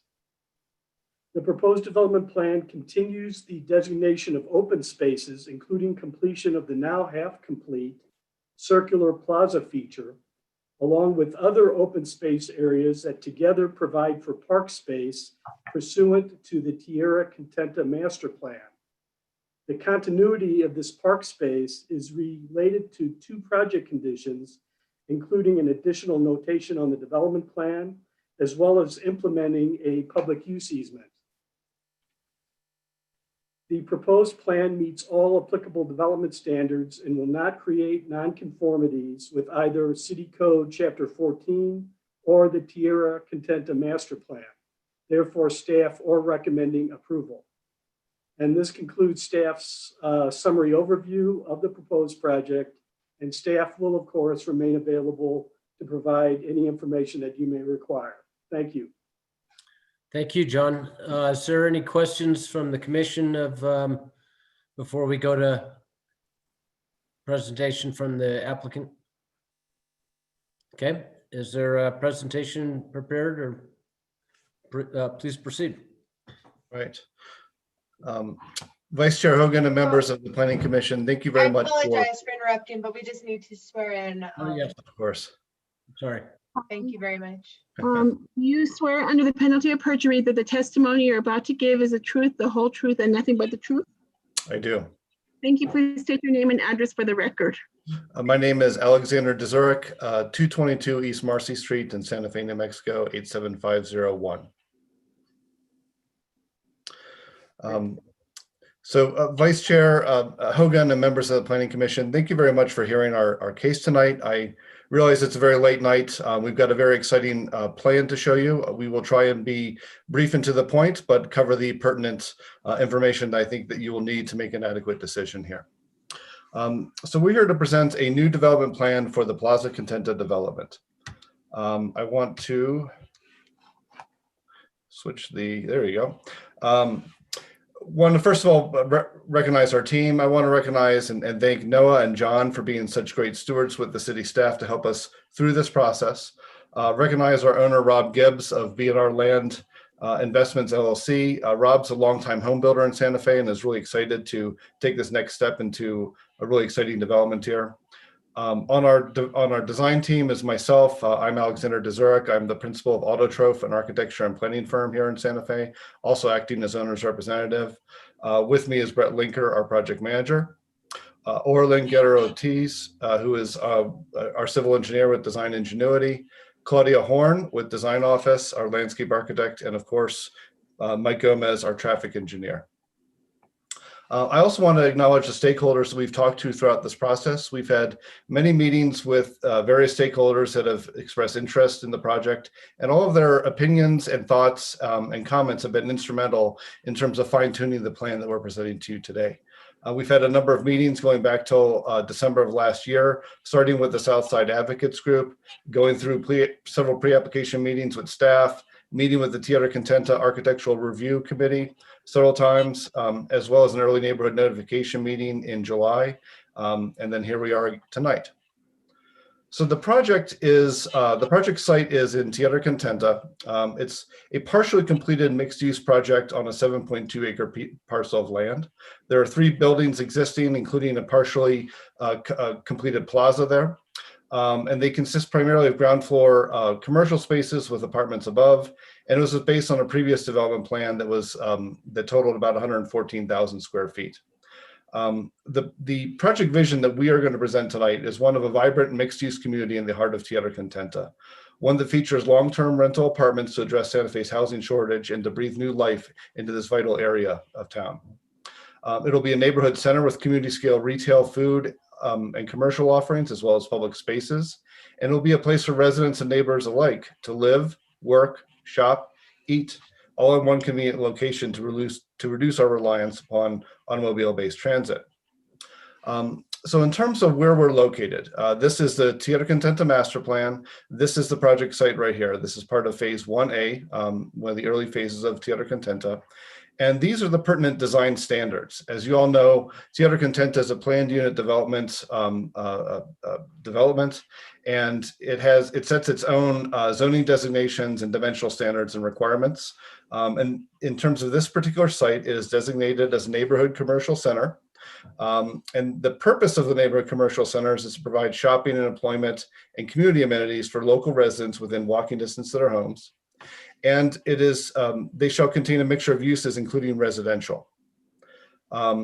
The permitted uses are residential, retail, office, art and dance studios, eating establishments, and other compatible uses. And the allowable height in this area is 20-foot minimum and 35-foot high maximum. I want to be very clear on this because I think there's been some confusion throughout the process that we'll be asking for a variance for the height of the buildings that we're proposing today. That is not the case. 35 feet is what we are proposing for the highest buildings on site, but not all the buildings. And that is permitted within the Tierra Contenta design standards under the neighborhood commercial designation. We're looking at lot coverage of between 25 and 60%. And for parking, we follow standard City of Santa Fe parking code requirements, which is 1.25 spaces for units up to 800 square feet, 1.5 spaces for units between 800 and 1200 square feet. And for commercial, we have got 1 space for 200 square feet for retail, office, and restaurant uses, which is what we're proposing for the site. Here's an aerial view showing its context within Tierra Contenta. Here's a view of the roadway network in the area. We are literally at the crossroads of Phase 1 at Paseo del Sol and Jaguar Drive. And the road network, it should be noted, was designed for a use of this type of purpose on this site. We also have great access to shared bicycle lanes and even a great bicycle path down to Swan Park. The adjacent uses are primarily residential, although there are several schools in the area, notably Capitol High School and Cesar Chavez Elementary School right across the road. And we do have fairly heavy commercial usage along Cerrillos Road nearby, about a mile away. Here's a zoom in on our particular site. These are the 2 existing mixed-use buildings that were built. There's also a small greenhouse. There's an existing parking lot, as well as a plaza that has a half amphitheater shape to it, and then some other drainage aspects to it. The rest of the site is fairly open and unimproved. The surrounding context is multifamily residential at 2 stories to the south, single-family residential at 1 and 2 stories to the east. We have Cesar Chavez Elementary School to the north, and then Capitol High is down here off the screen, as well as some single-family residential. These are some photos of the site to show the existing conditions. It is pretty open and bare right now. These are a couple of the existing buildings as seen from the parking lot at Capitol High. And these are some of the adjacent apartments that are on Avenida Contenta to the south of our site. The existing buildings feature ground level commercial spaces that were shell spaces and finished out as needed for various tenants with apartments above. And as mentioned earlier, this was part of an earlier development plan that was approved back in 2006. So here we are on Jaguar Drive. These are the two existing buildings, and this was what was proposed on the site, but that plan had never been completed. And that plan featured 61,000 square feet of commercial space and about 52,000 square feet of residential space comprised of 61 dwelling units for a total of 114,000 square feet of total area. The parking required at that time for the mixture of uses was 312 spaces. They're proposing 304 to be provided on site. Presumably the rest would have been provided on street parking. When we first started looking at this project with Rob and our team, we realized one of the reasons why the project may not have been successful in the future phases were never done. It relied very heavily on commercial space, especially when there was some large scale commercial space being built right down the road off of Cerritos Road. You know, it seemed like this is not really an adequate, it's an oversaturation of the commercial market, and things never really took off. So when we decided to take a fresh look at this plan, we decided to propose something different. We greatly reduced the commercial area to about 14,000 square feet and really focused on neighborhood serving commercial spaces, what could be most advantageous to the neighborhood and to our residents. And then we flipped that mix so that we were providing a lot more residential units because we all know the housing shortage that is evident in Santa Fe right now. So we're proposing 150 total dwelling units, which comprises of 134 new units and 16 existing within the current buildings, totaling about 133,000 square feet. Because of this shift in mixes, we actually have a much lesser parking requirement because the parking ratios are much higher for commercial spaces, as are the traffic generated for commercial spaces. So we're now only required to provide 255 spaces, and we're providing 257 spaces on site. We're not relying on any off-street parking to meet our needs. Here's our overall development plan. The Central Plaza will be completed and improved. We are concentrating our densest part of our development at 3 stories around that plaza. We then have the existing buildings on the corner of Avenida Contenta and Jaguar Drive, going down to other 2-story buildings that ring the property to the south on Avenida Contenta. And we've moved the commercial and the retail spaces to this opposite corner at Jaguar Drive and Paseo del Sol, which has much better visibility and much better access to people to be able to access and patronize these establishments. We're also proposing a small restaurant that's adjacent to the plaza here. And we've scattered in various green spaces throughout the community, including a community garden space adjacent to the existing greenhouse, resident patio areas, a dog park, and then resident patio areas and landscape amenities sprinkled in here. We're proposing a gateway park to allow easy pedestrian access off of Paseo del Sol to the commercial corner, and a pedestrian promenade to then lead guests, visitors, and neighbors to the plaza. And we are prepared to enter into a public use easement to reserve the space for public use and access to these public amenities that we're preparing here. In terms of our residential mix, we're looking at a mix between studios and 2 bedrooms, again totaling 150 units. We have great amenities in terms of a public lawn and plaza, socializing spaces, a fitness center, roof deck and party room, dog park, community gardens, a pedestrian-oriented plan and walking path network, which I'll show you shortly, a transit stop on site, co-working office spaces and studio spaces for residents, as well as bike storage and maintenance facilities for residents, and convenient community scale retail and eateries. This is a plan of one of the buildings that rings the plaza. This is our main building, which hosts our lobby space here. Includes a leasing office with windows with easy access out to the commercial center and parking lot, out to the plaza, and then of course into our lobby space. So we've got great visual control for security and maintenance purposes. Above that is a library and mezzanine area with a small gathering space here. And on the 3rd level, we've got a clubhouse party room that leads out to a roof deck that also overlooks the plaza. On the ground level, we also have a fitness center and bicycle storage.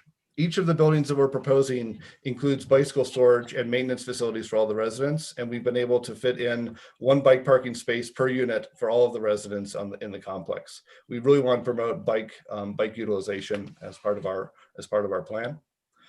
Most of the buildings are based on a double loaded corridor system to provide secure access for residents. And then in terms of the commercial spaces, what we're proposing are small scale spaces. We've got 4, this is at the corner of Jaguar Drive and Paseo del Sol. We've got 4 retail spaces that could face either Jaguar Drive or our parking lot. These are 800 square foot gross, about 600 square foot net leasable area inside here.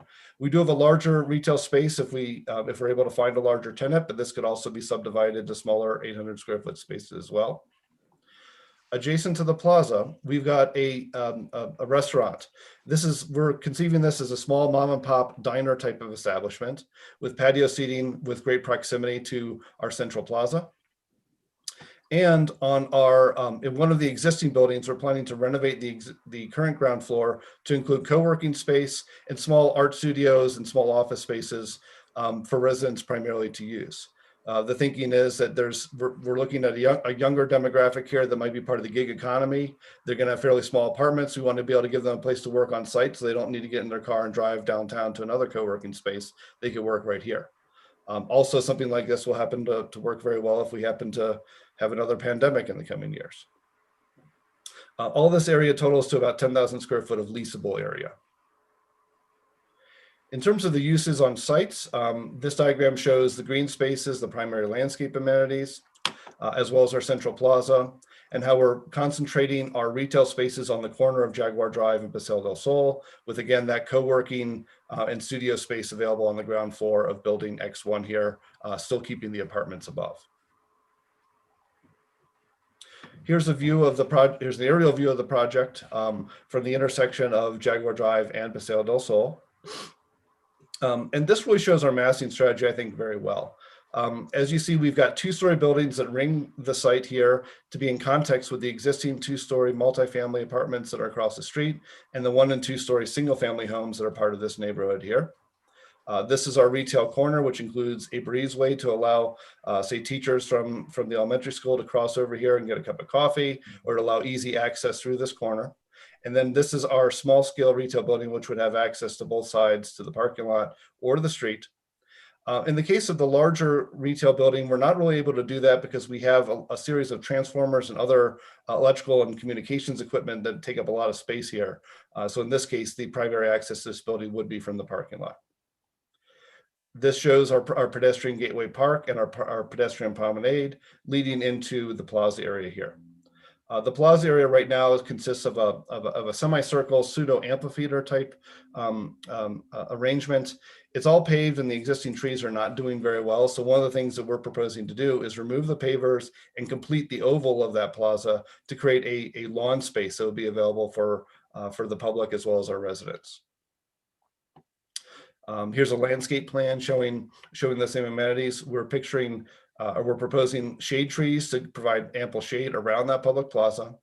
The pedestrian promenade that leads over to the retail space will also be well shaded with trees, as well as our pedestrian gateway park here. We do have the code specified required shade trees and parking lot trees, of course, proposed on site. And all of our landscaping will be water tolerant or drought tolerant and xeric landscaping. I know there has been some concerns about the lawn that we are proposing for this one discrete area of the property, but we feel very strongly that this will be a community amenity, because how many good lawn spaces do we really have in Santa Fe? It should also be noted that this will be a privately owned parcel with public access, and it will be maintained by the property management company that will be running the apartments and managing those. It is in our owner's best interest to make sure that this is a well-maintained park for both the residents in the area and the residents of our project. We developed a robust pedestrian network to allow people to circulate through the site. So we've got primary pedestrian access off of Jaguar Drive to our plaza and to our retail corner, including that breezeway to allow us in from that corner. And then also from Paseo del Sol into the retail corner. But we also have, we'll be providing new sidewalks on the perimeter of the whole site, as well as providing sidewalks internal on the site so that neighbors from these surrounding neighborhoods can easily access this pocket park that we're proposing here. There is a current bus shelter and bus stop that is approximately here where we're proposing our new access drive for the parking lot. We will relocate that so that it'll be front and center on the plaza. And the yellow highlighted path that you see here is actually an internal exercise loop. We've determined that this is exactly 1/3 of an acre, or sorry, 1/3 of a mile, apologize. And this will enable residents and neighbors to be able to get exercise and be able to accurately track their distance while meandering through the project and enjoying the landscape amenities that we have. Next, I'll just run through a couple of quick views to give you an idea of the architectural character and the look and feel of the proposal. So this first view is taken from that plaza, looking back at the building I showed you the floor plan of earlier. This is what that view will look like, showing our nice lawn area. Our apartment building with the party deck. It looks like someone's having a birthday party up there. We've got our lobby that also has basically a porch that fronts onto to the plaza here. And then the fitness center is beyond in this landscaping here. This shot shows the entry along that pedestrian promenade into the plaza. This shows, again, that same building. This is that leasing office. It's got corner windows to have great views out to both the retail corner of the parking lot as well as the plaza. This is that restaurant with the wraparound dining that has great access to the promenade and the plaza. This is now a view of the parking lot for that retail corner. Again, we're talking small scale retail spaces to serve community needs. Such as tutoring businesses to tutor kids from Capitol High School, maybe a cafe or a juice shop. Those kinds of uses is what we are thinking. And this is the view of that same corner from the streetscape along Jaguar Drive. Again, on this portion of the retail space, we have the ability to front both Jaguar Drive and the parking lot, with the breezeway allowing easy access in. This is a view along Avenida Contenta and showing the context of the neighboring development. So these are the 2-story apartment buildings on the right-hand side and our proposed 2-story apartment buildings on the left. And finally, a streetscape along Paseo del Sol, as if you're coming up from Capitol High, to show the mixture of uses with our retail corner as well as our apartments. All of our apartments will have a balcony or a patio and provide great open space for our residents as well as external storage space. Lastly, we'll talk about traffic. So this is a diagram that shows the primary access points to the site, which are as close as we could make them to the corners of the site, so that we're really creating traffic loops through the site to avoid excessive traffic coming down Plaza Avenida Contenta and negatively affecting the neighbors here. So the primary way that most people will access the retail space and the apartments will be through a loop here. And then there's already an existing loop built on the existing parking lot on this corner of the property. And now with that, I'm going to turn it over to the most exciting part of the presentation, which is to Mike Gomez to go over our traffic analysis study on this project. I'm ready to be sworn in. Thank you. Do you swear under the penalty of perjury that the testimony you're about to give is the truth, the whole truth, and nothing but the truth? I do. My name is Mike Gomez. I work for Santa Fe Engineering, 1599 South St. Francis Drive. Noah, can I share my screen? Yes.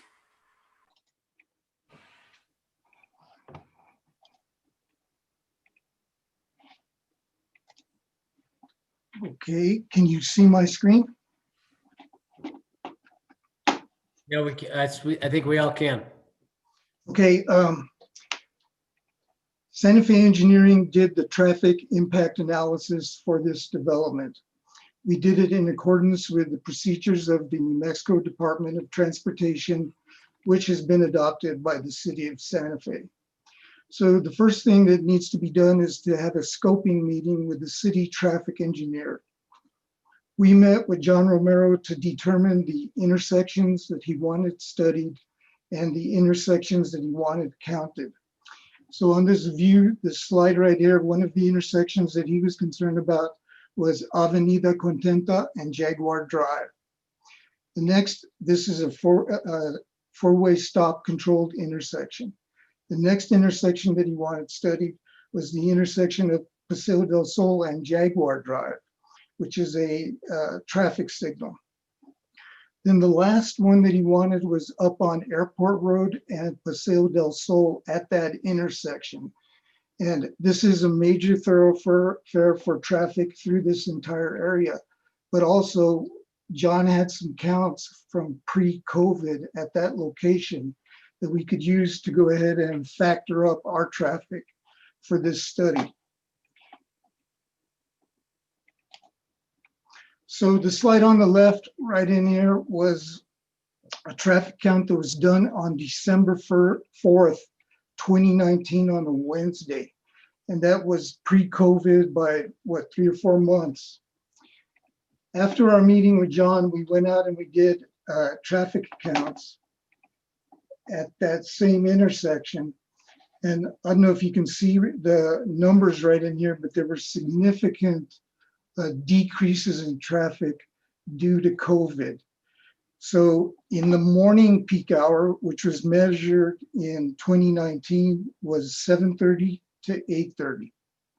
The PM peak hour was 4:45 to 5:45. The COVID counts, we got exactly the same peak hours for both the AM and PM. So this gave us a basis to go ahead and factor up the COVID counts to come up with a model for when we go ahead and normalize from the COVID crisis. So these are the kind of percentages that we saw. This is in the AM. We saw decreases in traffic that were pretty high, like 88%. And these are attributable probably mainly to the schools that are serviced at that intersection right there. So we use this data to go ahead and go through the intersections like at Paseo del Sol and Jaguar and factor up the counts that we measured during the COVID crisis. So this is at Paseo del Sol and Jaguar Drive. Oops, I'm going the wrong direction here. And then the other one was at Avenida Contenta and Jaguar Drive. And we factored those up. So the first thing that we did, and what traffic engineers do to go ahead and measure the condition of an intersection, is to look at the level of service, the LOS, as it's called, the acronym. And it's like your child's report card. The only difference is that we have an E inserted in here, but it goes from A, the best, to F. And for a signalized intersection, it's based upon the delay at the intersection. So if you're in the level of service A, you have less than 10 seconds wait time. If you're at a failure mode, you're over 80 seconds at a traffic signal. And the point of a failure is when the driver becomes very frustrated and sometimes makes dangerous moves to get moving. For unsignalized intersections, the numbers are slightly different for levels of service. So the first thing that we did was to go ahead and run those calculations for the existing condition. This is Airport Road and Paseo del Sol. This intersection was based upon the counts that were done in December with a growth rate of 1% per year. In here for the AM peak hour, we have levels of service B, some Ds, B, D, and E. Now this is at Airport and Paseo. It's a very congested intersection during normal time periods. At Jaguar Drive, with the assumptions that we made and factoring all the traffic up, we're in the level of service B and C territory, which is certainly acceptable. And then at Jaguar Drive and Avenida Contenta, which is a four-way stop controlled intersection, we have very good levels of service there also. So the next thing that we looked at was the crashes in the area. And we went to the DOT and we got as much information as they had available to them. So at Airport Road and Paseo del Sol, they gave us 3 years worth of data. There was 23 total accidents at that time. This bar graph right in here, the y-axis shows the number of accidents. That's 5, that's 10. This is the year 2016, 2017, 2018. Given the volume of traffic that's going through there, this is not a high accident area. The next one that we looked at was Jaguar Drive and Paseo del Sol. On the y-axis right in here, this is two crashes, 4 crashes, 6 crashes. We see that in the year 2016, for whatever reason, there were 7 crashes that year. The last data that we got from the DOT, there was only 1 crash. So on all of these crashes, there were no fatalities, and it was mainly damage to vehicles. The last one is the 4-way stop controlled intersection at Jaguar Drive and Avenida Contenta. These are the y-axis is 1s now, so it's a little bit deceiving looking at the other ones. That's why I'm bringing that up. We see that in 2018, there was 1 wreck. 2017, there was 2 crashes, and these 2 years were tied at 4 crashes. So this is an area that, once again, is not a high crash location. So what we did for the first part of this is to go ahead and calculate the build conditions. And in order to determine how much traffic is going to come from an apartment complex such as this, we use data which is maintained by the Institute of Transportation Engineers. And this is the latest version of their data. In past times on other projects, people have not believed the ITE data. We've gone out to several apartment projects specifically and measured them. And we found out that ITE is higher than what was measured here in Santa Fe. At this site, it is going to be very conservative to use these numbers because we have elementary school, middle school, high school within walking distance right there, which may cut down traffic. We have a Walmart that's within a walking distance. Plus, in the future, we're going to have this commercial development on site. But using their numbers right in here for these numbers, we have 134 new dwelling units in there. There's already 16 that are existing, so the traffic from those 16 units is already factored in. So the total traffic that's generated in the AM peak hour is 12 cars entering. These may be nurses coming from hospital work or night workers. And exiting, we have 34 cars. Yes. Not to interrupt you, but given the hour, maybe you could sort of. I can speed it up. I can speed it up. And then we'll see if there's any questions. I want to make sure the traffic is well understood, but it may generate some questions. So yeah, if you could give us the overview, it'd be great. Right. The reason I was going through these details is after we turned in our TIA to John Romero, he agreed with the TIA. And he knew he wasn't going to be here at the meeting, and he asked me to go ahead and do a thorough thing right in here, but it is late and I will speed it up. Thank you. Thank you. Okay, so this is how we generate the numbers, and we think these are overly conservative numbers. We could discount them. So this is the way we separated out the traffic. It was based upon a model of where employment districts are. So like at this intersection of Paseo del Sol and Jaguar, in the AM, we've added 1 through car and 1 right turn car. So that's the meaning of all of these.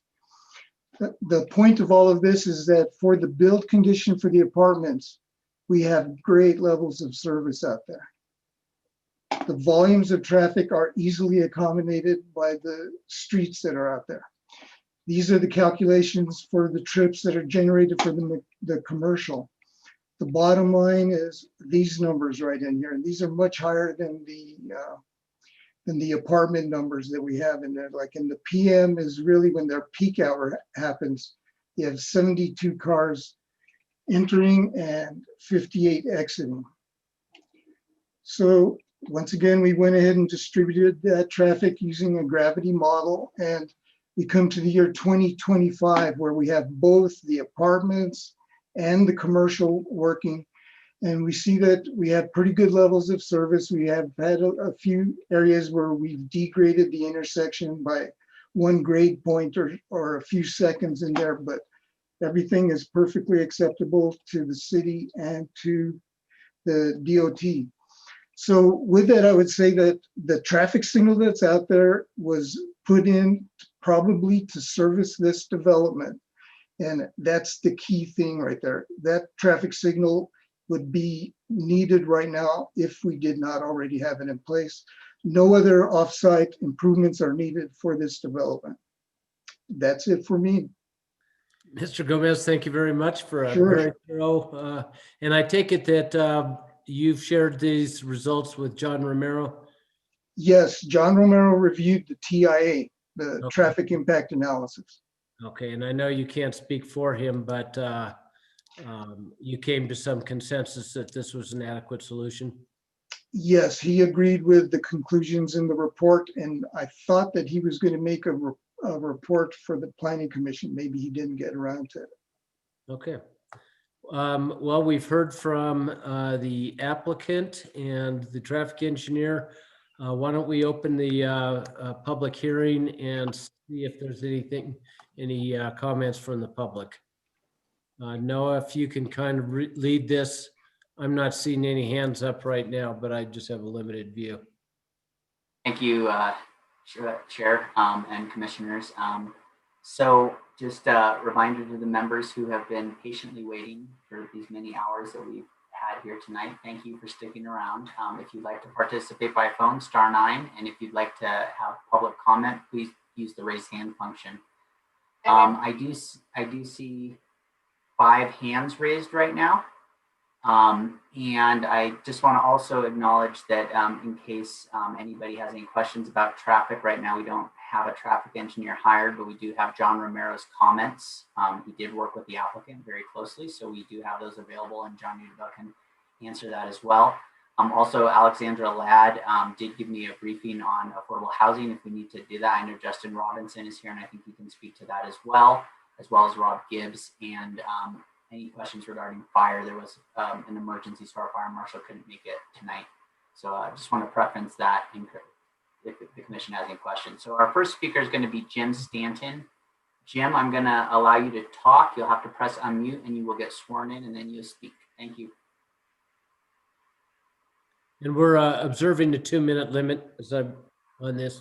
I certainly agree with that. I certainly agree with that after, I think we're at 4 hours and 46 minutes, so. Thank you, sir.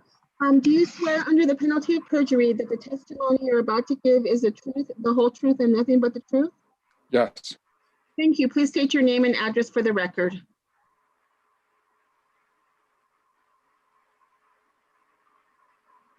Mr. Stanton?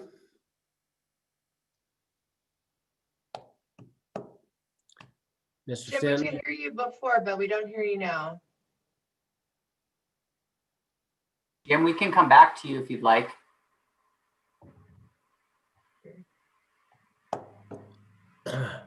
Mr. Stanton, why don't we go to the next speaker and then come back to Mr. Stanton? Okay.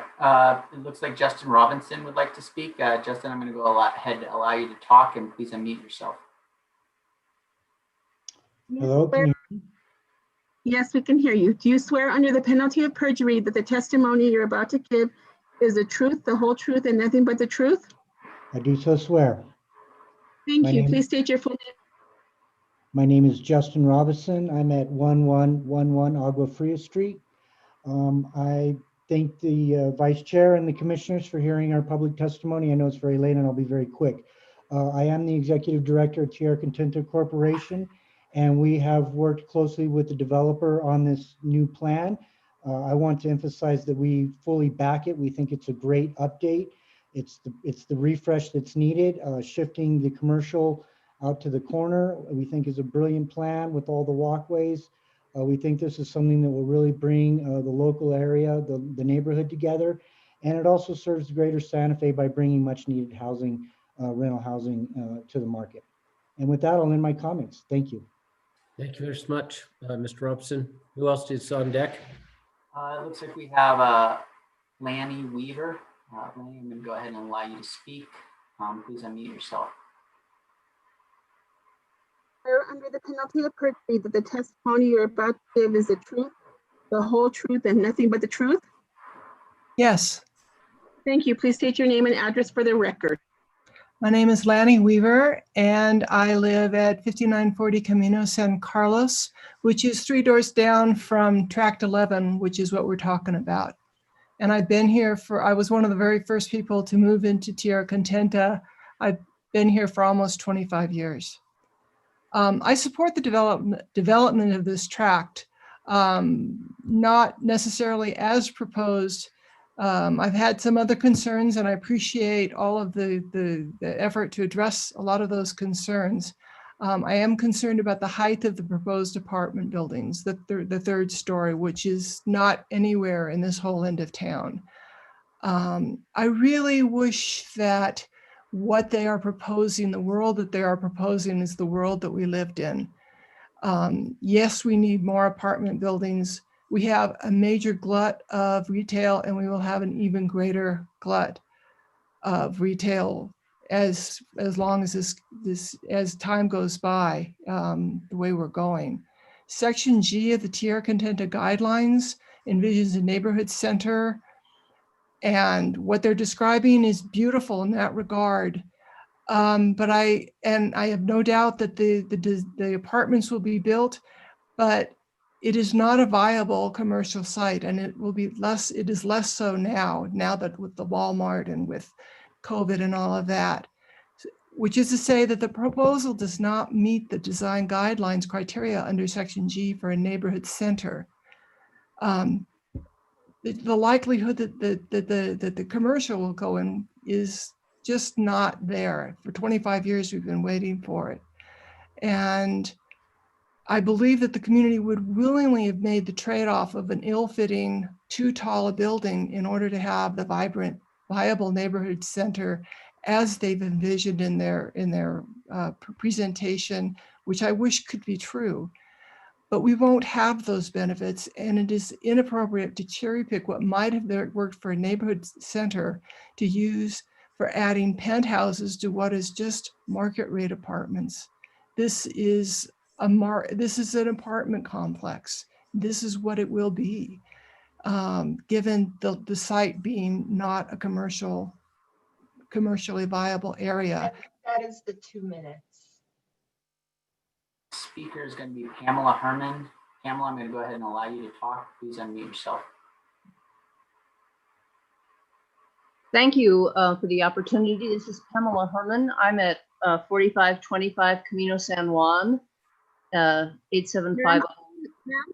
Yes? I need to swear you in. Oh, I'm sorry. That's okay. Do you swear under the penalty of perjury that the testimony you're about to give is the truth, the whole truth, and nothing but the truth? I do. Thank you. Please restate your name and address for the record.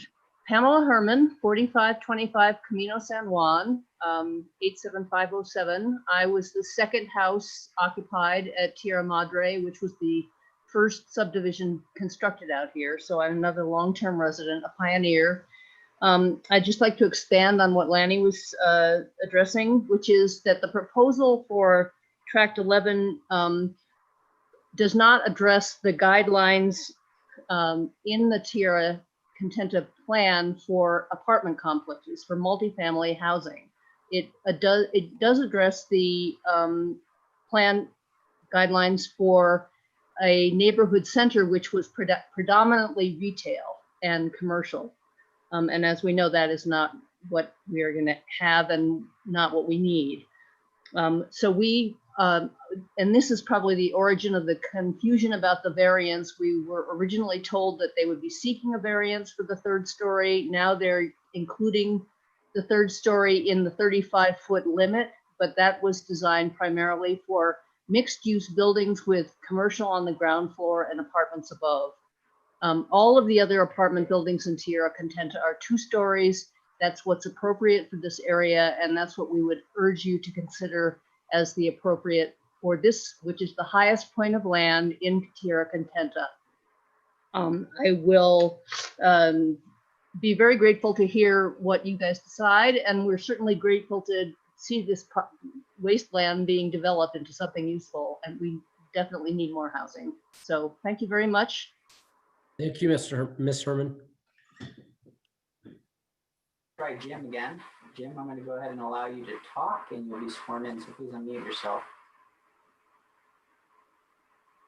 Hi, Mr. Stanton, do you swear under the penalty of perjury that the testimony you're about to give is the truth, the whole truth, and nothing but the truth? I do. Thank you. Please state your name and address for the record. My name is Jim Stanton, and I'm at 4500 Calle Turquesa. And I am also president of the Tierra Madre Homeowners Association. And I would like to echo Lanny and Pam's comments and make it clear that the Homeowners Association and myself as a resident, we support this, we support developing this tract of land. However, we strenuously object to the plan for 3-story buildings. It's not appropriate for this area. This is, I've lived here for 21 years. Lanny and Pam have both lived here for more than 25 years.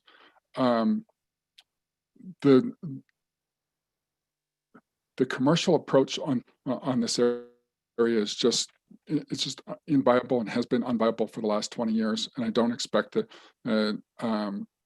it's going to change. This is going to be an apartment complex, and we should treat it as a 2-story complex as opposed to allowing a 3-story, a set of 3-story buildings in this area.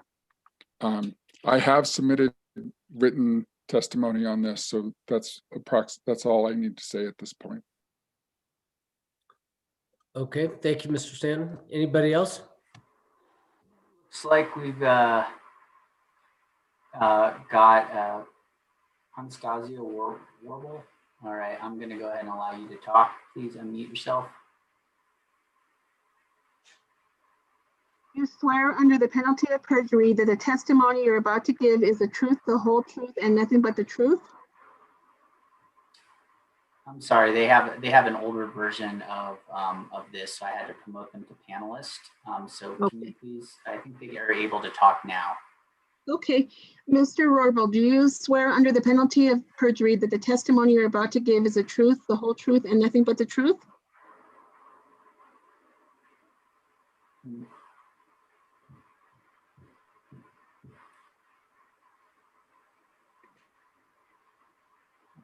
Does appear they're having audio trouble.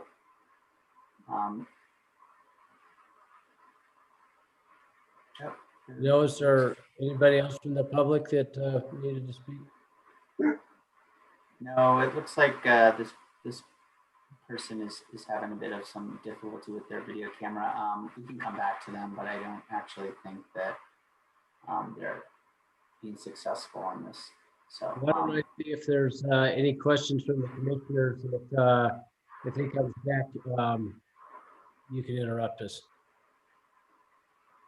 Okay. Okay, so with the exception of it looks like Mr. Roble is back.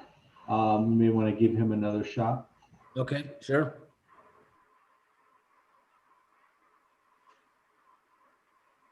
All right, Mr. Roble, you're there. You're back. Under the penalty of perjury that the testimony you're about to give is the truth, the whole truth, and nothing but the truth?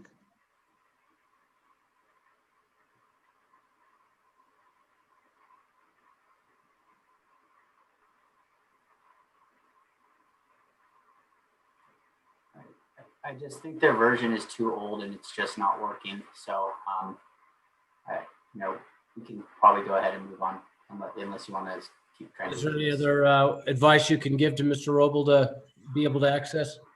Mr. Roble, you can call from your phone. If you look at the posting on the website where you got this link from, there's a dial-in number. If you dial in, you'll be able to attend the meeting, and you can press *9 from your phone, and we can enable you to talk that way. So I would suggest that you do that because it doesn't appear that your version is working very well with this. So. Well, and then Noah, if you'll let me know if he successfully connects. I will do that. Chair. Hello, can anyone hear me? Yes, now we can. Oh, yeah. I'm gonna have to. I'm sorry. Now I'm gonna have to send them back here. All right, I'm gonna do this again. All right, let's try this one more time. Sorry. Thank you. I'm still here. Okay, great. Okay, good. Do you swear under the penalty of perjury that the testimony you're about to give is the truth, the whole truth, and nothing but the truth? Yes. Thank you. Please state your name and address for the record. Yes. Anastasio Rubel, 4029 Los Milagros, Santa Fe, New Mexico. Thank you to the Vice Chair and Council for the opportunity to speak. What is being proposed at 6001 Jaguar Drive is a good way to stuff hundreds more people in an area that is already too congested, too high priced, and within a typical Santa Fe food desert. This neighborhood is ripe with storage units and auto parts retailers and has little to no outside option for fresh foods. And though a restaurant's being proposed, I think it's insufficient. And for anyone who believes that gas station food, Walmart, McDonald's, or the Dollar Tree for sufficient nutrition in an area that is dense with children and working families is mistaken. I do not think this development plan should be approved given the current circumstances related to the pandemic. I do not believe that adequate research or community outreach has been performed to warrant such an impractical use of our very precious neighborhood space. What we need is an affordable grocery store in this neighborhood, a dedicated farm stand like that of the downtown corridor, so that we can support our Southside farmers and local collectives and nonprofits who are already doing this work, such as the Unity Resource, Alas de Agua, and Santa Fe Youth Works. Building a mixed commercial space sounds like an odd way to address the dire need for a youth-focused community center that can house and host workshops that would benefit all of the current and already existing residents in this neighborhood. Something like that should include something for Skillshare, trade apprenticeships, and basic life skills. It would make more sense for us to have some affordable live-work spaces for artists and the opportunity to pick up graduates from Capitol High School to retain them in our neighborhood, offering them an alternative to college courses, as that is not the path everyone is meant to take. The people of this neighborhood need to dream about something bigger than working for the Walmart at the end of the block. I would like to use the remaining points of time to ask questions to the council to find out if any effort was made to contact the elderly or Spanish-speaking inhabitants within Tierra Contenta who may not be on the list of 300 people who were contacted about the project. Second, I would like to ask if any effort has been made to work with the student body at Capitol High School to see what is needed by the youth. Run out of time, Ms. Roby. Okay. No, is there anybody else? Chair, Commissioners, if anybody else would like to speak who hasn't spoken, please raise your hand right now or we will close the public comment. No, it doesn't appear we have anybody, Mr. Chair. Okay. With that, I will close the public comment and open it to questions from the commissioner.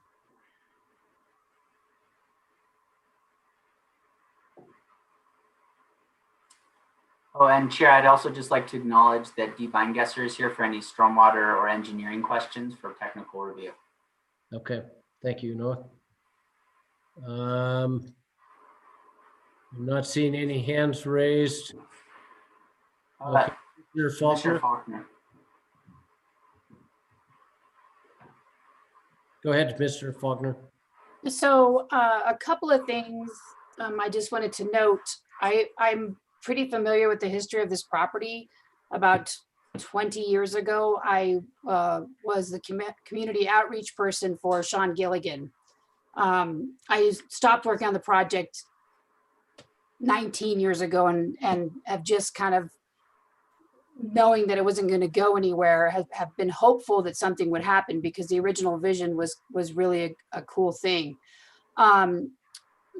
To get into a little bit of why the commercial hasn't worked there is the city council passed, I don't know if it was a resolution and ordinance that didn't allow for any advertising on the outside of the buildings.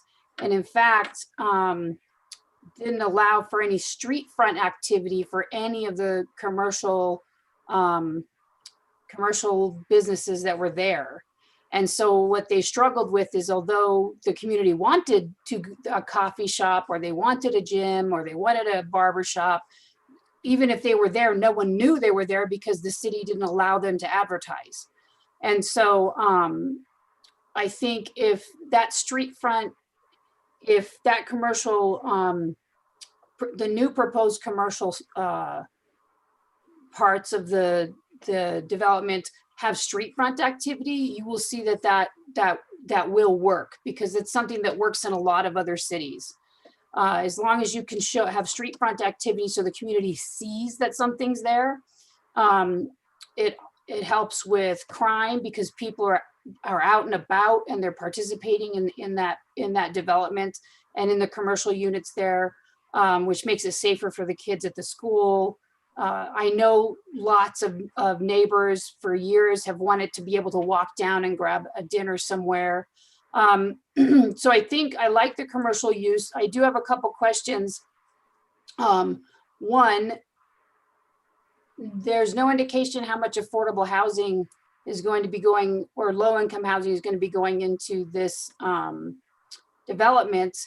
And last I knew that Tierra Contenta is supposed to be a mixed use. Like you're supposed to have 30 affordable, 30 market rate, 30 like a little more expensive with the housing. And I know with apartments, it's a little bit different. Although I wouldn't like to see this be all low income housing, I would like to make sure that some percentage is low income housing and is mixed in and not isolated in its own unit, but would be mixed in throughout the rest of the units. Because that really is what makes Tierra Contenta a great place to live, is that you have neighbors from all over literally the planet and from all different kinds of socioeconomic strata. And so that I would like to see maintained in this site.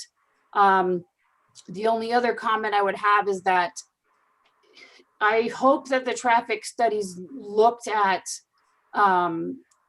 what it's like on those streets when the schools when kids are being dropped off and when they're being picked up. It is like bumper to bumper, endless, and it lasts quite a while. And it's like zero movement happens. And so I know that's something that the neighborhood is gonna not appreciate. If 72 more cars in the peak hours would just, the people who live in that apartment complex would never get out, basically. So that's one of the concerns I have, is that the traffic, I'm not sure. I'm also not sure that 1% growth rate should apply to the intersection of Paseo del Sol and Airport Road, because we've approved as a commission, we've approved so many projects on Airport Road at this point that I don't think it's a 1% growth. I would say it might even be like 3 to 5%, but I'll leave that to staff to try to, maybe we can revisit that at another time to identify what is actually the growth rate. But I don't think 1% is for Airport Road.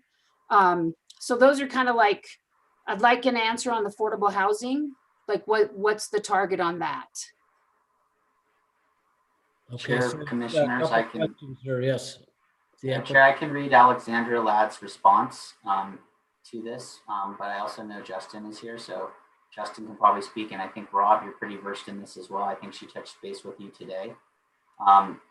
Alex said she looked at the proposed rents for Plaza Contenta. They look really good in that the market rents are actually below the required rent limits, what they would be for about 2/3 of the units. Rob has not finalized with the Housing Trust what will happen with the most affordable units, where there is a gap between the market rents and the rent limit, but it's pretty close. At the end of the day, this project will come in pretty close to 30% of the units below the rent limits, with a partial fee paid for the remainder possibly. And that she says she thinks it's a good example of market providing quote unquote naturally occurring affordability, with an exclamation point at the end. So that meant she was pretty excited, I think. Past that, overall, Tierra Contenta has a requirement that 40% of all of Tierra Contenta should be affordable. I think right now, what does that look like on the ground? I think we're past that. I think that we're closer to 60% of Tierra Contenta is affordable. So in terms of what the agreement says, the annexation agreement, and what the city and the Tierra Contenta Corporation and all the developers who became owners in Tierra Contenta agreed to, was to hit 40%, but they've exceeded that right now. So we've got more affordability than was built into the plan in the early 90s. So Rob, did you want to add anything to that in terms of affordability and what you're plugging in? And Justin, feel free to raise your hand if you want to speak on this too. You did. I'll promote you to panelist. Yes, I can respond to that, Noah. Chairman Hogan and Commissioner Faulkner. have done a layout of our proposed rentals, and we've taken it and worked with Justin and his staff on a matrix of that. And as Alexandra Ladd had said, that our proposed rents are actually work really well for 80%, 100%. The areas that we're a little bit high on is the 65% of AMI.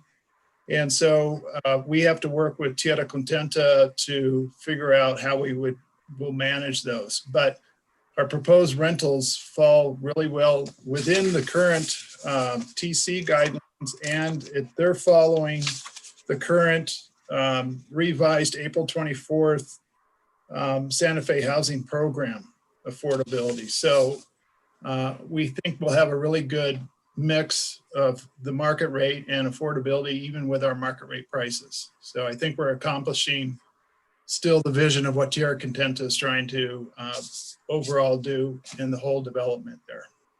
Yeah, and just a comment on the, I know we like to use the term affordable housing, but one thing that I do know is my son is looking for an apartment right now, and there's a huge wait list for low-income housing, which he would qualify for. But I do think we have a need for, like, say, Meow Wolf has their administrative offices right off of Jaguar and South Meadows, and that this market rate housing would be great for the people who work there. It'd be close to where they work. They probably could work virtually some of the time, but it would give a place. There's a lot of young people who may not qualify for low-income housing, who are waitlisted to get into a market value house or apartment. And so I do think we need to beef up all kinds of housing in the city. And so I like that this is going to be a mix of market value and low-income housing. I think that fits well with how Tierra Contenta, the vision of Tierra Contenta, was intended to be. And I've lived here 20 some odd years as well. And so I think I really commend the developer. I was apprehensive about the traffic, but I hope it's not as bad as it feels like it's going to be. But outside of that, I think this development is really nice. As far as the amenities go, like the gym, the fitness center, is that going to be open to residents in that are not in the apartment complex, or is that specific to the apartment complex? Right now, our plan is that specifically for the tenants that live there. Well, I know a lot of people would use it from the houses around that development. The other question I had too is, as far as programming goes, I know that the leadership in Tierra Contenta, we really work hard to, when we're going to do something like the Boys and Girls Club is going to put something on site, or we're going to work on a teen center. Do you have any programming plans to kind of to work with the community on outreach to Capitol High School, to network with the Boys and Girls Club for like, I don't know, events at the park, or do you have someone who's kind of looking at programming in community? Because you're selling the development as like a heart of the community.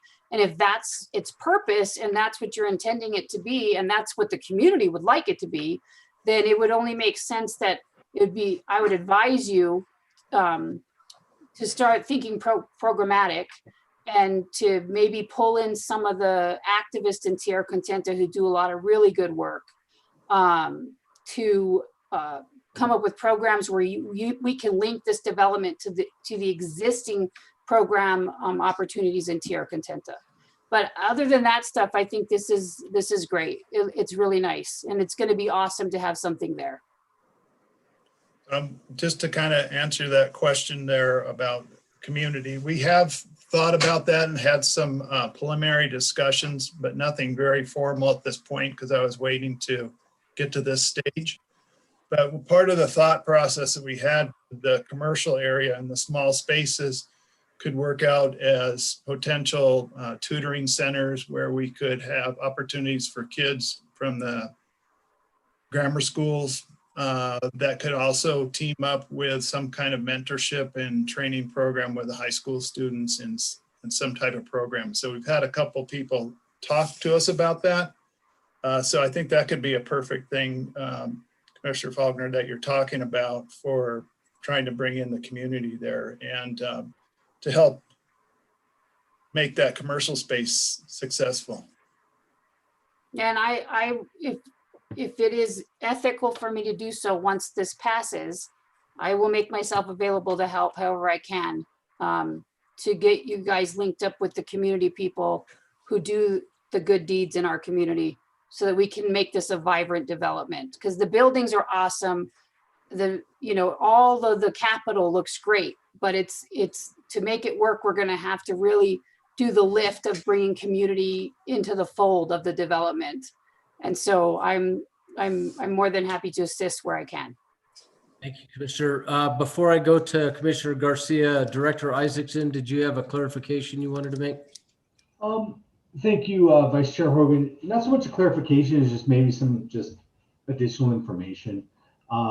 Secretary Faulkner brought up Meow Wolf as a potential sort of employer or employees of Meow Wolf could because of the proximity to their main headquarters, could find this as an attractive place to live.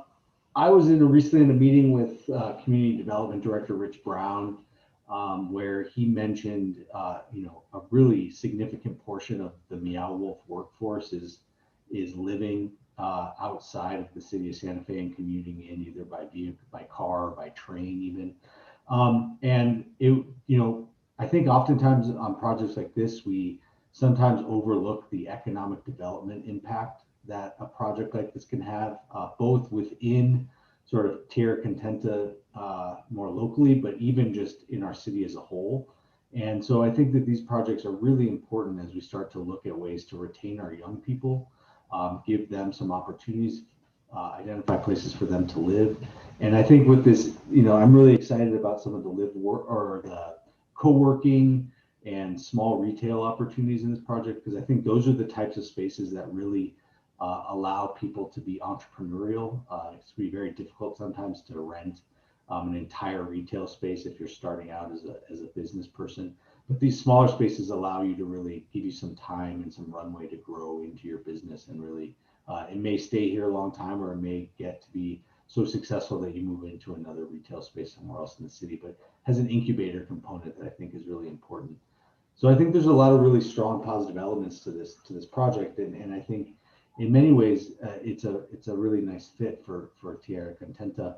Also, I think someone else brought up an issue about food deserts and the lack of healthy foods close by. I mean, I think that these projects. Before we go on to that, can I allow Mr. or Commissioner Garcia to speak? Because I thought you were just clarifying something that Commissioner Faulkner said. Sure. Yeah, no, absolutely. Thank you, Mr. Chair, members of the commission. I just wanted to follow up a little bit and I guess just answer or respond to some of the people who had public comment. I've lived in the neighborhood for almost 20 years now as well. And passing through this piece of property, it seems like, when is it going to get developed? I think that my first instinct when I saw the density of this project, it was really high. But also looking at the fact that there's going to be some commercial aspect to it, it was really nice to see that, as well as complementing the current ability to have a live workspace already on the property. So I'm glad to see something's going to happen with this property, and sometimes it just doesn't work out that we get everything that we want all the time, but it looks to be a very good project. I do want to make a comment on the traffic. I think it will add a lot of traffic to the area. I don't see it as being a dangerous situation because I have never really seen accidents in these intersections. And going back to Mr. Gomez's comments and showing the graphs of how many accidents there really were in the past years was really helpful. So thank you for that.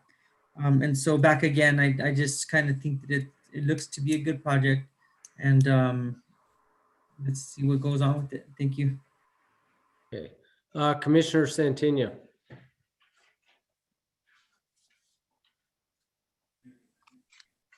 Vice Chair Hogan, will you entertain a motion? Is there any other questions or discussion that Commissioner Gutierrez? Thank you, Mr. Chair. I'll make it real quick. It's nice to see this project. I think that for a long time, this has been a parking lot for Capitol High students that probably don't belong there. I think the commercial aspect of this project is a plus and not a minus, giving these people area. The businesses that are in there right now, are they planning to move into the new part of this project? And is that going to be the first phase, getting the existing businesses moved over, or what's your plan for that? Rod? So Commissioner, to answer the question, the current tenants in there, the plan is to keep them there until we can have the new commercial space available. We may have to move. Right now, there's commercial tenants in both buildings, the existing buildings on the first floor. We might put them all in one building. That's to be determined whether or not that's cost effective. I don't know, but the goal there would be to keep them there in their use. They've all been approached and told them that there's a new commercial center that's going to be on the corner, and we've had positive responses from them. So right now we keep it. And the same thing for the existing tenants that are in the upstairs floor, those tenants would all still stay there, so. Very good. Perfect. That answers all my questions. Thank you, Mr. Chair. Is there any other questions from the commissioners? Before I entertain a motion, I want to give Director Isaacson a chance to finish. I cut him off there. So if there's anything else you wanted to say, Eli? No worries. I appreciate everyone's contributions tonight. I have nothing to add. Thank you. Okay. Commissioner Santana. I move that we approve the development plan for case 2020-2498, subject to the conditions of approval and technical corrections recommended by staff. And I also move that we approve the findings of facts and conclusions of law for case 2020-2498, Exhibit A2. Commissioner Klaus seconds. Okay, that's for both both motions. Yes. Okay. Any other discussion? We'll take a roll call. Yes, Commissioner Clow, Yes. Commissioner Faulkner, Yes. Commissioner Garcia, Yes. Commissioner Gutierrez, Yes. Commissioner Lawrence, Yes. Commissioner Satania. Yes. The motion has been approved. Great. Thank you very much. And the applicants, good luck with getting that realized. We can't wait to see it up. Mr. Chair, I still think there's findings of facts and conclusions of law that accompany this. That was included, Commissioner Santana included. Okay, sorry about that. So thank you, Noah. Is there any, I think we go on to communications with from staff next. Thank you, Chair, Commissioners. Just like I emphasized earlier, we're going to have a very busy month. I'm planning for 2 meetings, breaking it up. I think one will be on the 5th of next month, and the second one will be on the 19th, I believe. As such, you may see the invites that just say 6 p.m. That's okay. Just please try to show up by 5:50 so that we can get ready to go. I think everybody's got the hang of Zoom right now, so we can show up by 5:50. That'd be great. That's when I'll start the meeting. So if I don't start it at 5:30, don't panic. I will be starting it at precisely 5:50. Besides that, I don't have anything else. Eli, did you have anything else for the commission? Not at this time. It's been a long meeting. Just opportunity to say thanks to everyone for hanging in there tonight. I thought we did some really good stuff. with this agenda between STRs, this project, and that lot split that we worked through. I agree. Is there any communications from the commission? I'd like to say I appreciate everybody's patience tonight and working together. And with that, I'd like to adjourn this meeting.